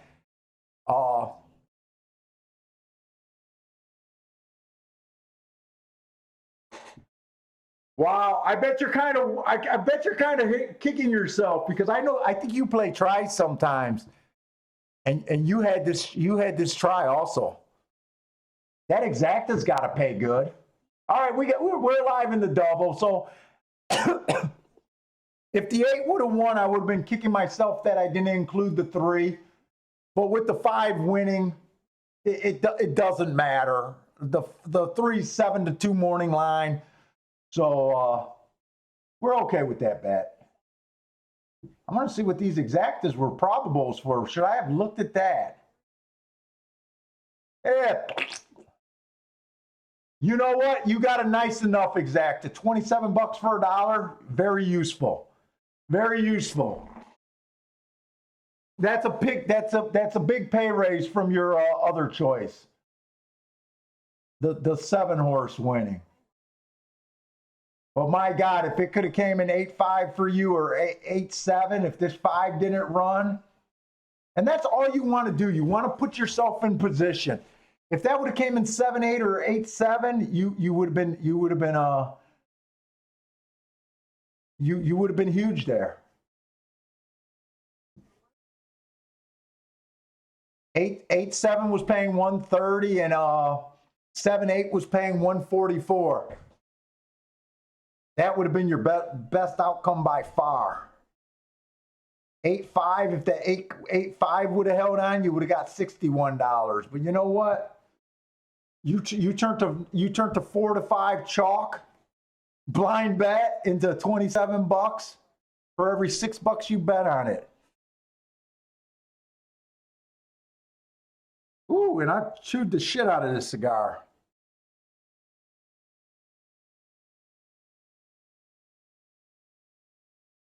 Oh. I think that guy's right. The fatter the cigar, the weaker it is. Because I smoked that whole thing, and for the first time, I felt like it knocked me down a little bit. Shit, I wanted that 8 too. That would have been beautiful. If the 8 would have won, let's see, what was, I didn't get to see. So I would have been alive to the 8. Oh, I'm not going to be able to see it. They took it away. I wanted to see what the probables were to that 8-9. I might have been able to bet, even for a $2 bet, if that thing could have been paying $400 or $500. And I might have been, hey, I'll just bet everyone to win now.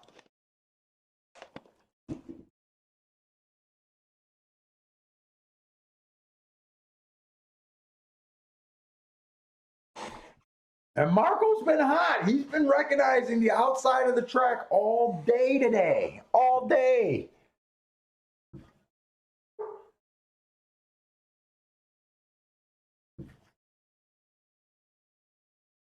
And there's no damn racing tomorrow, so.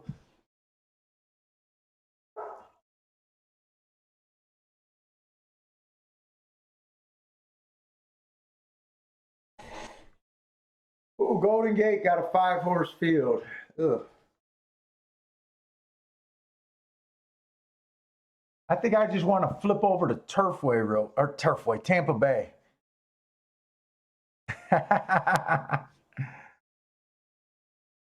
Oh, Mizzou Man was on that 8.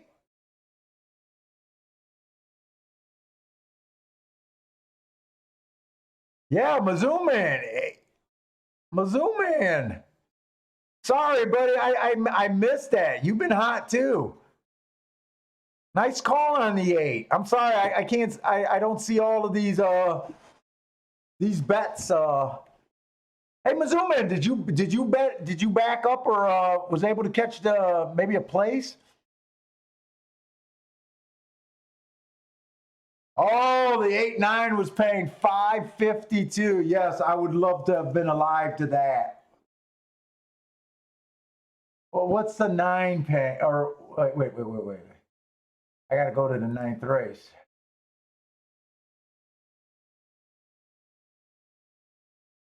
The 5-9 is paying $62 for $1.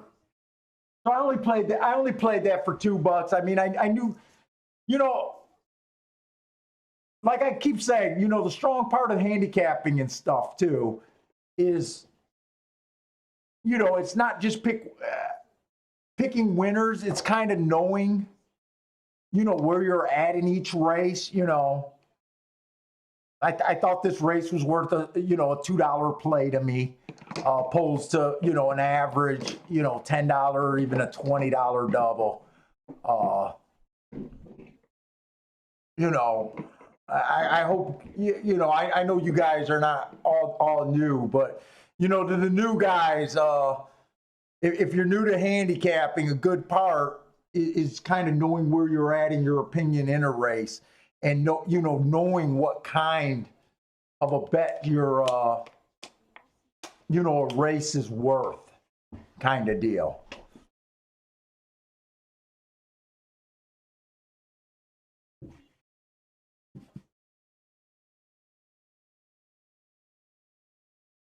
First bet. What is first.com bet? I never seen that. That must be a new wagering site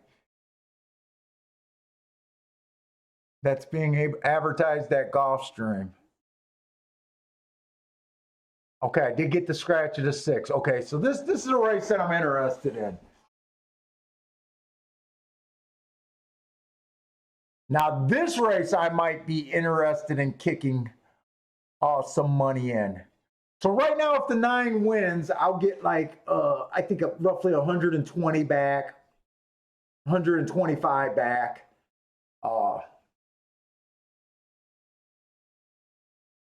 Which I definitely wanted to get involved to this 9 horse. 9's not my top choice. I probably like the 3 the best. I probably like the 3 the best here. But at 4 to 5 into the day, oh, I got ashes everywhere. I can't do anything with him now. Maybe I could go 3-9 exact in case he runs. There might be some exactas to the outside of the track that I might be interested in with this 3. I'm going to have to keep that open. But as far as a win bet, I definitely can't do anything with him. Hey, Parsons, did you play yesterday? I didn't even get to play yesterday because I was doing construction. In fact, I'm going to be doing construction.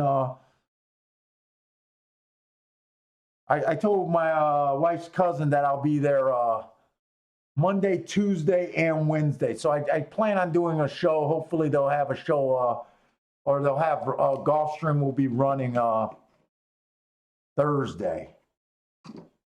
Wednesday, I'll probably, if they race Wednesday, I won't play. I told my cousin. He got a total gut job of a house, so he needs some help. But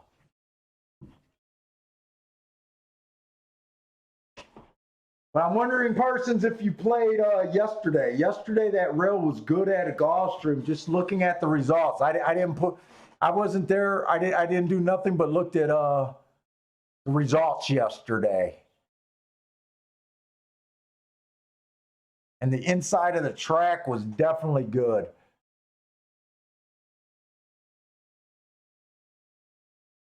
Oh, I'm watching that replay again. Why couldn't this 8 just hold on?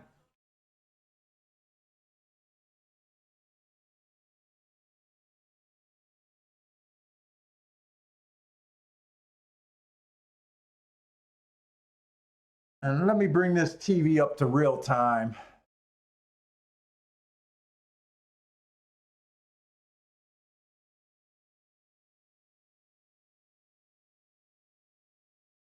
Oh, you played Fairgrounds in Oaklawn last night. Played 2. Oh, yeah, Turfway. Turfway's got to be ending pretty soon, don't they? I even forgot. I remember last night when I was taking a shower, I got home at about 6 o'clock and I didn't even flip on TVG to see if they were racing or not. I was tired, man. Doing all that demo work is that's a lot of work.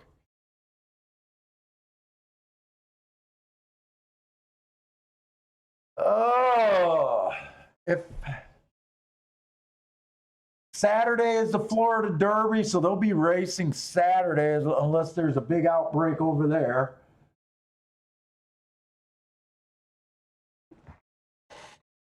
For the most part, Saturday is I probably won't be helping him Saturday. Well, maybe, with you saying that there's big races on Saturday, I might actually go help him Saturday.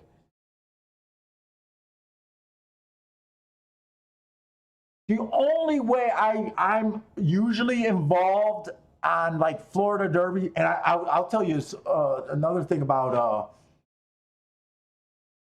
Fairgrounds. So yesterday, Fairgrounds was their big Derby day. Or the Louisiana Derby day. Outside of the track was on all day yesterday. I don't think there was an inside horse winning.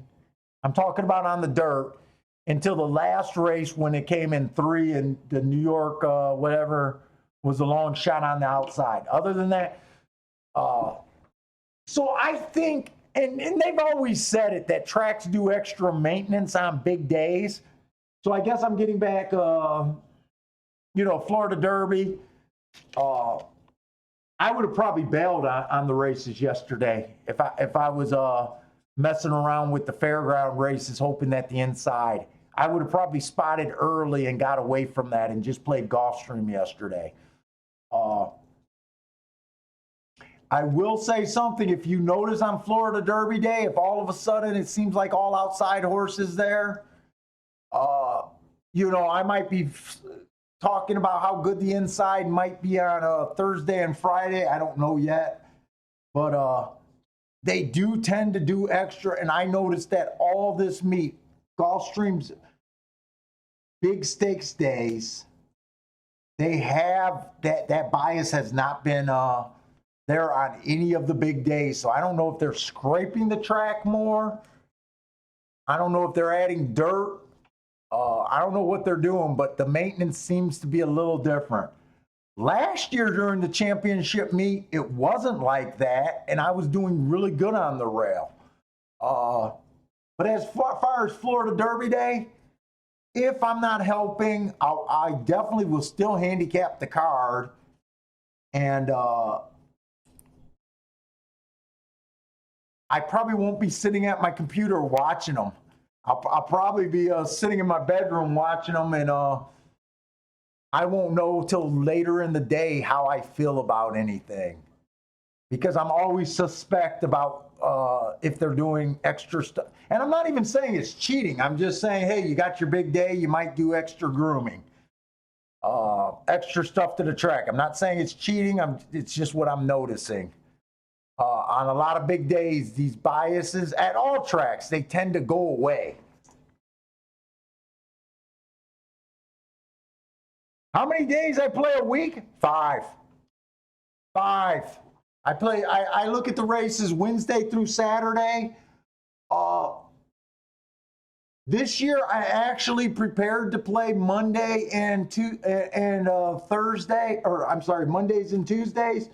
I got all my Mahoney Valley, Sam Houston, Parks races done. And when it comes to those days, I just enjoy my day off. In fact, I already said it. Parsons is a good friend of the show. Parsons been helping me complete all my data.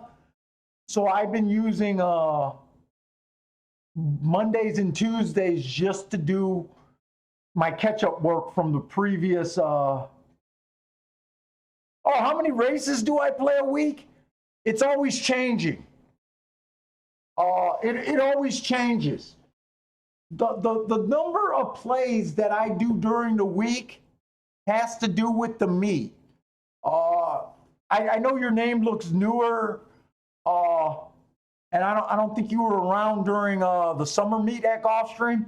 Summer meet at Gulfstream, when they got more cheaper horses, I'm barely sitting out races. I love the summer.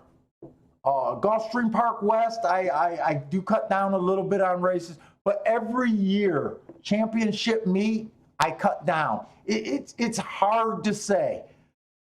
When I think there's a bias, when I feel my edge, I want to be involved in every race. When it's more chalk filled on the days, I cut back. I've always, the more chalks that win in a day, I'm going to get my ass kicked. I've learned later it's better to sit out than to just keep saying, hey, I'm going to try to beat the chalk, and it just doesn't happen. My plays, number of plays, there's no way for me to answer that, because it always goes by my perceived value in a race. Can I make, do I think to me, it always based on wagering opportunities. Luckily, I'm at a point where my bankroll's never a thought about my play.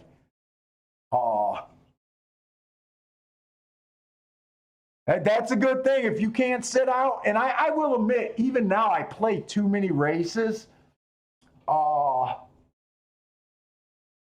Parsons, who plays with me the most privately, will tell you that there's definitely a difference from my sit out during the show. When I first started doing the show, I felt like I had to have action every race. Probably in the last couple months is when I finally listened to my wife and said, shit, if you don't have an honest opinion and you don't feel your edge is there and it's chalk, fucking don't feel ashamed for sitting out.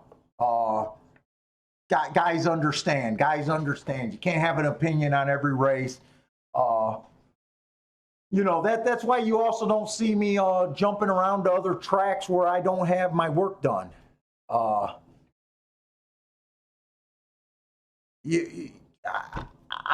got to the point where if I don't feel like I have an edge at a particular time, I won't play. Sitting out is very important, and I've been trying to stress how sitting out is important. And the faster you learn that, it's a good thing. You know, I get after Parsons. So Parsons is the guy I play the most. Sometimes he'll give me a ticket where, you know, he's relying on a 2-to-1 and an 8-to-5 double. You know, and I'll sit there and try to say, you know, you think it through. Is it a bet that, is it going to move your bankroll? And I think, you know, he admits that, you know, he's getting better with doing that. I don't play the races just to be right. You know, I'd rather say my opinion. Hey, I think the 2-to-1 or 5-to-2 can't be beat here. And if I can't find a double or exacta, in a way, I'd rather just sit out and not risk the money for better opportunities. I think it's a real good thing. And, you know, at the same time, I always go back. You know, I know some guys, you know, they can only play once or twice a week. And I understand. I wouldn't shame someone for saying, hey, you know, I play once a week. I want to cash a ticket. I don't care if it's an even money horse. You know, I understand that I got a different outlook than someone, you know, that can come to the track once a week or once a month.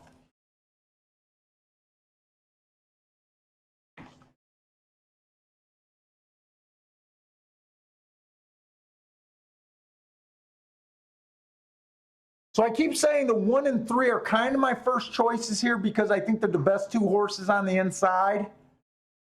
I do want to look up this 2 horse one more time. I think I'm going to leave the 1 alone. I think I'm going to use the 3 only if there's some exactas on the outside. I am interested in the 9. I think there was a couple other horses on the outside that I was kind of interested. The 8 horse a little bit, the 9 horse, and the 10 horse, which to me are offering crazy value. And to the guys that were looking at how I did a odds line, I kept saying I wanted to do that. I'm sorry, I kind of got caught up. Maybe I could try to do it here.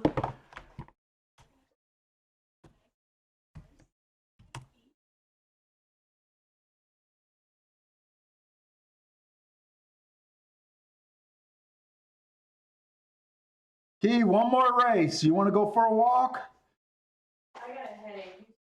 Okay, I'll take him. That cute face. This cute face, you don't want to take this cute little guy for a walk? We already did 1.5 miles today. I know. All right. Let's see. I want to look up this 2 first.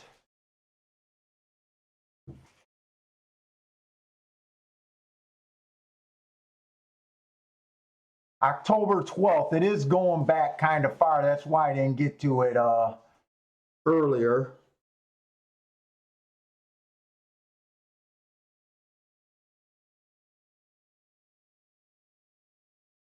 He was average at the first call. Average.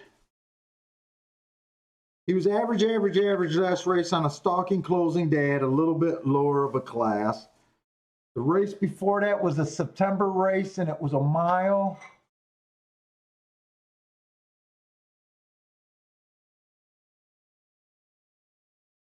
That was a second, so he was 1 tick slower than the fastest winner at the first call. The second call, he was the fastest horse at that point of call. And his third call, the 6 furlong mark, he was the fastest of the day at that point of call. So this horse has a little bit of speed, but I think I'm going to approach this race because I think there's tremendous value on the outside with the 8, the 9, and the 10. I'm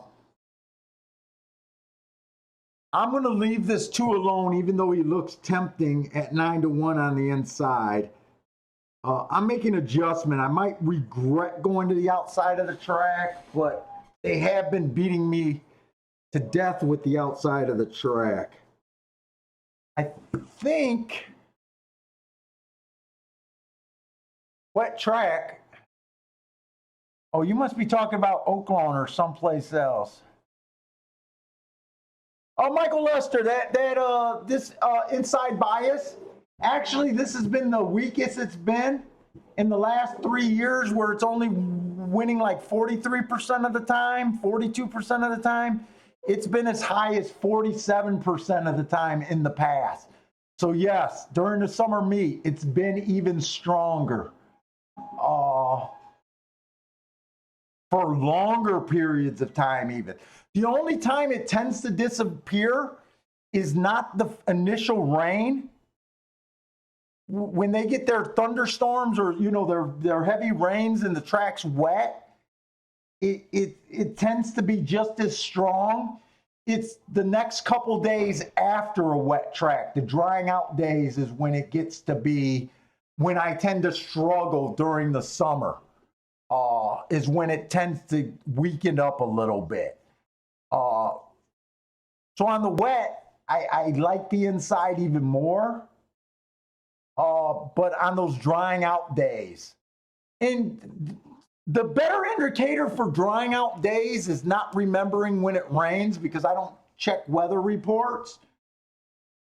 The days that I'm talking about that I'm calling the drying out days are usually the days that they take them off the turf. So I don't know if it's because we got more turf horses running on the, you know, dirt track, or they got, you know, rain at night. You know how fast it can dry out in Florida.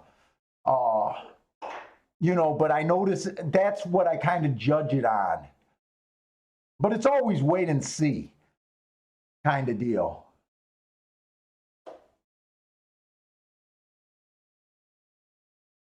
Okay, so the 3-1 exact is not unplayable. I said I'm going to try to match this to the outside of the track. What I think I'm going to do is I'm going to bet those 3 horses, especially the 9 and the 10, to win.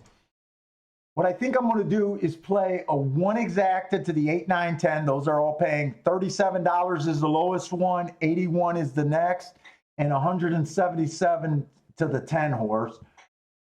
3 on top of those horses are a little bit not as good. They're $21 to the 8, $49 to the 9, $92 to the 10 horse. I am going to cut these down because I'm still up just a little bit. So I don't want to turn just up to a little bit. I'm not going to go $20 or even $10 doubles or exactas. I think I'm just going to do those for $5. Because I just don't want to turn into a slightly profitable day into a, you know, a losing day. I'd rather protect where I'm at.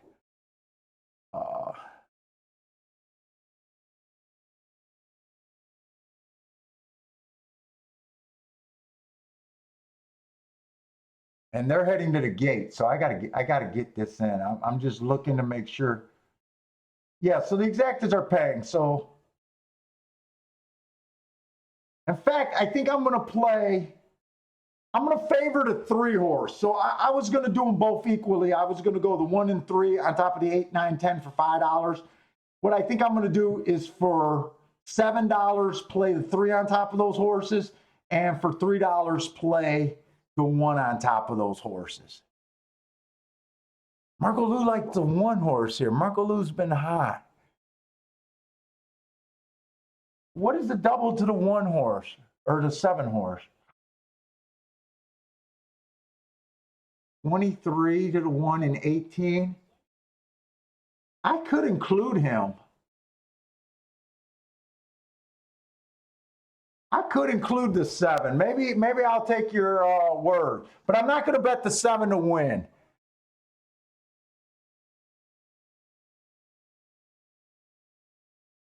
I want most of the win money on the 9 and the 10. Ooh, I really do. And remember, I got a double cash into the 9. Let me get these in. Where's my double? Oh, I'm looking for doubles. I think I keep saying doubles, but my eye is just used to looking for exactas or doubles instead of exactas. I'm playing exactas.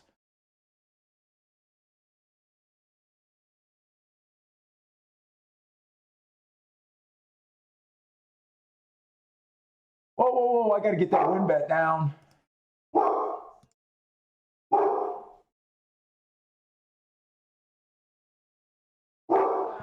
You know what? I don't do it very often. I'm even going to place the I'm even going to place the 9 and 10. Just got it in.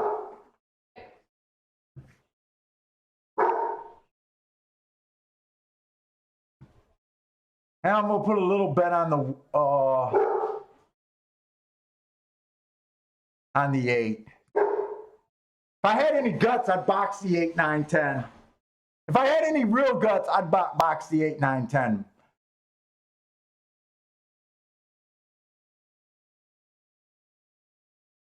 All right, can we get one more check, one more race, Marco Lou on the outside?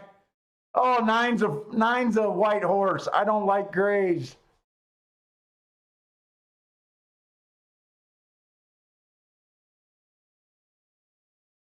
I did slip a smaller win bet on this 8 horse, but I'm really playing towards the 9 and the 10. And the 9 didn't fire at all. Come on, I'll be happy if the 8 just wins here.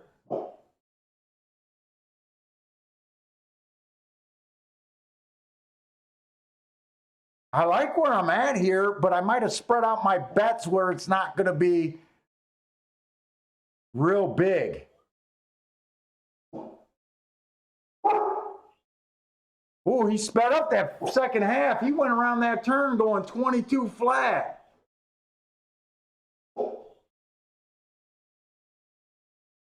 Shit, 2 got outside. I need this 8 or no one. Because I don't see the 9's gray. Shit. 3, 4. I got no shot in hell here. I got no shot in hell unless there's 8 battles, and I don't think he can. Oh, here's the 9! Come on, 9! Come on, 9! Come on, 9! Yes, sir! Woo-hoo! I did not see his white ass lumbering in for second. I did not see his white butt lumbering. Woo, bring that white horse home. I went from having no shot in that race to cash, and I think I cashed a nice ticket. I did play those for $7. I made the right move by adjusting. And you know what? I think when I review today's, I think I'm going to label this as an outside track. Remember, the 3 was an all-heart horse. That was dropping from the first time from 16,000. He making a double price cut. He ran on a bad rail last race, and he earned the 2 hearts. We played against the 1 because of the rail. I think the 3 overcame, plus the 3 wasn't really on the rail. I think we made a nice adjustment because early in the, let's just say this was the first race of the day. I probably would have just been on the 3 and the 1 and tried to play a double with them. But even that adjustment and Marco Lou pounding me over the head, telling me it's the outside of the track. Thank you, Marco Lou, for kept pounding me over the head that he thinks it's the outside of the track. And I think this purr is going to pay at least $40 for a dollar. 70. Well, no. $30 for a dollar. $30 for a dollar. So we'll take that. We'll take that all day. $30 for a dollar. We got it 7 times. So we turned out having an okay day, having a decent day. Oh, hey. Hey, Marco Lou, I'm going to give you an assist on that one. And thank you for the white horse for plowing through for us. And other than that, that was all inside. I don't know. I still think maybe I'll put an outside track with a question mark. See how many of these horses come back. If there's a bunch of horses, I think I'm going to put an outside with a question mark. For an outside bias with a question mark, And if I notice like these 1s and 2s are coming back and winning a lot of races next time, I'll confirm that was an outside bias. If we don't seem to get a lot of winners coming from that, I'll just leave it as an outside day. And that's that. Well, that's the way to end the show. All right, guys, I'm done for today. Thanks for joining me. Stay safe. Hopefully everyone stays well and healthy.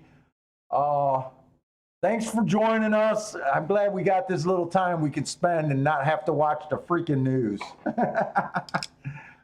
But thanks for joining me, guys, and take it easy. Good luck if you guys keep wagering.